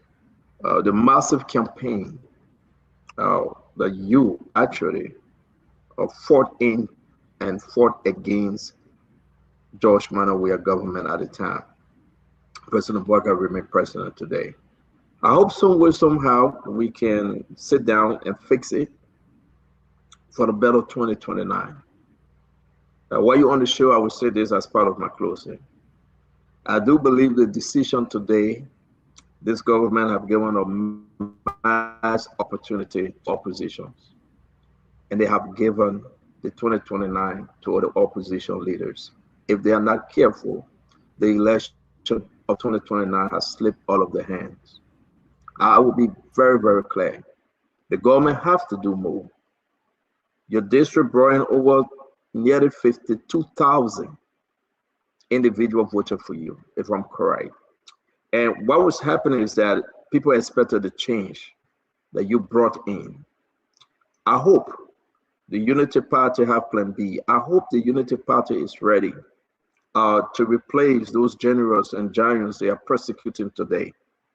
We're going to talk about Henry Pedro Costa, Martin Cody that I spoke to today. He's so angry. Prophet Key, Mike Jabate, I'm hearing that he will be resigning because he has no job and they continue to give him under the table pay. I'm hearing that he will be resigning because, and I asked, I said, resigning from which position? Man, you don't have the position no more, Del Richardson. They have given the position to someone else. So he got nowhere to go. And he, from one office to another office. It is discouraging. It is disheartening. Those folks that around President Barker today didn't fight for him to be president. Can you replacing them? It is very important for us to have this and have this message very clear. You jail Prophet Key for 6 months. You silencing Prophet Key. You went ahead and said you will remove Yekeh, not only removing Yekeh, but you persecute Yekeh. You will charge him for treason and put him to the South Beach. It's a sad day in our country. As a good leader, you call your children, you advise them, you say, let's get back on track. Let me make Liberia better again. We understand everybody have their own issue, Emmanuel. But to build a decent country is leadership. To change course in our country, that's why whatsoever you may hear from Stanton and all those people, look at Fagon complaining. Fagon is crying. Look at the Fadika brother posting, they are complaining. The entitlement within Unity Party is concerning. You didn't bring yourself back to power. The 17,500 vote never came from you. It came from the work that we did from morning, afternoon, and night that the Richardson. You know that. We had Nelson Collette doing the night show. We will be on it. In the afternoon, Fagon will come to my office in Williamboro. We'll be having an afternoon show. Here comes Spoon Network. We're beating on doors with sinking crew songs. They advise us to the president. They have to rethink. They have to rethink. We are losing it and we'll pay for it. Make no mistake. I hope they have the plan. I hope they have the new fighters, the new generals on the battlefield that will convince the people. You cannot bring a minister or director in to tell the people, say, all is well, when they're in the big cars and getting fat and traveling. They will not be able to convince the people. Fagon never had a job. Yekeh Kolubah, he was being chased by CDC and he fought. Folks were saying in government, Prophet Key was saying in government. He couldn't even come to Liberia, as he said. Martin Cody will be in exile. Mike Jabate was laughed at and kicked out of CDC and called Carl Meet Mac. We can name them, but where are they today? They are begging. They are in jail. They are out of the country. They are digging mud. What's the message for 2029? And who's going to fight? When you have an opposition and President Bouaka, we pray to God that God gave him long life, amen, and good health to be in the 2029 election. I will close with this. If you have an opposition unity, that you have the ticket so strong that the ticket is represented by all political leaders, the George Manawia, Alexander Cummings, Musa Belete, Tewonze Konglo, Simon Freeman, Clarence Moduba, Unity Party would be in trouble. And I hope, and only hope, you remember this day. I close. We'll be back tomorrow. May God bless you. May God keep every one of you. We give our fellow colleagues here on the set to say their own as we wait patiently. I beg we don't hold you after Dr. Richardson will bring you in, Councilor Cario. It's been a while since we saw you. Dr. Richardson, let's hear your closing. Okay, I want to say thank you to all of you who spent time watching us today. I also want to tell you, panelists, thank you for informing the Liberian people about the situation in Liberia. I want to start off by saying that this argument or this fight or this discussion is not about Yekeh. Some of you came here tonight thinking that, oh, we are, siding with Yekeh, we are liking Yekeh, we like, because in opposition, he's talking against the government, we like him. No, it is not about Yekeh. What it is about the due process. It's about our Constitution. It's about stating that no one is above the law. No one is above the Constitution. When people talk about quasi-legislative process, I'm not going to be like my friend here and go out to tell you to go define the word quasi, or I will not define the word quasi for you. Okay, I will not use a Merriam dictionary to do that. That's what quasi-judicial review means. In many words, you are not above the law. You can ride a big car. You can correct Councilor Mariah Yakula and her team as to what words to say. You can correct them when they speak. Telling, because she was here yesterday, she was telling us how sometimes they were using words and say, oh no, don't use those words. You gotta correct yourself. You can do that.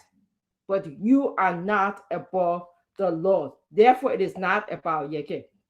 So we'll ask ourselves here, why was Yekeh removed? Does anyone know? And that's what we all should be asking ourselves. Why was Yekeh removed? Some of you might say, oh, he betrayed the country because he used the word few. He betrayed the country. Betrayal is not in the Constitution. We learned that. Councilor Yekeh Mariah Yakula told us betrayal was taken out of the Constitution. It is not in the Constitution. So you can then go to say, oh, there's a cause. The cause, the House rule says anyone, a legislator, can be removed because as long as there's a cause to remove them. What was the cause then? Was the cause again above the law that when the Constitution or when the judicial branch tell you they put a stay order, tell you, let's put a stay order on this hearing, this quasi hearing that you're having, and then you say no, you disrespect it. You say you didn't see it. When I woke up this morning and saw it on Facebook, when you are too big and too mighty to pick up your phone and call your colleague in the judicial branch and say, I'm seeing a notification here. Is it for us? Or is it real? Is it false? Is it AI directed? You felt like you're too big or too real to do that. So then you say, oh, we're going to take Yekeh from his position because of treason. And Dr. George clearly, which I really enjoyed you explaining what treason is in the Constitution. I repeat, 1, levying war against the country, and nobody can tell me that Yekeh did that. 2, aiding and abetting. How did he do that? Did he contribute money? Did he contribute guns to the Guineans? No, he did not. Act of espionage. How did he do that? Was he giving news? Was he giving secret, Liberian secret to the Guineans? No. Was there insurrection? Was there mutiny? No. Did he subvert the Constitution by undermining the Constitution? No, he did not. When he said, like, Guinea feel, he didn't make a definite statement. So I want to close today, and you can laugh all you want on the show for those of you who are laughing. And you can think it's funny all you want for those of you who might think it's funny. This is about Liberia. This is about due process. It's about the next generation. It is not about because today my political party is in position. It is not because today I hate the government, I don't like the government. It is about tomorrow, your children, your rights. And I end here, Stanton. Thank you. Dr. Richardson, thank you very much. Let's hear you and we'll go to Emmanuel George. Well, thank you, CEO. It's a pleasure to be back. I know you are throwing some little jabs that I've been away. It is only Yekeh that brought me back. No, CEO. You know, I've been telling you, those of us who have been branded hustlers, we have to hustle. And so there are times when the hustle can take you away from spoon in order to get things moving. So that's why we've been hustling, CEO. We have not left. And we are very much still here, and we'll continue to be a part of this platform for as long as you will continue to have us. I mean, I would like to start my statement by, you know, just, I wouldn't say a response, but the point you made had me thinking about the Liberia that we want. Because the Liberia that we want has to be divorced of, because I supported you, therefore, I get a blank check to behave recklessly or irresponsibly. Because I supported you to become president, so therefore, I should not be held accountable. Whatever I do, I should just cite my previous support, and it should be sufficient to wash away all of my sins. And I don't think, CEO, that is what you are advocating for. Yekeh did fight to bring President Boykai to power. But does that mean because he played a role, because it was not just only him who fought to bring, I'm sure he was a solid part, but there were many other Liberians who were not as prominent who supported President Boykai. So now that President Boykai is president, it means that he can do no wrong and he shouldn't be held accountable if he did wrong. I don't want to believe that is what you are advocating, CEO. Yekeh has his own issues, and those issues should be divorced from political support. Let's address the issues that he has. And I think it's important to separate the president from what has transpired in the legislature. 49 of his colleagues, mind you, everyone who makes a statement about Yekeh says, we may not support the way he does it, but we believe elsewhere. So why don't you just support him carte blanche? If you believe his conduct consistently has been civil, has been upright, has been reflective of being a lawmaker, don't give any caveat, just support him. But because you know you don't want to be associated with that kind of behavior, so you will always sound a caveat. Yet you because you live in because you live in a democracy, so he can behave. He has the right. He has the right to behave the way that he wants to behave. I don't have to like him. I don't have to support him, but I can definitely tell you that he has the right to behave the way how he wants to behave. So don't say that. Can I go ahead now, CEO? I don't know what I said, but apparently Dr. Richardson is on fire tonight for CMC. But all I was saying is people sound all these caveats because they don't want to be branded with a Yekeh-like attitude. Yet they want other people, those who are in the legislature, 49 of his colleagues, they want those people to be branded with Yekeh's character. And these people are saying no. Now let's address very quickly this whole thing about treason. Yekeh was not kicked out of the legislature for treason, even though they raised some of those issues as his attitude could be treasonous. They raised primarily attitude unbecoming of a lawmaker, bringing the institution to disrepute consistently. And I think most of you agree with that because you always keep sounding your caveat. And I say, if you will sound a caveat, then you are agreeing with the legislature that Yekeh's behavior consistently has been reprehensible. But anyway, I think that there has to come a point in time where people who we give enormous responsibility behave like the positions that they hold. No one's perfect, but they must model public behavior that can inform the general population. Now, this is what is expected of a lawmaker. Yekeh has abused the position of a lawmaker consistently.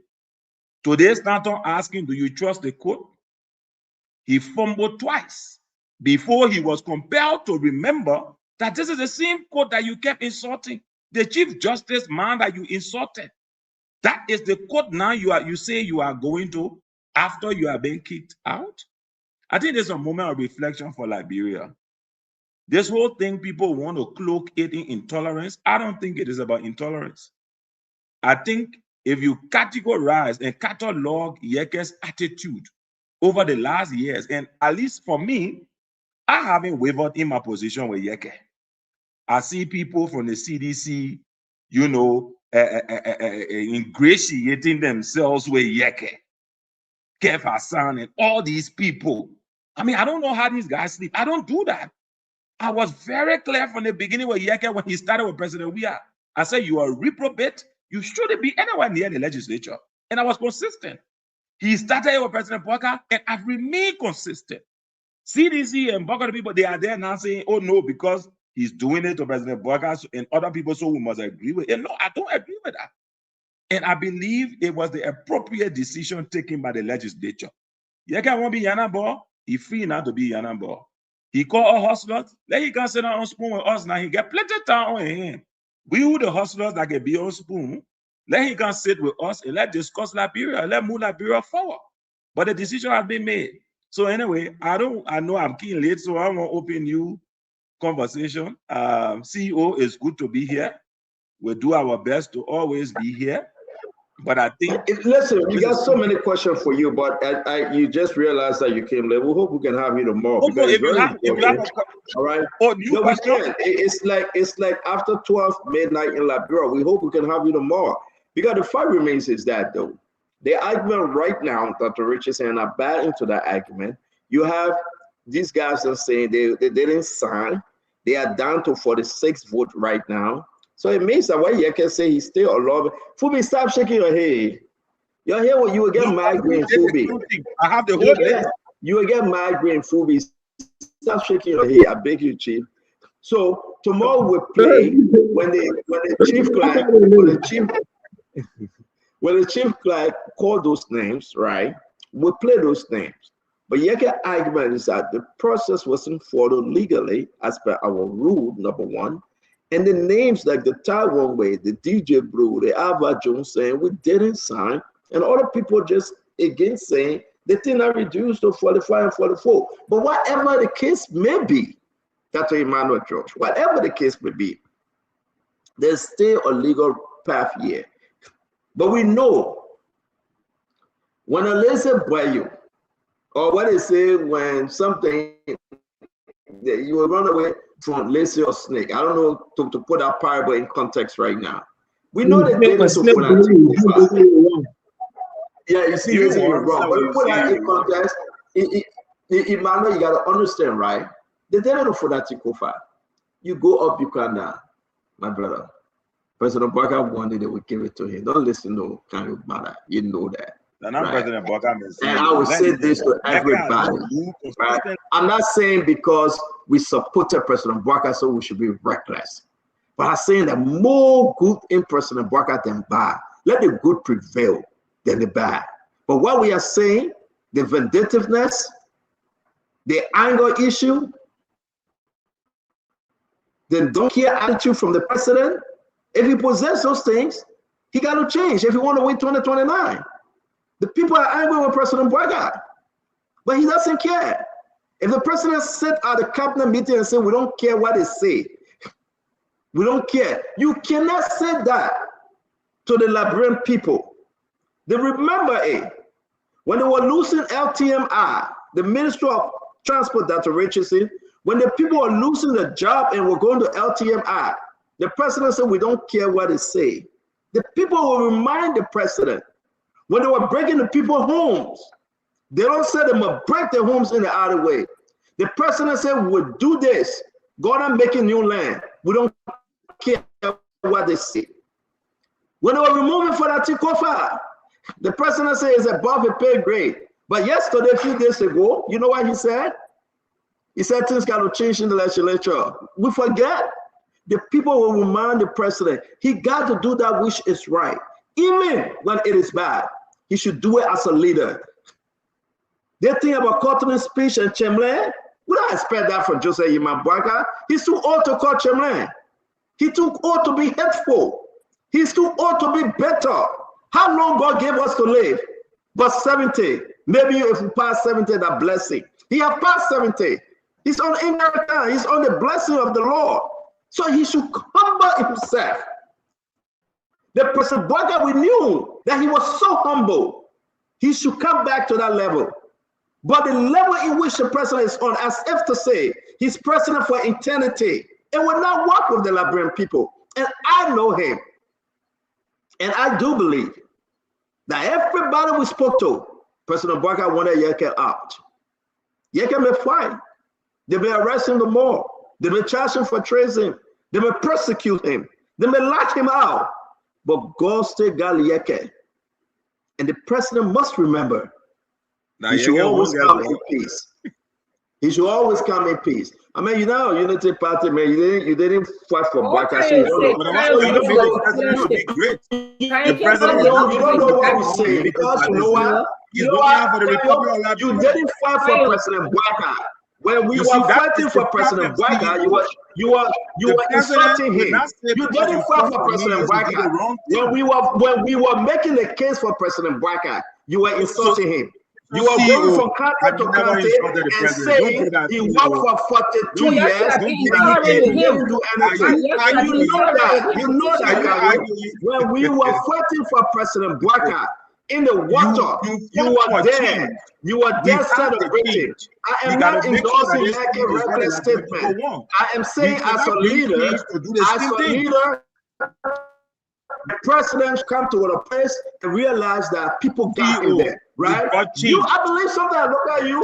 Sometimes I look at you, you know what? When push comes to shove, Kayo, when push comes to shove, I bet you be careful your talk. But let me deal with Kayo small. When push comes to shove, Kayo, I see you leave President Bwaga. Okay? And I was setting for you. I was ready setting for you. Thank God you're yet to know. But let's bring in centrist. As a centrist, we believe we'll catch you again. Emmanuel go last because Emmanuel can talk long. Can he go last? He can talk long. Oh, Emmanuel can talk long. You say Emmanuel can talk long, huh? Yeah, the German, Emmanuel can talk long. The German minister.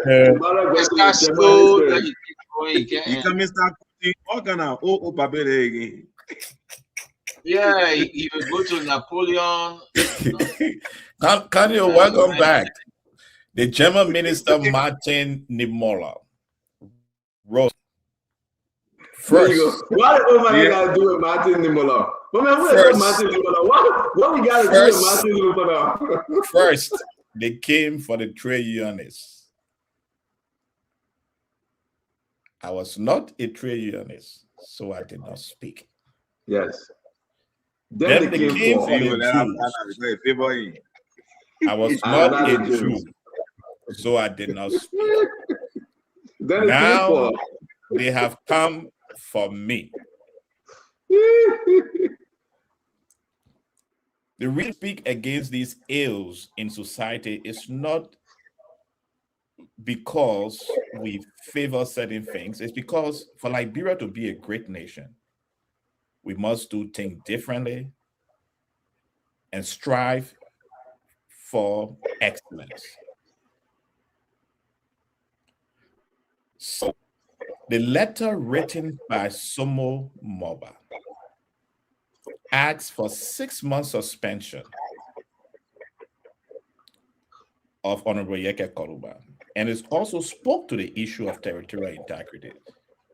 So please do not believe my dear friend and brother Kanyo tonight that it had nothing around Tracy. It did. I didn't say nothing. So it did. So yes, love Yekeh, hate Yekeh. But due process is extremely important. You all listening to Yekeh this evening, when he stated clearly that he was only invited to one sitting of the Rules and Ethics, the Rules and Order Committee. We watched on social media of Yekeh and his lawyer asking for the evidence in order for him to defend himself or to speak to the issues. Evidence was not provided.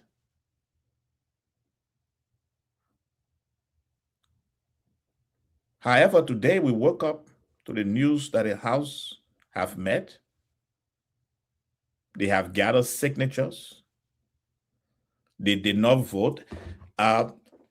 Sorry, I did not pull it out. But the House rule says that if there is a nay and yea vote, and one do not have clarity of the vote, the Speaker should have a raise of hand vote. That did not happen in the House of Representatives today. So good people, as we leave tonight, let me remind you, we are spending between $6 to $8 million to remove one lawmaker. And aren't you? Where are evidence? One lawmaker. My dear brother Kanye will come here next week and he will share the evidence with you because he won't find it tonight. We will call the legislature, which is costing us almost $6 million. We will have to have a bias in district number 10. It's going to cost us between $1.5 to $2 million. Can you start doing the math? For one person, there could have been a conference. And let me note, despite my difference with this letter of Mobile, he asks for 6-month suspension. You all have a wonderful evening. I look forward to this conversation tomorrow. Come, you're welcome. The hustle, you should say your 10%. Send your 10% of the hustle. We'll connect offline. Kobe? Yeah, so Dr. George, due process at the legislature is not as due process at the Supreme Court or the other magisterial court or criminal court. The lawmakers served Yekeh on notice to appear. He asked for time. They gave him, I think, 2 days, and he formally appeared. And he and his lawyer decided to walk away, so he waived that right. Smo Molba presented the evidence, and it was listened to during that hearing. And the lawmakers came up with a solution and the conclusion and the recommendation. And today, yesterday, they did a roll call of all those who signed. It was not about yea or nay. People were sitting in session and they called their names and it said sign on sign. They didn't object. So it was not yea or nay vote that they did.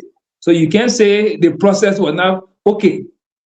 They call their names. They call their name one by one. Sign on sign. Sign, did not sign. Sign on sign. So that is a transparent process. So if for any reason somebody sat in there and they say you signed and you know you didn't sign, you should raise your hand and object to it. So the 49 names are still clear. DJ Blue, Tai Wongwe, Ava Juice, they keep on Facebook and they make for nothing noise because their names, nobody signed to their spaces. So all they opposed they did was just for the team. No, that's not true.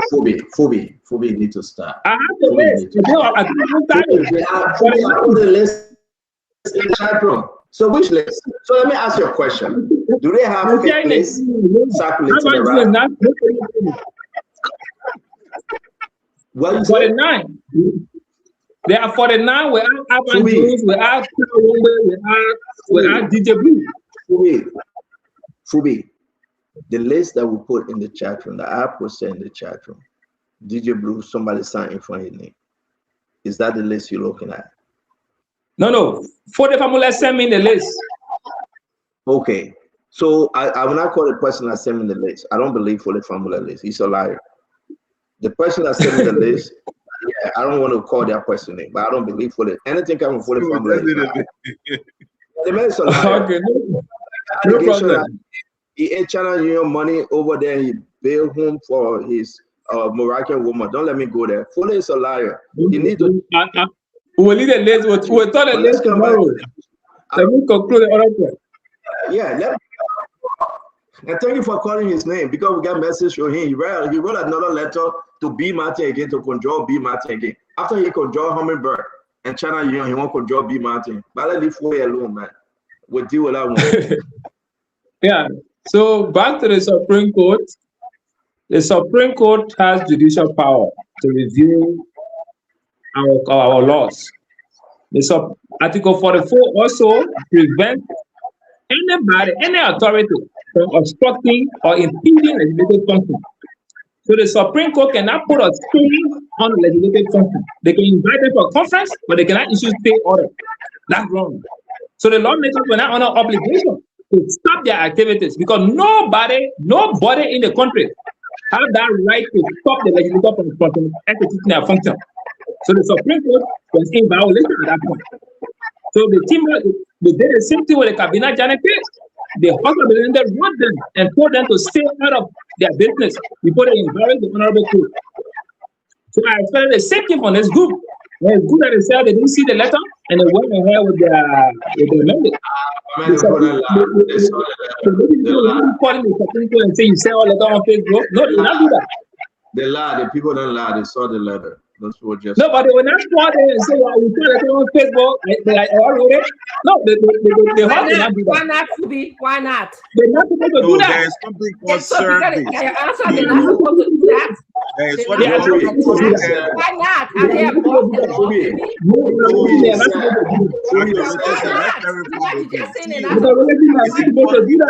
You can stay.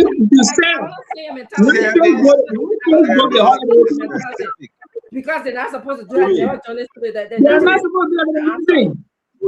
They're not supposed to go to information and call. What? Fubi, let me ask you a question.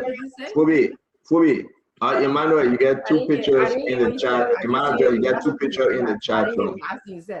Somebody put two pictures in the chat. Which one you want me to pull out to be the birthday? I don't know which one. The birthday picture causing trouble. What a color screen? The color screen. You might like color screen. You matter who? Go ahead, keep my son closer. You matter who happening. He said, "I'm gonna put picture up."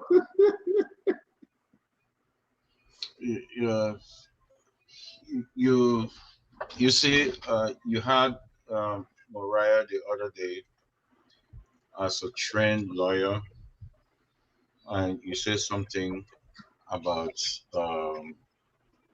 the Supreme Court, and she was like, "It's not my position," right? She stay away because she respect the Supreme Court. But you get the regime lawyer, Kanyo, don't give a damn about the Supreme Court. Don't give a damn. He backing a non-lawyer, Fubi, to disrespect the Supreme Court. But you know why? You know why? Center, you know why? Hey, my man, let me tell you. Center, you know why? Because you know why? I need to respond to that when he's finished. Yeah, but you gotta give him a chance. The message they respect the Supreme Court. Maybe that's true. You gotta give him a chance. That's untrue. I will respond to that. Go ahead. Center, you know why? When Yekeh was causing the Chief Justice here, who rose up here to put Yekeh in place? Now they kick your brothers out, he going back to the same court. This regime lawyer. You know why? Because Moriah practiced in front of the Supreme Court, and this man don't have to practice because he never.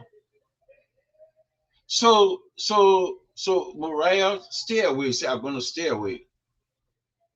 Stand on. The Supreme Court issue a stay order. Can you Bala say the Chief Justice is a liquor talk? That's what the Chief Justice. Yes. Never even believe that thing you talking, Kev. That's why you. That's what you. You see. You see. I expected you to come out and lash out Richard Kuhn for not obeying the Supreme Court. Of course, that's why you expect. I expect you as a lawyer, not the accountant, Fubi. I expect you as a lawyer. I expect you. You go Fubi, an accountant Fubi. Hey, my man. No, I'm an accountant. No, the one that you see, Fubi, the one people that would do our taxes, right? You say you go to the accountant to do your taxes, so accountant Fubi. Okay, let's change Fubi name. But can be crazy. But, sorry. I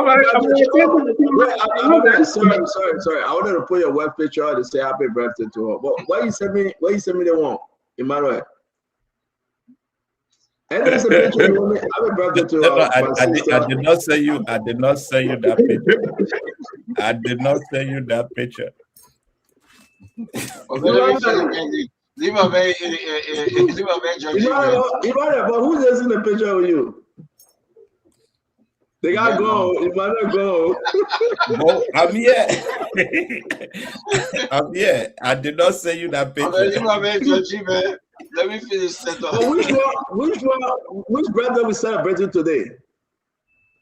We celebrating my wife's birthday. Which one? This one? Wife number 1, number 2.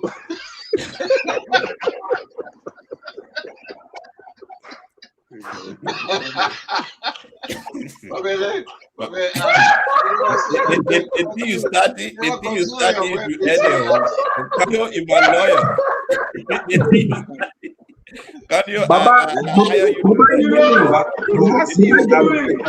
don't know. No, Fubi, Kyle, let's listen to right. The man sent me the picture, right? I said a woman look like what they power. To tell you the truth, she does. She's a beautiful woman. I didn't know the brother like yellow woman. God bless her. Then he sent me this one. He said they get birthday coming on. Birthday is in May. I got a picture now. I said how you got a picture. No, but Sandra said you sent it to him mistakenly. I did not say anything mistakenly. Now the first picture you sent me, but this is the first picture the man sent me today. So I'm confused. When I stepped up, the lady in that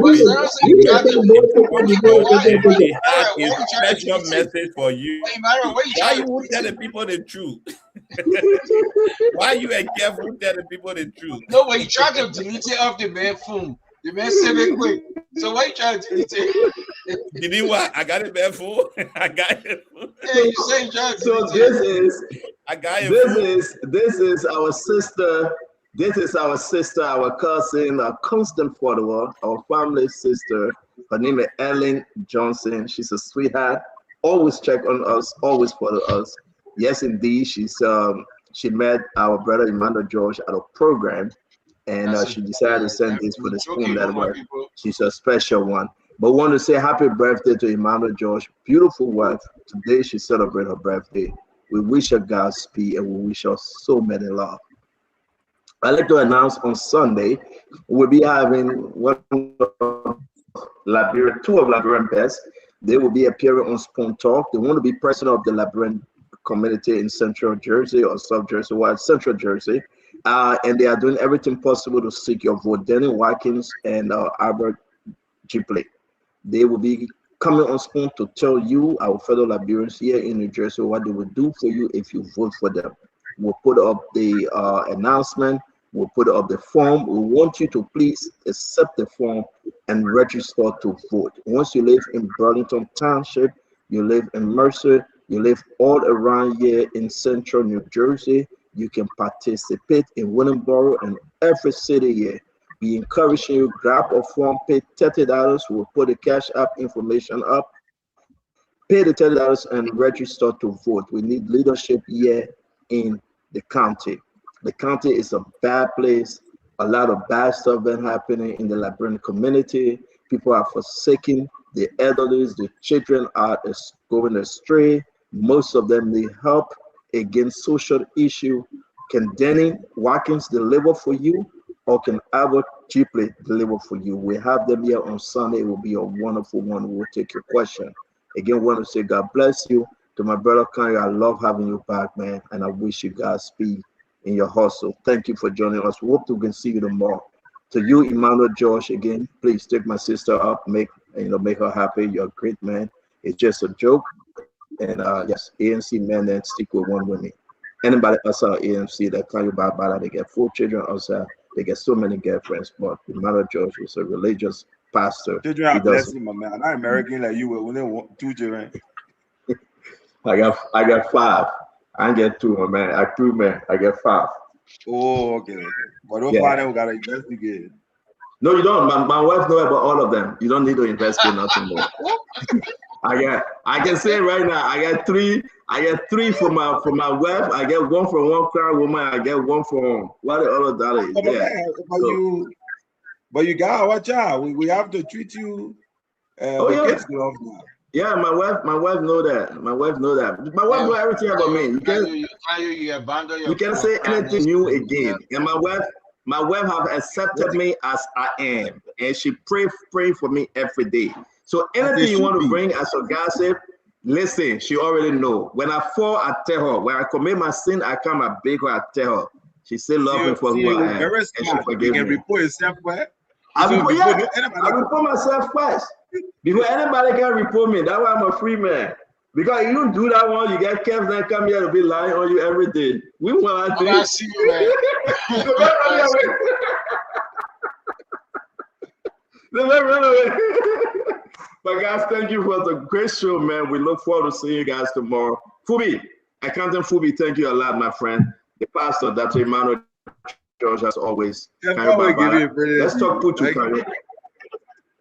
Let's stop put to Kanye. Let's stop put to Upset. Thank you. Okay, sir. All right. I want to say thanks to Emmanuel, Nelson, and all of you. Kola. The man last hours again. The message was coming, but the man disappeared. You see, I've been here. The man I've been here, see you. I've been here. Kola myself. The man gone. You get no fight. I don't believe him, right? But I want to say, James, listen, No, I was trying to say the mail was en route, and then something came up. Nothing. You can't call for the man. I would deal with him according to the law of the 6th sea. I want to say thank you very much, Nelson. It's always good having you. Thank you for producing today. Thanks to Yekeh Kolubah and all of our many, many followers who wants to say thanks to you. Again, enjoy Spoon. Spoon belongs to you. Because of you, we're here. Listen, only you make this network. You own this network. We love you. We appreciate you. But God loves you the best. We're going to open a program here every Sunday that we can only sing to you and share some biblical scripture with you. We encourage you every day. Liberia still have God. God have never forsaken us. God have never left us. Judy Rambo, thank you. Liberia will be better. Liberia will be better. Through it all, we learn to just trust in Jesus. Go to bed tonight, relax. Trust in God. And always have hope for the better tomorrow. I appreciate every one of you. I love you. And have a wonderful night. To the entire staff of Spoon Network, we say thank you. Madam Titi and Nelson Colette, Damon, every one of you. We say thank you. You've been wonderful and you continue pushing. All those that support us, directly or indirectly, we say thank you. We're doing this because of you and for the better Liberia. So we'll see you tomorrow, same time, same station, and have a wonderful evening. Yes, sir. You too. Well, I want to say thanks to everyone here tonight. It's been a good show. Thanks to our listeners across the country, whether on Spoon 107.5 FM, Fabric 101.1, or Super 95.5 FM. We want to say thank you. Thanks to the Voice of Liberia as well, 104.1, for always relaying the program. And we also want to say thanks to the online audience, the many of you who join us every time across the social media, sharing your thoughts. We appreciate you as well. The invitation is yours to join us tomorrow. I see Mia Carter. Thank you for being here. We appreciate you. Kamara Tony, thank you as well for being on. Philip Bala, we appreciate you as well. Natana K. Hill, thank you for being on. And thanks to all of you who always make up time to join us here on Spoon Talk. The invitation is yours to join us tomorrow. Until then, I want to say good night. And yes, let's hope we can have you here tomorrow. Bye-bye.